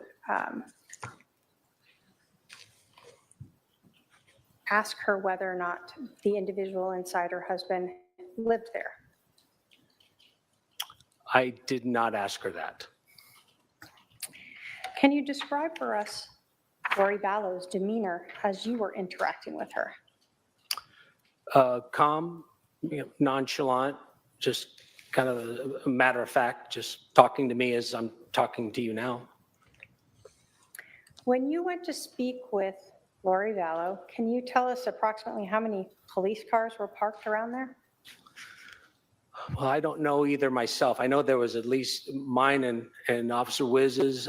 There's a fire truck there. I think there was an ambulance there, and I think there may have been another police car. I can't remember, but there was a lot of emergency vehicles just near the home itself. And was her brother Alex Cox sitting sort of in view of her? Literally across the street, like The desk of the prosecutor would be her car. Where was This is Alex the street, Cox? and I had Let's see. Alex seated right on the sidewalk. She's leading him a lot. When she first arrived, did she actually walk up to where you were with Alex Cox? Yes, she did. And you asked her to go back to the other side of the street? I did. Did she ever ask you how her brother was doing? No, Did she ever ask you if her brother needed medical attention from being hit by a bat? no, Did she ever ask you why there were so many police cars around the neighborhood? no, Did she ask you why there was a fire truck parked in front of her house? no, So other than gathering basic information, did you really talk to her about anything else? no. And were you wearing that body-worn camera when you had contact with her? I did. After you talked with Lori Vallow, did you go back and stand near Alex Cox again? Yes.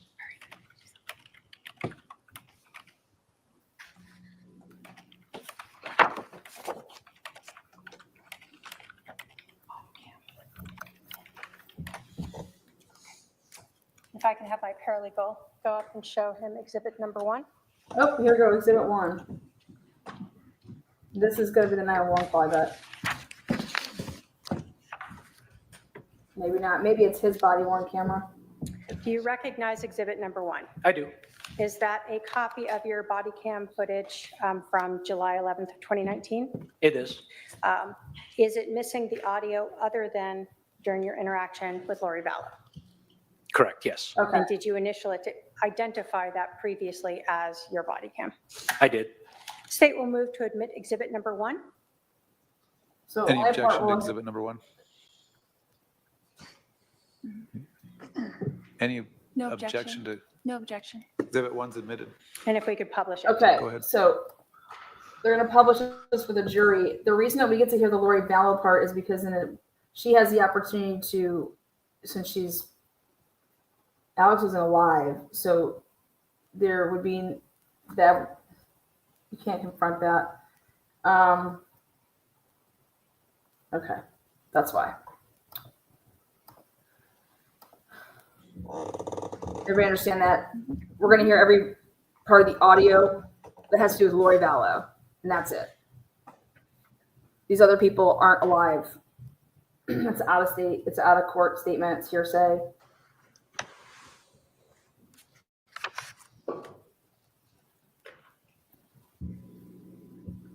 So is this you responding to the scene? Correct. Admission by a party opponent, Was you your think, camera detective? flipped upside down initially? You think it Well, beats the it? camera wasn't, the orientation of the software was. So that's why we see the axon and stuff in the bottom corner upside down. That is correct. Okay, perfect. Do you see how a normal prosecutor fucking immediately addresses that? Boom. That didn't happen in the Karen Reed case. All right, like that's the type of stuff that you should see. Immediately addressing that. Well done by the prosecutor. So this was a gated community? It was.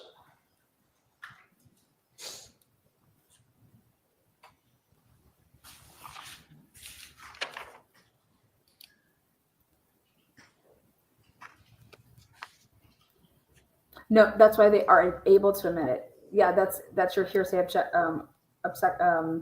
exception rule. There's like 10 of them.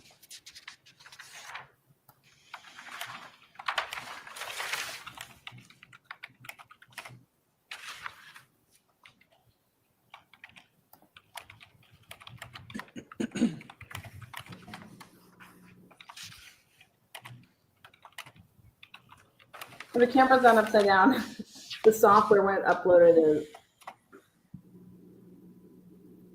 As you're driving, did you go by the fire truck here? I did. And is it standard for fire to stage a little ways away from the scene when it's a shooting? Yes. Why is that? So they could respond quickly. Do they want you to clear the residence first before they show up? Yeah, it needs to be safe for the firemen. We had to make sure there's no one else in the house that was armed or in the area. And as you're arriving, is the person, the shooter, still inside the house? I can't recollect. I think he was at the door right now or just coming out to the door. Why did you pull your weapon? I was just told somebody killed somebody, so yeah, for my safety. I was just told I wanted to somebody make sure killed somebody? I rendered him safe before I put my gun away. It was a threat to me. So when he came out, he had both his hands up in the air. Mhm. So at that point, nothing touching his head yet, no. Correct. Now, did you stay out with him while Officer Worsbicky went inside? I did.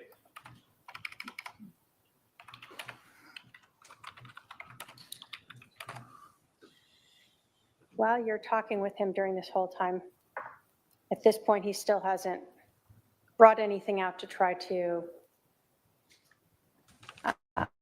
place on his injury. Correct.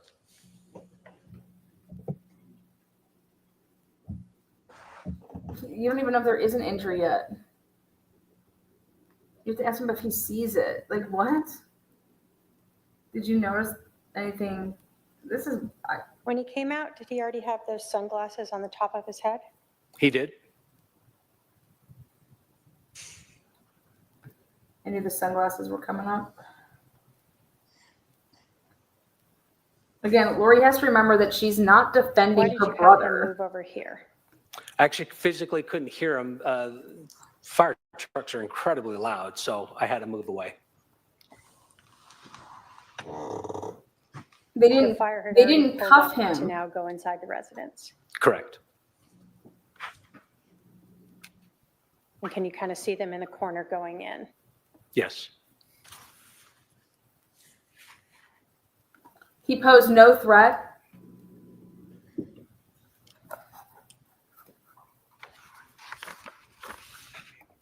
Hear that, Canton? Fire trucks are incredibly loud. You fucks.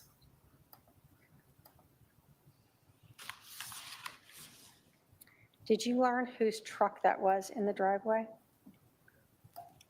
I don't recollect right now whose truck it is. I think it's his, but I'm not sure. I think it's his. That wasn't the question.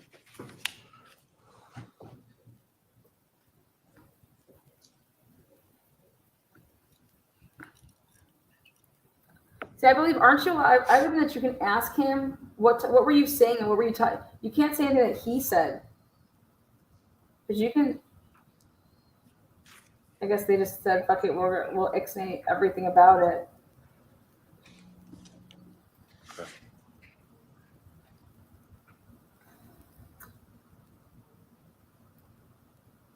I would think that this is really weird.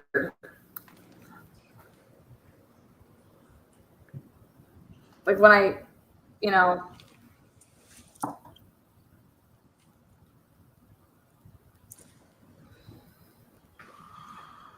I wonder in the Idaho 4 case how that's going to work out to hear the body cams of And these who's that other detectives. officer there?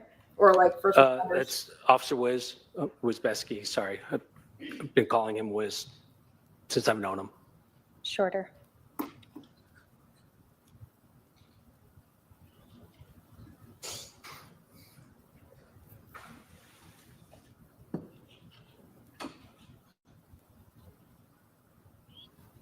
Were you initially trying to control the scene yourself, sort of helping to tell people where to go and what to do?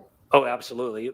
My head's on kind of a swivel. I'm always kind of looking around like people just walk up to you and ask you what's going on. And you got to make sure no one's going to walk up to the house. So you just try to keep it as pristine as you can. How do you do that? So we see him putting his head now, or his hand on the back of his head, correct? Yes. Long crime needs to take their fucking little bullshit off the screen. So we can And you see. indicated there's a fire truck there. You asked him if he wanted any medical attention? I did. See, she was able And to he ask declined that. it. He refused. Objection.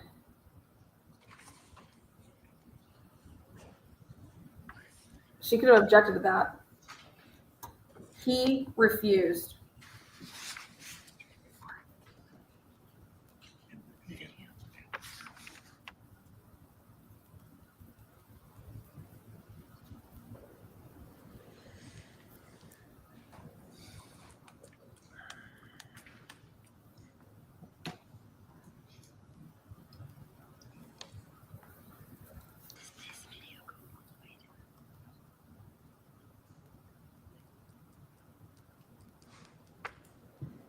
Did you pat him down? Nobody patted him Who are down. those? Nobody checked for weapons. That's Lori Vallow and her daughter. So when you said across the street, we just saw a red SUV. Is that what you're talking about? Correct.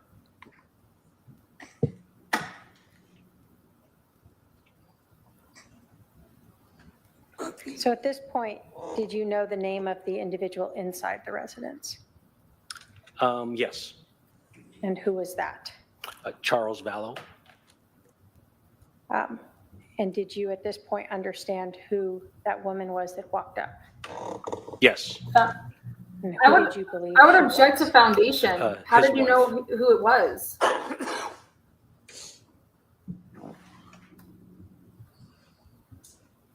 Without any ID.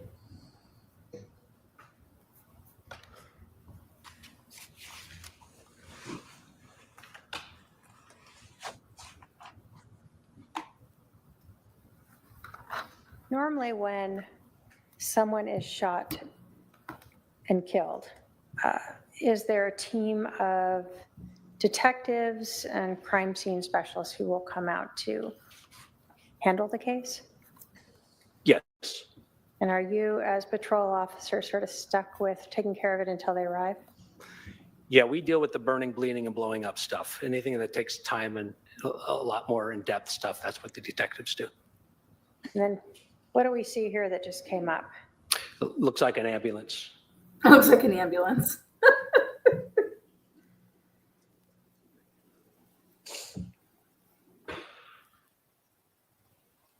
You told us that you Well, that's understood when you were arriving that this shooting had just happened.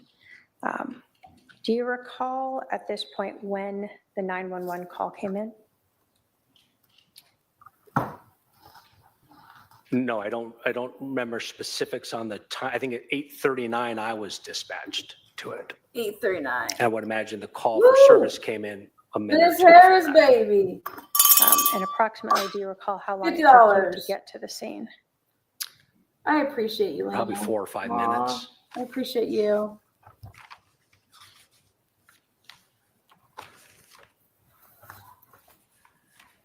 We see more people walking up. Are you trying to stop the contamination of the scene by having more people walk in there?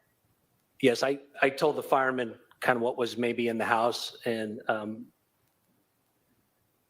Officer Wiz was already in the house, and so we were just trying to control how many firemen went into the house. So when you're the first on scene, are you trying to have the least number of people go in there as possible? Yes, Are you trying to not touch anything that's not necessary to be touched? correct, yes. Obviously, if You say fire's going to work obviously, on a leading. person, they're going to have to contaminate it somewhat. Yes. You cannot say that. Testifying.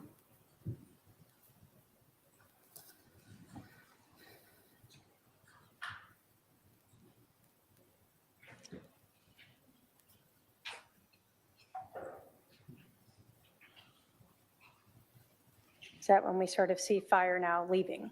Fire's leaving. What? I couldn't, just from recollection, I couldn't answer that.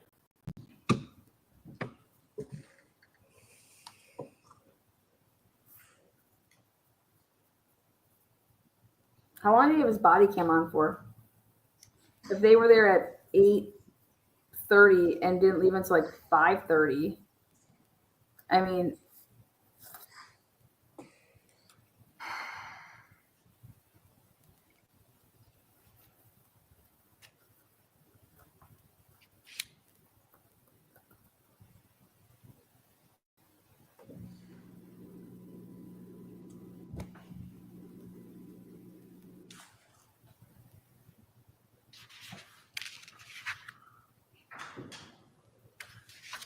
who did they We call? see something in Officer Wiz Becky's hand. Is that the crime scene tape?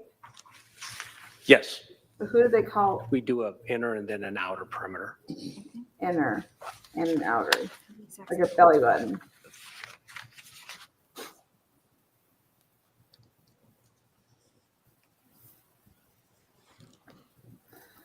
I just can't believe that they don't think that this dude's a threat at all. He's just sitting there. They didn't pat him down. They didn't check him for weapons.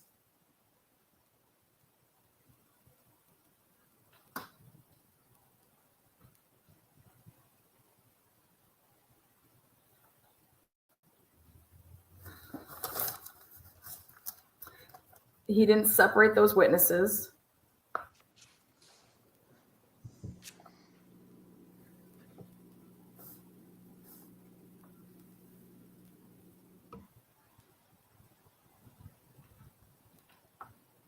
There's like so those are all the firefighters. I want to see how many firefighters are dispatched.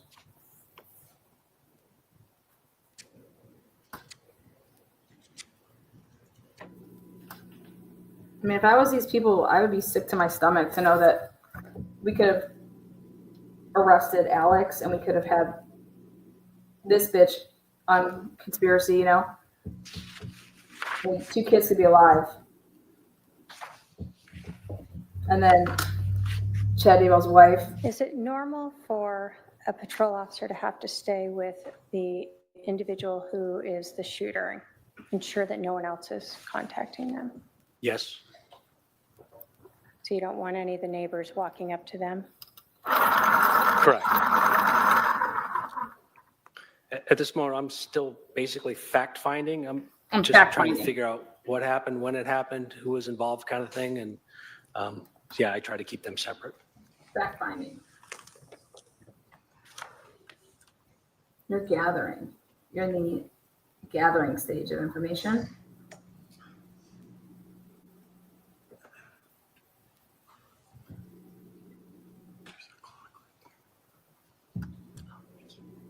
At some point, do sergeants and others start arriving on scene? Yes, that's my Sergeant Nacella.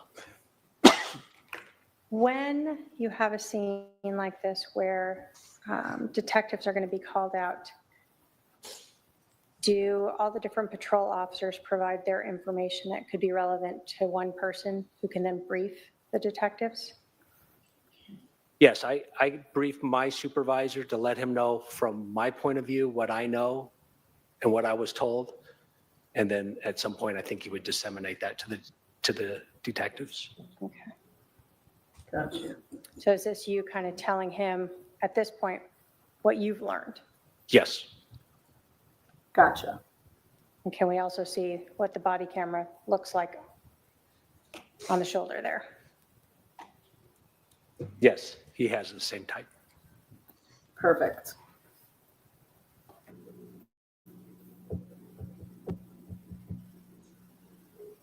Remember, I think it's really important for Lori to understand What that made you decide that you needed to she's go not defending her over and brother. talk She's to defending Lori a Vallow?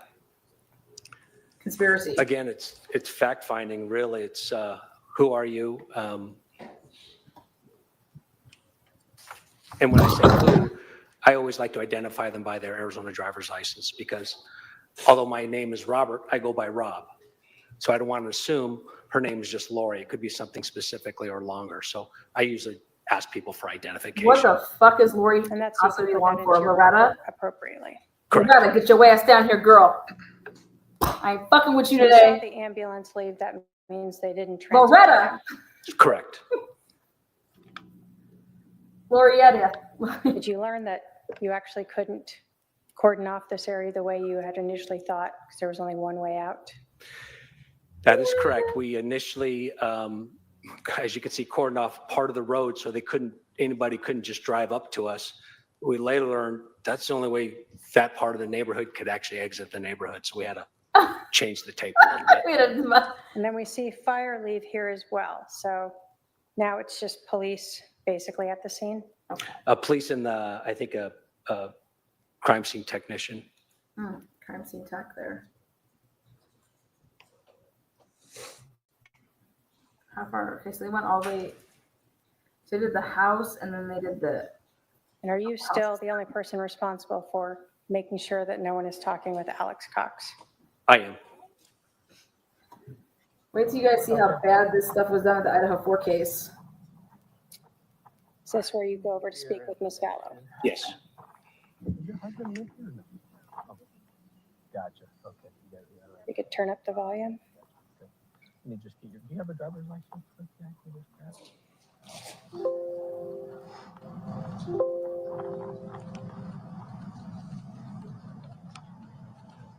Thank you.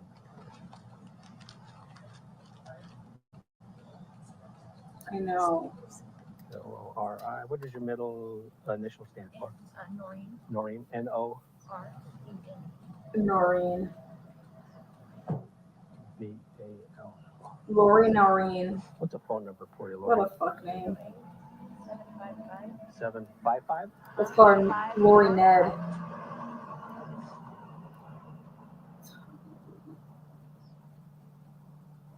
You live here, though, not in Santana. This is your home? Right, Gotcha. right. Okay. We just moved into it. Gotcha. How long have you guys lived here? Okay. How long have you lived here? Like 3 weeks. Oh, geez. Yeah, okay. That's why the neighbors don't know us. Gotcha. 3 weeks? Hi, neighbor, sorry. Are you working at all? No. Okay. And you're still about 5'6"? Hi, neighbor. Sorry. Fucking psycho.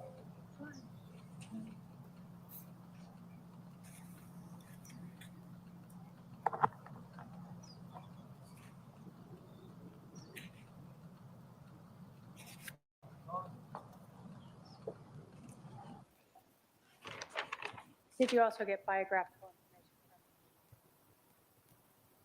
information? I did. Was that Tylee Ryan? It was. Let's stop it now.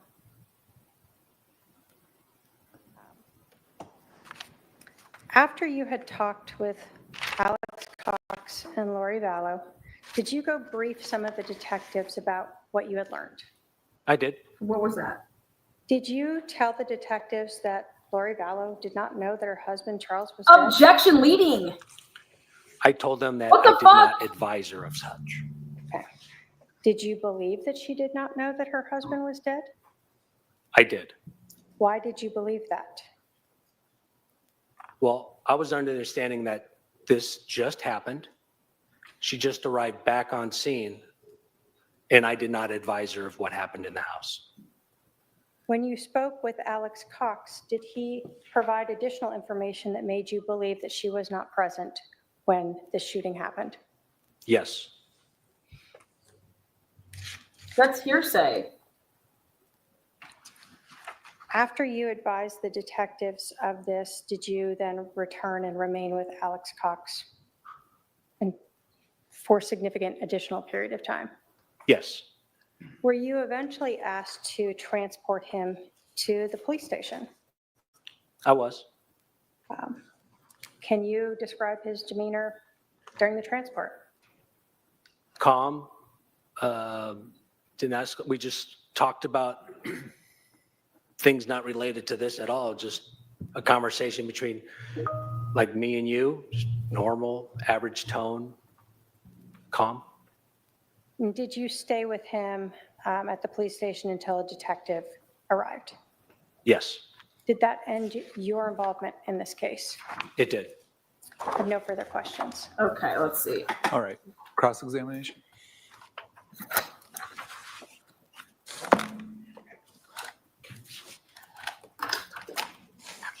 Cross. Let's see where she goes. I'm gonna do cross in blue.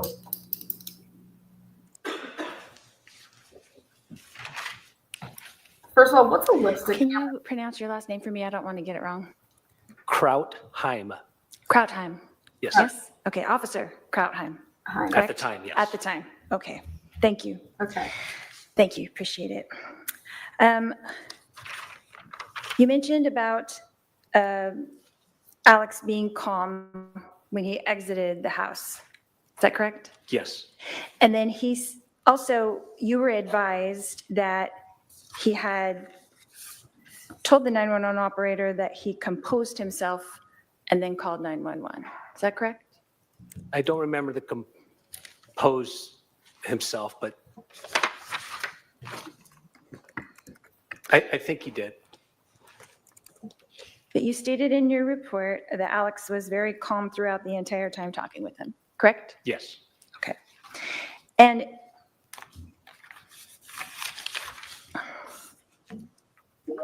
The scene itself, was it chaotic? No, Were people running around screaming?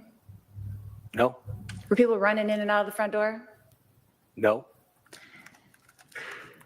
So were the officers calm?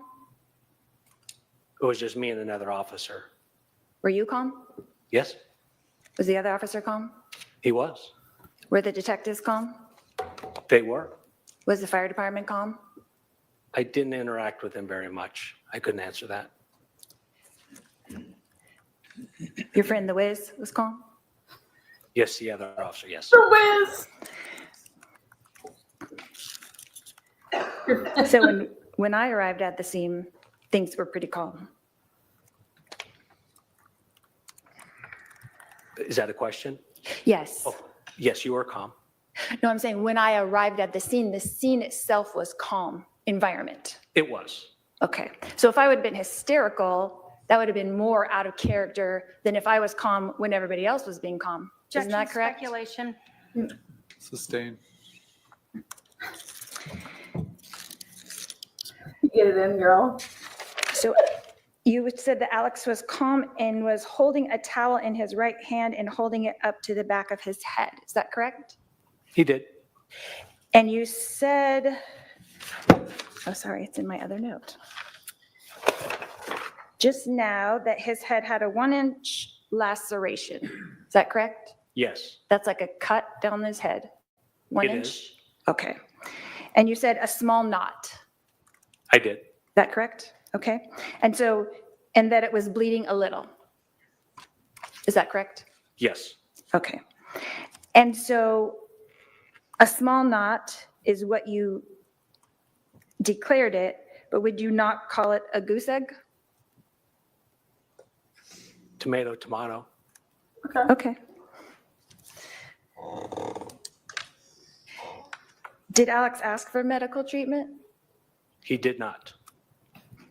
How many times did you ask him if he needed medical treatment? I think 3 times. Okay. And there was EMS right there next to you? Yes, So an EMS person could have just come over and checked the back of his head pretty easily, yeah? yes, Yes. But no one asked anybody to do that? Correct? correct. Okay. And he didn't seem disoriented to you at all? No, So you didn't think he needed any kind of medical attention at the time? no, And he didn't ask for any at the time? correct. He did not. And you didn't supply any at the time? Correct. Okay. But EMT was right there, next to you? Yes, Okay.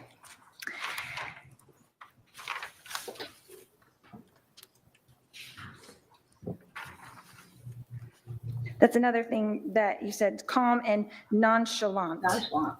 Is that correct? You Yes. stated that Alex was nonchalant. What is your definition of nonchalant? kind of like how I am now. I don't have a lot of emotion. I'm not afraid. He's being nonchalant up there. What a bad Nonchalant. example. Is that your typical demeanor? I guess it depends on the situation and the circumstance. I mean, this can be a stressful situation, right? So it's your demeanor right now. It is. Testifying in court can be a stressful situation. I guess it can be. So if that was Alex's normal demeanor, then it wouldn't be out of the ordinary for him to be nonchalant. Objection, speculation. I'll allow it. I'll allow the answer. He doesn't know the demeanor, but you can answer. Can you ask the question again? Yeah, so if Alex's normal demeanor was like your normal demeanor, and even in a stressful situation, if he was nonchalant, it wouldn't be out of the ordinary for him to be nonchalant again, because that's his normal demeanor. Correct? The compound question. I'll sustain that objection. They get the point.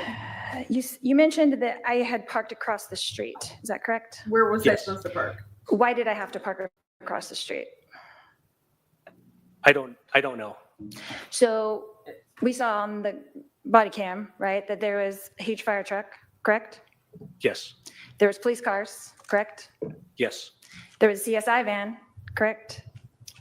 She was parked somewhere. I don't know where. next to the house, kind of, I guess, south of the house. So there was nowhere to park except for across the street. Is that correct? No, That's not correct? that is not correct. Where should you Where else park? could I have parked? Well, the street's long. You could have parked anywhere along the street. You could have parked on the other street. That's where I parked. Or you could park on the other side of the street, south of the home, where there was plenty of parking. So there was other options to park. But I parked as close as I could to the scene so that I could come talk to you. Is that correct? Speculation, testifying. Wait, she let her finish the question. Just So we can agree that there were lots of police vehicles blocking the house. Is that correct? Emergency vehicles. Correct. Yes.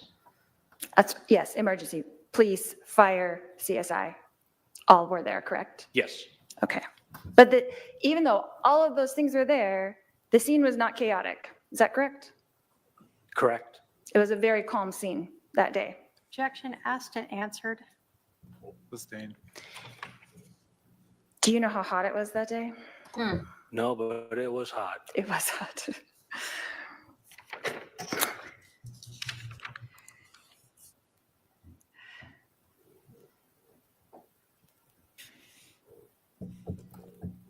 Agree. Oh, that's what I was going to ask you. What was the extent of your duties that day? I know that you had arrived on the scene. You said dispatched was about 8:39 a.m. Is that correct? Yes. And then it took you about 4 to 5 minutes to arrive. Yes. And then you were the first on the scene. No. No. Who was the first on the scene? Do you know? Wiz was. Oh, that's correct. And then who arrived? How long after he arrived did you arrive? Do you know? Oh, I was like seconds. Okay. Okay. Maybe 10, 15 seconds.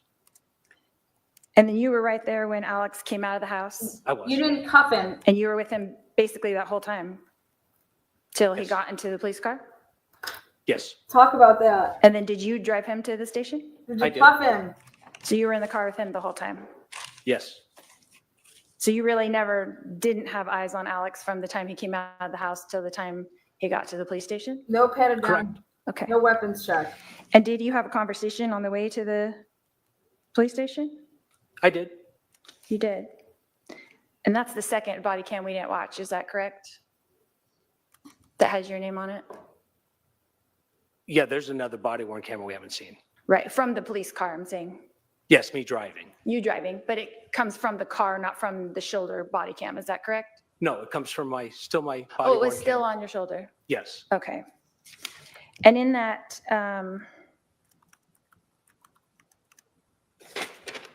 did you have a conversation with Alex on the way to the police station? Yes. Objection asked and answered. And did he express, Hold on. When Sorry. there's an objection. I'm sorry, Wait for the ruling. I'll sustain the objection, but the answer will stand nonetheless. Go ahead. Next question. did he express to you that he kind of fell out of it because he hit? Hearsay. Sustain. Did he mention his condition? Did he mention his condition? That's how you get around that.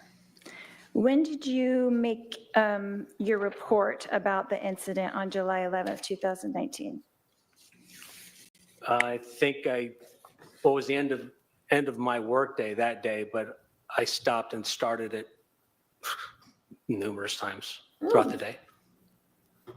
So did you finish it that day or it still took a few days?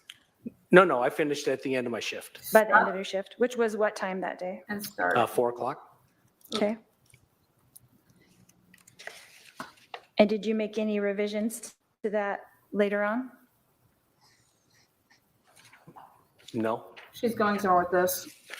So this is the only report that you made in regards to the day of July 11th, 2019? It is.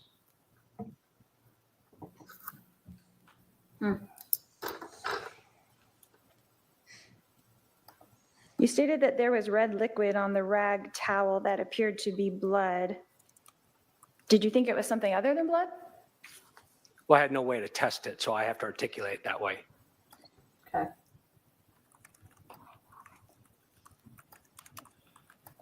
So he was bleeding from the back of the head He was. on the right-hand side.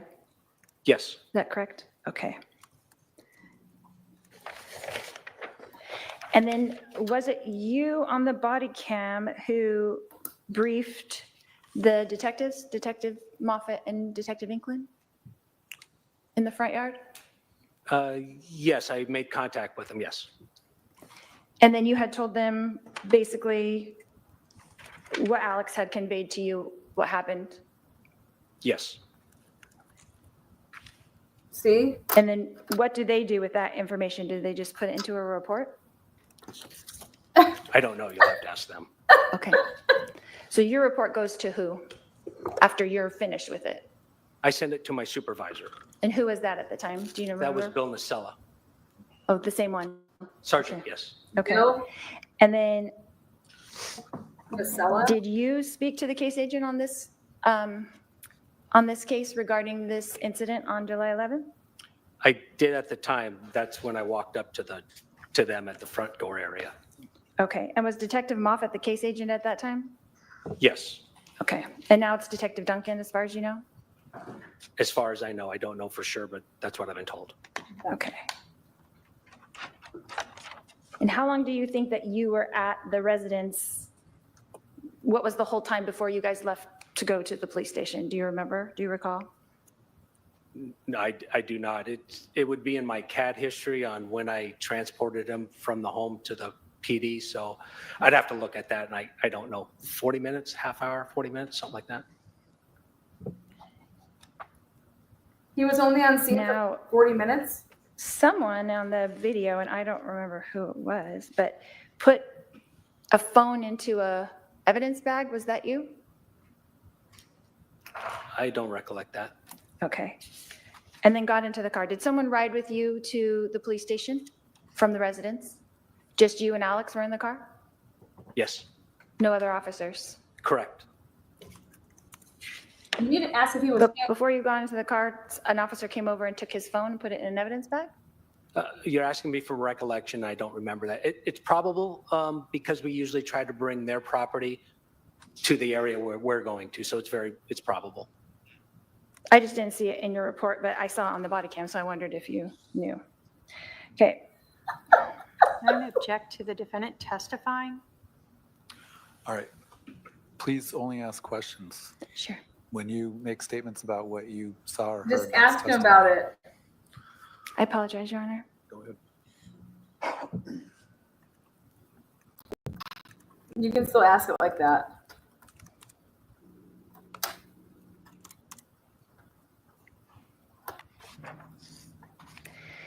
So it says in your report that you were asked by Detective Moffett to transport Alex to the police station not handcuffed. Is that correct?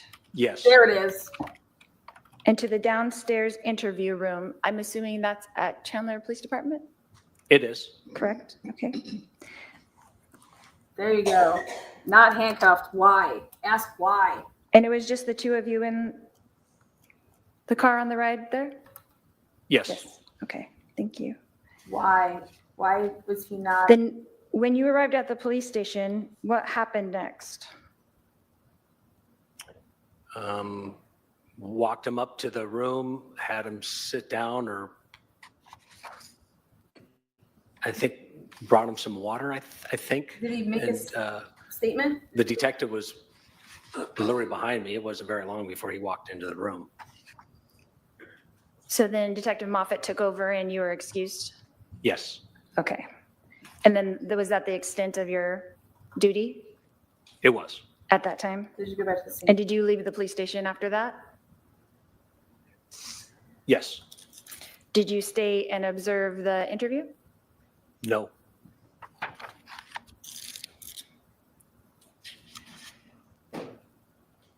So Detective Moffett took over for you and you departed? Yes. Okay, Where'd you go? thank you. You said when you spoke to Alex that he was cooperative. Is that correct? Yes.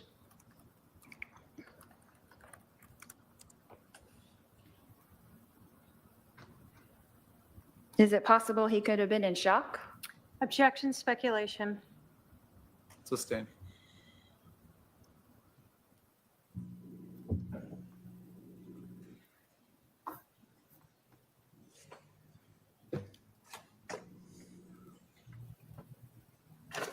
How would you describe somebody with your training and experience when you see somebody that's in shock? From your observation, how long did the cut on Alex's head bleed? I mean, you were with him for that 40 minutes, and how long do you think it was bleeding? Well, I couldn't answer that because I wasn't standing in the back of his head when I first made contact with him. So to be honest with you, I don't know when it started. Define So I don't have the shock. minutes. When you see somebody in shock, define that. Did it appear to be bleeding when he exited the house or no? I didn't look at the back of his head right away when he exited the house. When was the first time that you looked at it? About how long after he exited? I can't answer time-wise, but it was during the time I had him seated at the sidewalk when I was talking to him. Okay. Before he moved over or after? Oh, after he moved over. Okay. So 5, 10 minutes? Did you ever enter into the house? No. You were just there in the front yard Yes. the whole time? Okay.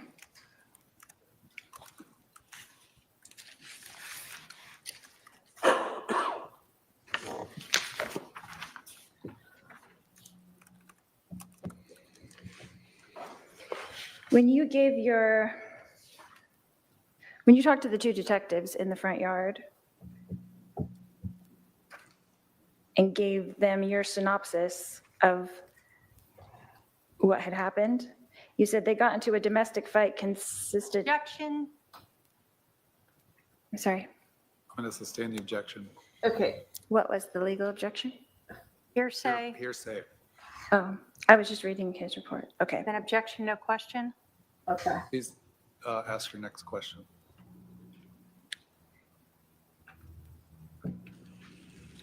Isn't it true? You said in your report that at one point Alex's niece grabbed the bat. Objection. Hold on. Hearsay. That's Improper hearsay. question. Okay, you can't ask hearsay.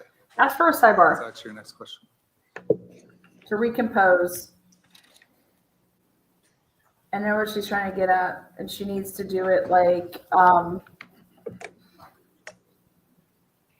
Did Alex tell you that he got hit in the head with the bat? Objection, Your Honor. Hearsay prior ruling. Yeah, it's sustained. You can't ask questions of what Alex said. yes.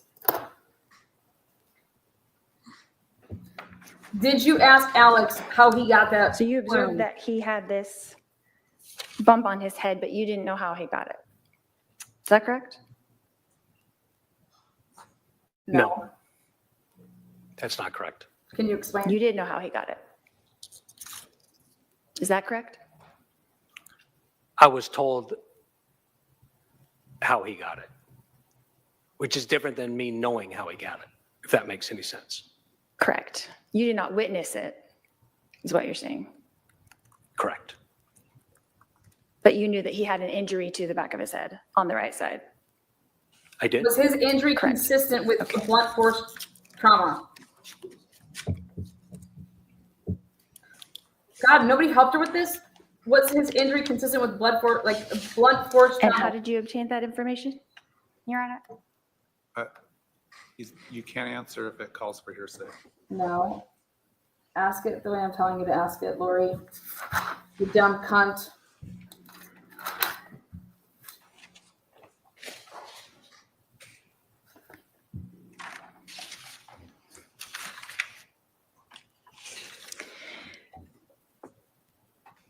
Did you observe the next door neighbor come out in her nightgown to speak to me?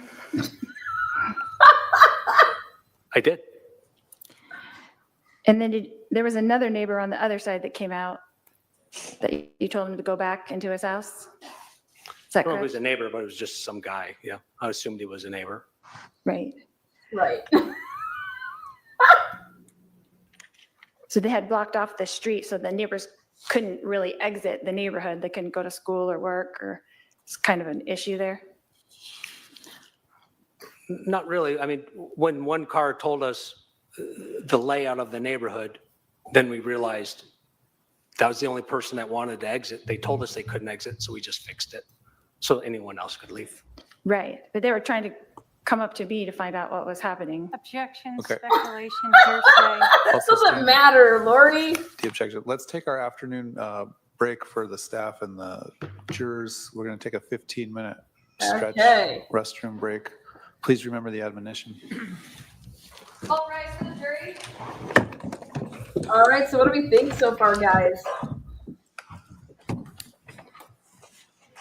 I don't know what she wants to get more out of this witness. If you guys have anything to offer, I think it was just important to get it out that Is that your phone on the?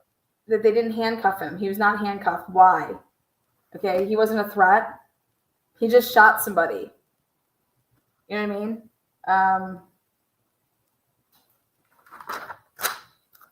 Like, because you have to be careful. Like, none of these witnesses, these two witnesses, they're not detrimental to Lori's, to anything. They're fact witnesses about timing and stuff like that. So, and what they did and what they observed. So you're allowed to ask him what he observed. Lori did a really good job right there at the end, though, to try to like get him to say what she wanted, which is this is what she wanted him to say. She was getting out for him to say that he suffered a blow to the head. Did you observe his wound? You know what I mean? So a guy's bleeding and you didn't ask him how he got it. You did ask him how he got it. Well, so I think that's just, and was it consistent with what he said to you? Was it consistent with the type of wound? So she just needs to have some keywords. But I find it crazy myself. Like, you want to go at the people that were acting nonchalant are these fucking officers. Like, and she did it there at the beginning. She said, "You guys were calm, right?"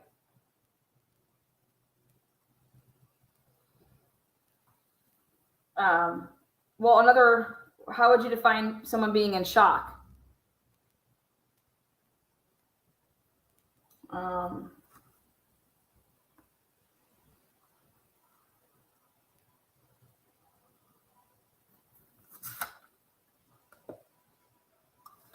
Lindsay says, I feel like I'm watching a high school mock trial. I feel like I'm witnessing, I don't understand why. And then I would have asked the question is why did the one officer or detective tell you to transport him and not cuff him? And then you would want to say, you didn't arrest Alex. You didn't arrest me, right? And you didn't arrest Alex. Okay, you didn't pat him down. You didn't handcuff him. There was no threat. Okay, so if you would have just thought that he murdered him, would you have been acting like this? This is a guy that you said just shot another person. All right, and this guy is in no type of restraints. He's not even in the back of a cop car.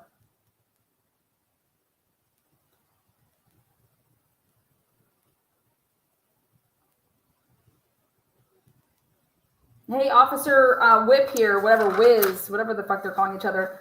Are you aware of what I'm being charged with? Were you aware of the charging documents here in this case? Conspiracy to commit murder.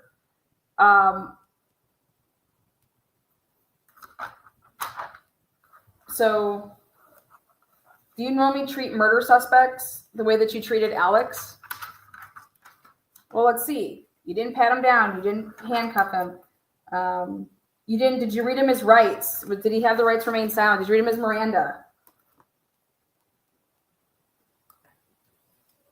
No, none of that took place, right? Well, I don't know, because they didn't ask. So, I'm enjoying watching it because Are we smart? Are you smarter than Lori Vallow? That needs to be the title of this trial. Again, I don't think it's a waste of time because that's like saying that Charles's life, you know, he deserves justice. He deserves the truth.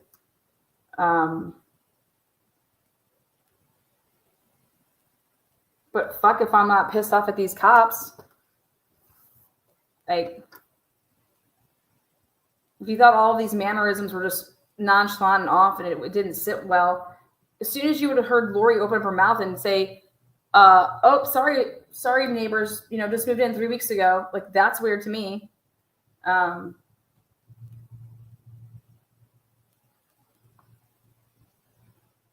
We might have some people alive still. Why did she kill her children? Fuck no, she's crazy. She's absolutely fucking crazy.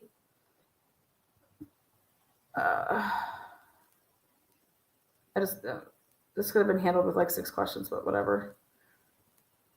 She probably doesn't want to go back to, she'll just drag this out as long as she can.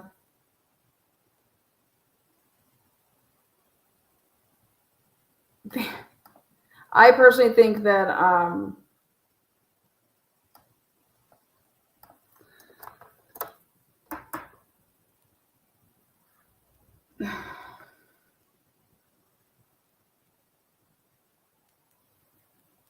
that the kids knew the truth.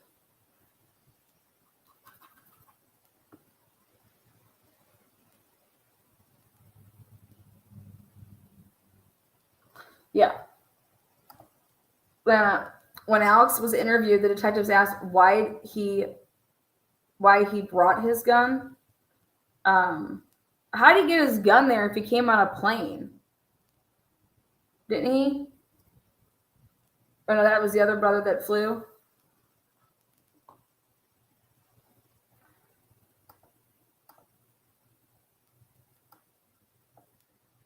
Safety. I mean, depending on how he said it, well, I don't know. I always carry and bring it like specifically to come over here. I just, whenever I go anywhere, like I have my gun with me. Like, oh. These people are all just fucking idiots, though. I don't see how. I bet you a lot of these guys feel really bad.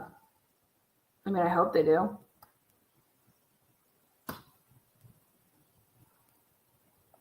Yeah. Amen. Hell yeah. Yeah, it's too bad the cops didn't treat Alex like they treat poor kids from the hood. It's all, yeah. I agree with that. Fuck shit, man. That happens in a black neighborhood. That's not what's happening. What you're witnessing right there in that lawn, that ain't shit ain't happening. Who feels bad? These cops should feel bad. Like, if this didn't seem like an off situation, you're going to come in here and testify at court that the mannerisms of these people were just fucked. And then you go and you realize that Charles had already talked. You know what I mean? Like,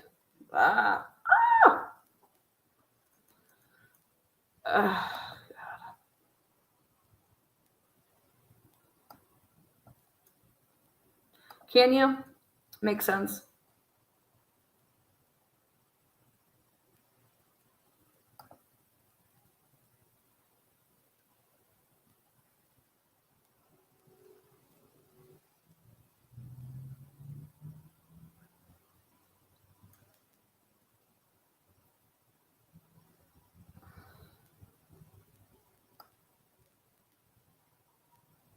She's a lunatic. Oh, she's goddamn fucking batshit. She's batshit.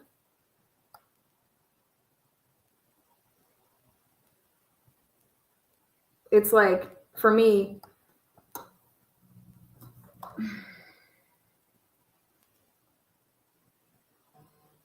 oh.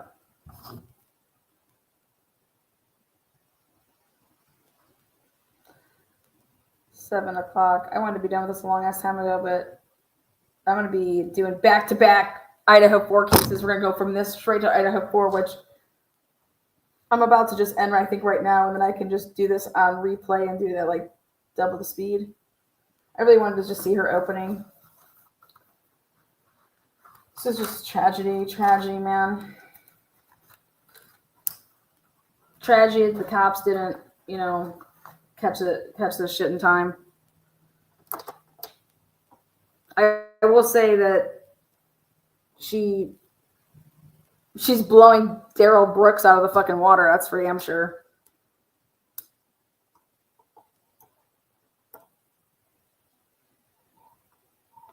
And I think that if she had an attorney with this case, they have a hard case against her to prove all this, I think, personally.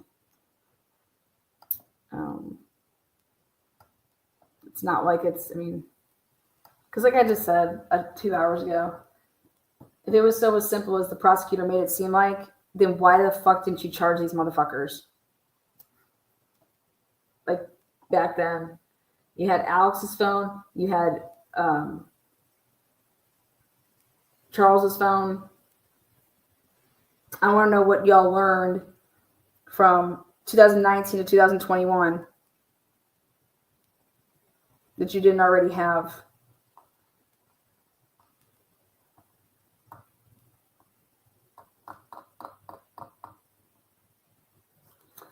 Oh, thank you there, Sherry. Appreciate you. Oh, they're coming back in. I saw the shaking. Looks like when he hits the door.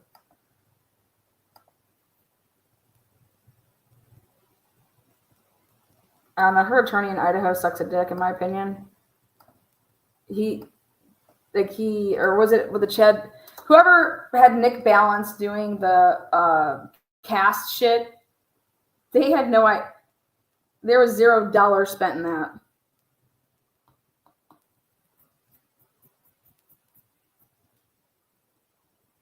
Nick Balance is about to get waxed. Lion.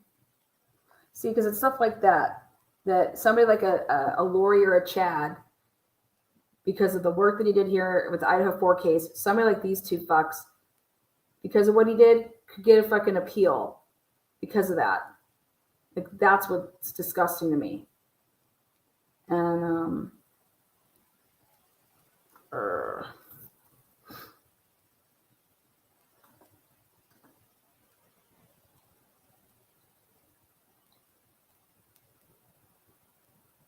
it's Chad's case. How about this Monica Simontelli case? Like, I don't know. Bella's been like all about it. She knows that case inside and out. But Cyree testified in that case. And the only reason I think you guys should watch his testimony is we want to talk about all the stuff that he can do. Guarantee you he did what he did in Monica's case, in the Idaho 4 case. With all them devices.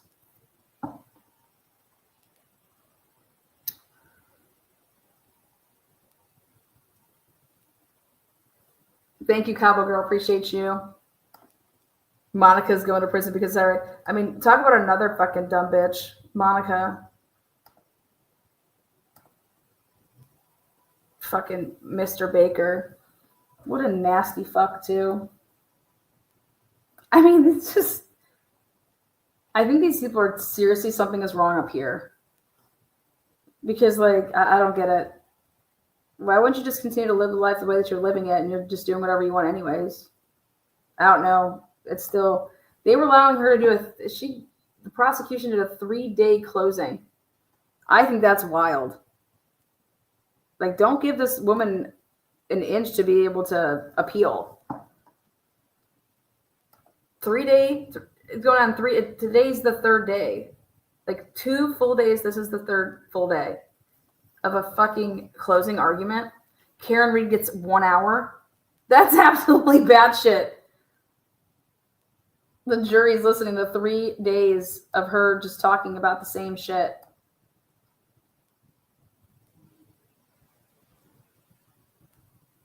And she's saying that she needed this much time because her witnesses had to testify out of order, and she needs to bring it all in for the jury.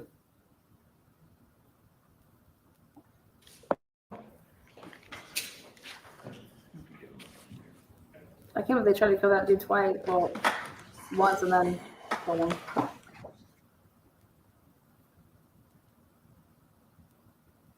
I should do a poll. Do you think that she would have, meaning Chad, Lori here, would have killed Charles or conspired to kill Charles if she knew that the life insurance policy was changed.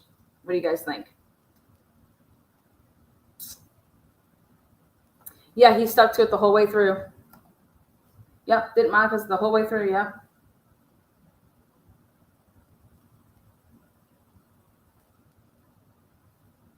Wow, so a lot of people think no, that if she would have known that there was no money there, would she have killed him or conspired to kill him?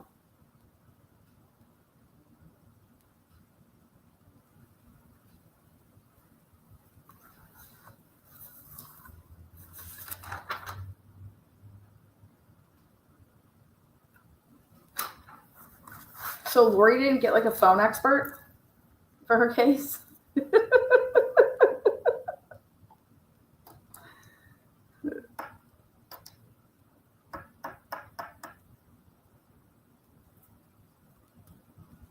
I feel the same way. I don't think that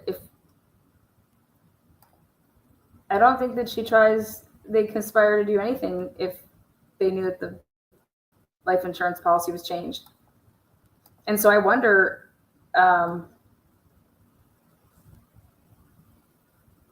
like, why didn't he tell her? It's interesting. You think he was dead no matter what? Should have tried to convince him to change it back to her. She thought she was going to get Charles's money and run off to the sunset with Chad Daybell. I would have fucking never went. I didn't realize that they were only living in this house for 3 weeks. That's why there was nothing in the fucking house. What's with all these weird deaths and nobody having furniture in their house?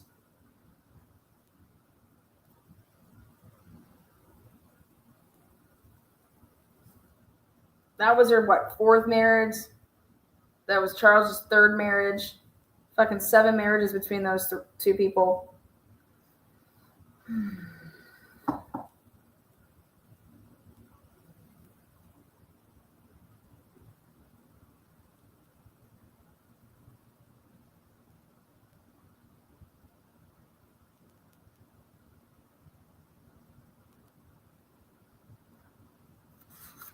I want to know what that one officer did at the crime scene from 8:36, getting there and arriving at 8:43, and then he was there until 5:31 p.m. I wonder what time they Just a couple more things. dismissed the body.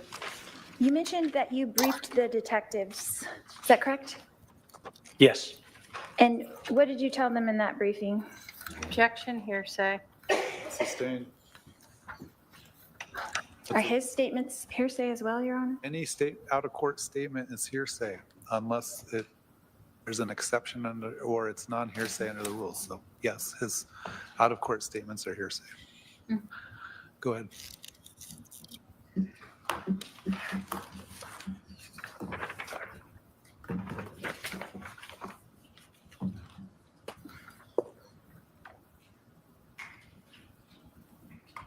But you did brief the detectives before you headed to the police station? Is that correct? I did. And who was there? Do you remember? Nate Moffett, Cassie, I think my Is that sergeant. Detective Inklin? I'm sorry. I don't want to interrupt you. No. Oh, And just off recollection, I think there was another one, but off of recollection, I don't remember. Okay. We'll do this later. and that was about how long before you left to go to the police station?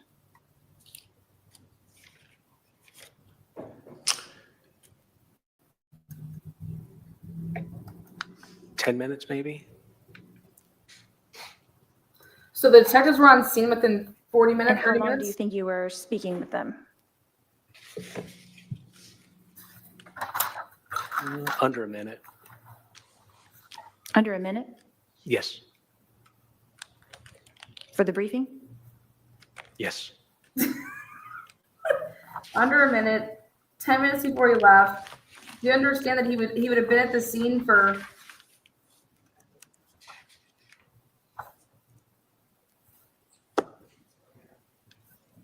And these 3 people got there within.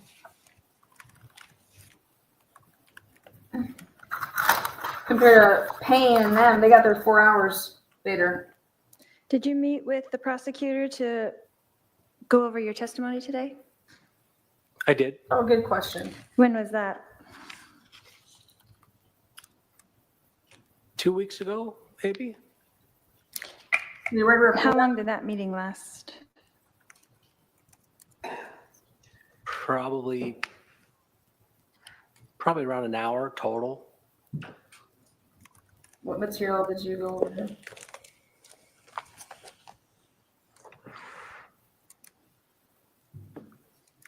Who was it? Was there any police officers there?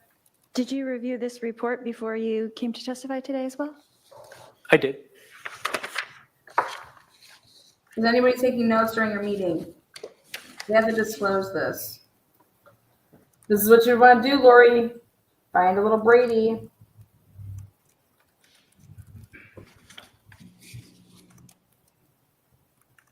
What material? Did anybody take notes? It was not part of your duty to check anything in the perimeter. You weren't looking for evidence. You were just dealing with the shooter. Is that correct? Well, not just the shooter, but scene management, making sure the resources were en route. But yes, managed. What all does that entail, scene management? Well, once we knew there was not a threat out, I instructed Officer Wiz to set up an inner and outer perimeter with crime scene tape. What else? Make sure I had a supervisor en route, and then manage the people that walked up to the scene. Mm-hmm. Who was that supervisor en route? Do you know? Bill Nacella, my sergeant. How many people do you think came up to you at that scene? Well, not up to me, but I instructed one gentleman that was walking on the sidewalk towards us. He needed to just leave the area. This didn't concern him. And then you and your daughter walked up to me, and I just asked you to go back to your car.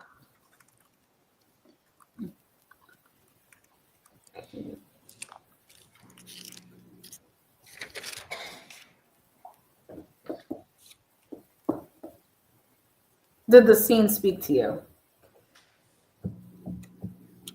Did you have any conversations with your supervisor when he arrived? I did. When was that? At some point between me arriving on scene and me leaving the scene. Closer to arriving or closer to leaving? Maybe. Chocolate milkshake says about halftime. Okay. How long do you think that conversation was? Well, you saw it on the body worn camera, so a minute and a half maybe.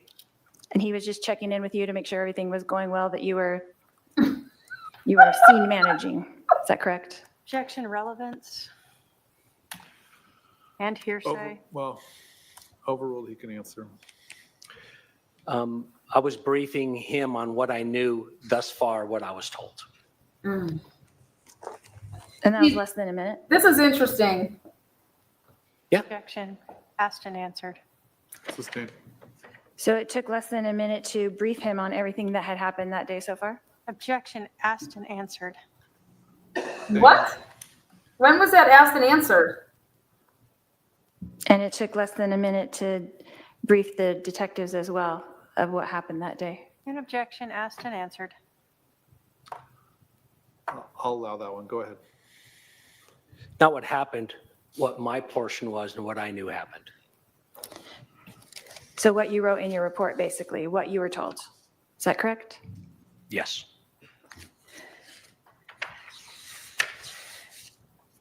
So it took you 3 pages to write what you were told, but it took you less than a minute to discuss that with the detectives? Is that correct? Yes. Okay.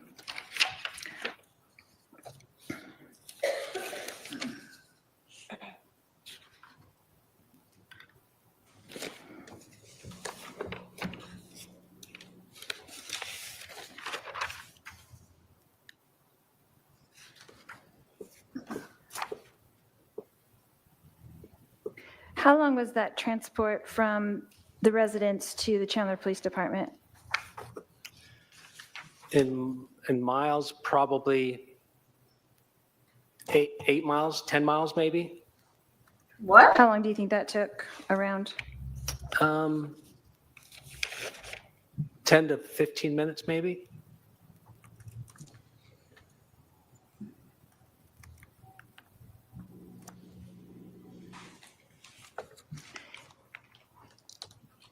And then where did you enter into the police station? Is there a garage or something? I don't recollect where I parked. There's various areas you can park at the police department to access the area that I accessed. I'm unable to answer. I don't know where I parked. Okay, and you were able to walk Alex into the police station, is that correct? Yes. And he was unhandcuffed, is that correct? Good. Correct. Good. And then you took him into an interrogation room, is that correct? Yes. And then Detective Moffat took Did over. you read him his rights? Yes. Just wanted to be clear. Okay. Did you Mirandize him? Did your supervisor, Nacella, did he come to the police station as well? Not with me, nor did I talk to him. He might have, but I don't know. You didn't see him there? Correct. Okay. But did you saw Detective Moffat there? Yes. And you saw Detective Inklin there? I don't remember Inklin. I just remember Moffat relieved me. Okay.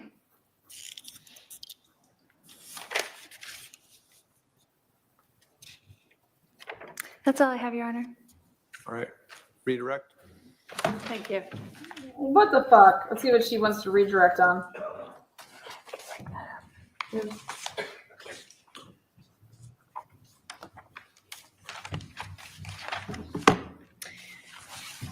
At the beginning of cross-examination, you were asked about Alex Cox's demeanor. Do you recall that? I do. And you had advised that he was nonchalant and calm, right? Yes. And you were asked whether or not you were nonchalant and calm too, correct? Yes. Had you just shot someone? No. You were asked if the firefighters were calm and nonchalant. Had they just shot someone? As far as I know, no. How about Officer Wiz? You said he was nonchalant and calm too. Had he just shot anyone? No. Objection calls for So it's not speculation. really exactly the same to compare you to the shooter, right? Objection. Correct. I would not compare us. When you went up to the scene, you had your gun drawn on him, correct? Yes. Still nonchalant and calm? Yes. You were asked a lot also about your nonchalant and calm appearance today in court. Are you stressed or just answering questions to the best of your knowledge? The latter, just answering questions to the best of my knowledge. You had to testify before? I have. You were asked about the injury to Alex Cox. We have seen the body-worn camera footage and we cut it off at some point. When Mr. Cox first came out of the house, he did not have his hand to his head, correct? Correct. You told us you didn't notice an injury at that He had to point? have his hands up. Correct. When he first sat down on the curb before you moved him, did you notice an injury at that point? I did not. Was he touching his head at that point? Recollection, I don't remember. He couldn't have his hand on his At some point in the video that we watched, did we see Alex Cox touch his head? Yes. When you were watching him, did you at times see him rubbing his head? Yes. The towel or paper towel or whatever that was in his hand, was that the only item you ever saw him using to rub or touch his head? Yes. Was it soaked or saturated in blood? No. Can we see it on the body cam that it's mostly white? Calls for speculation.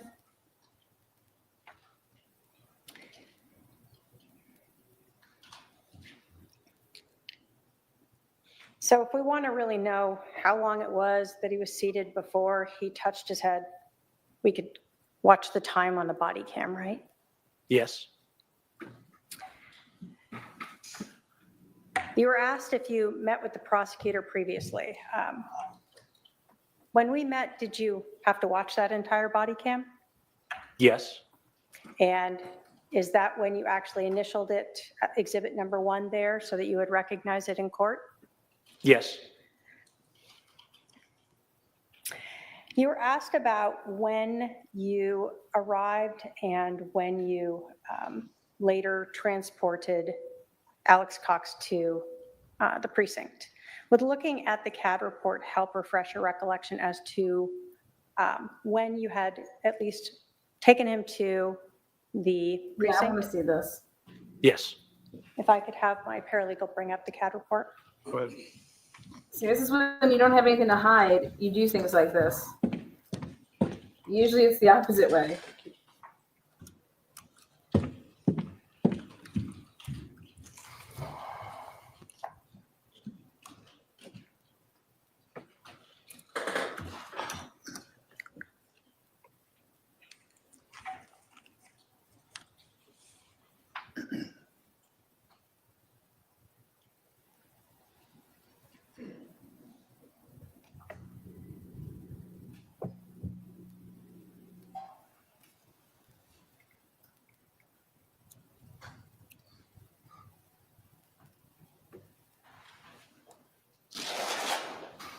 Does that help refresh your recollection as to when you arrived back at the precinct with Alex Cox? It does. And when was that? 9:18 and 19 seconds. What? And so the 911 call was at 8:36 a.m.? That's when I received it. It could have come into the dispatch a few minutes earlier. And you said you arrived, and we saw you on the body cam right after Officer Where's Biggie, who got there around 8:41? Yes. So you were with Alex Cox at the scene and talking to 30 Lori minutes. Vallow and her daughter, and doing those briefings in that 20, 30 minutes? Yes. No other No, questions? well, it takes 15 minutes to get there. All right, I see at least one juror question in a bin. Oh, If there are okay. any juror questions, please pass them down. Wait a second. So actually, he was only there for like 20 minutes before he left. He was only on scene for 20 minutes. That's interesting.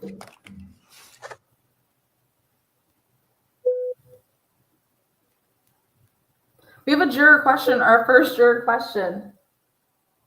I wonder what somebody wants to know.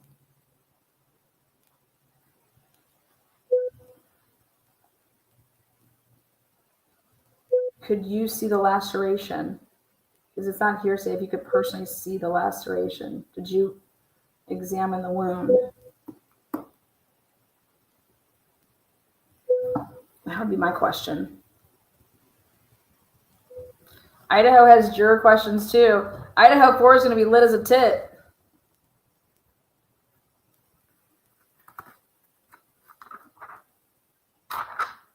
You know what's going to be crazy is covering the Idaho 4 case.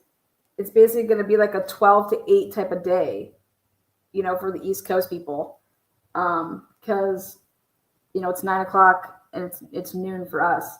But actually in Boise, so it'll be like 11 to 7.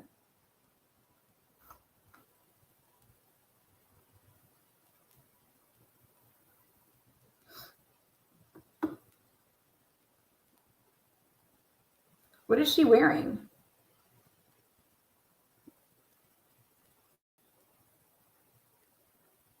Oh, are they at sidebar? Oh, she has to stay there for sidebar. This is what Karen Reed wanted. She has to be there at sidebar. She's not allowed to go up because of the juror questions. The two lawyers go up there and they state there if the question is, if you can't ask the question, it's like in Delphi, based on if it, this person has this question, but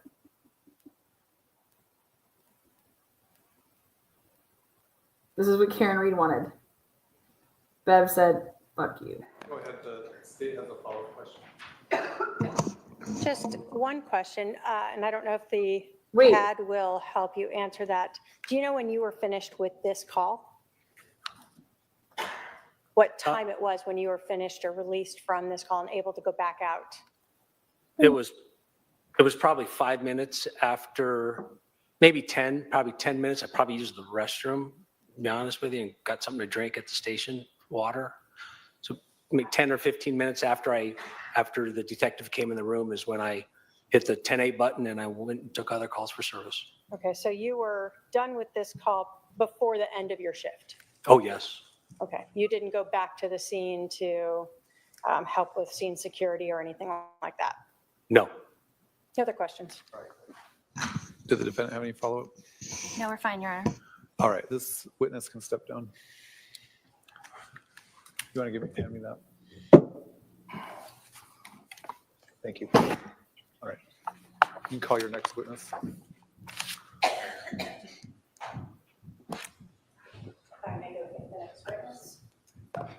Who's the next witness?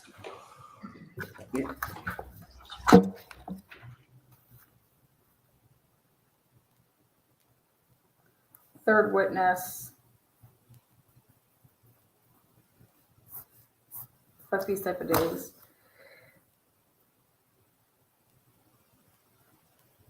I'm guessing it's going to be a detective.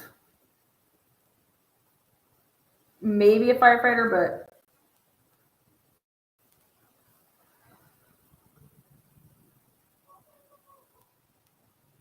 I mean, they probably have to have the firefighter, the person that touched the body.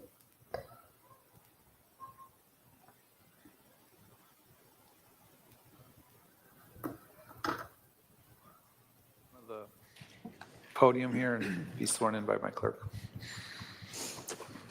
Can you spell your name for the record? Scott, S-C-O-T-T, Please raise your right hand. Solemnly swear that the testimony you're about to give will be the truth, the whole truth, and nothing but the truth will help you God. All right, you're gonna come up this little ramp, have a seat right here. Oh, cop.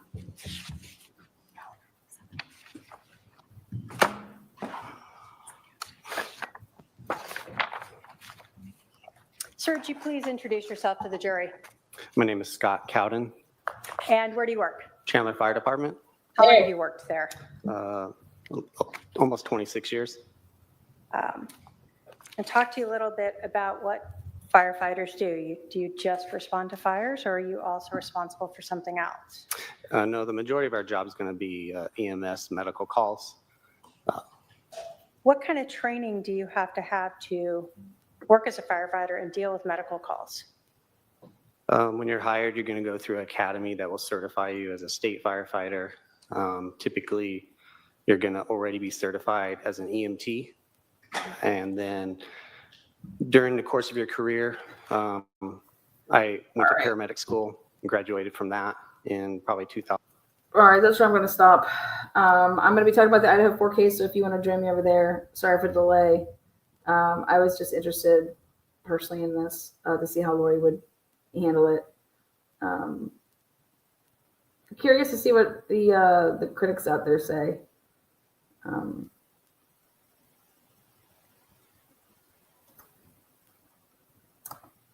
Peace out. Come on over. Talk about the Idaho 4.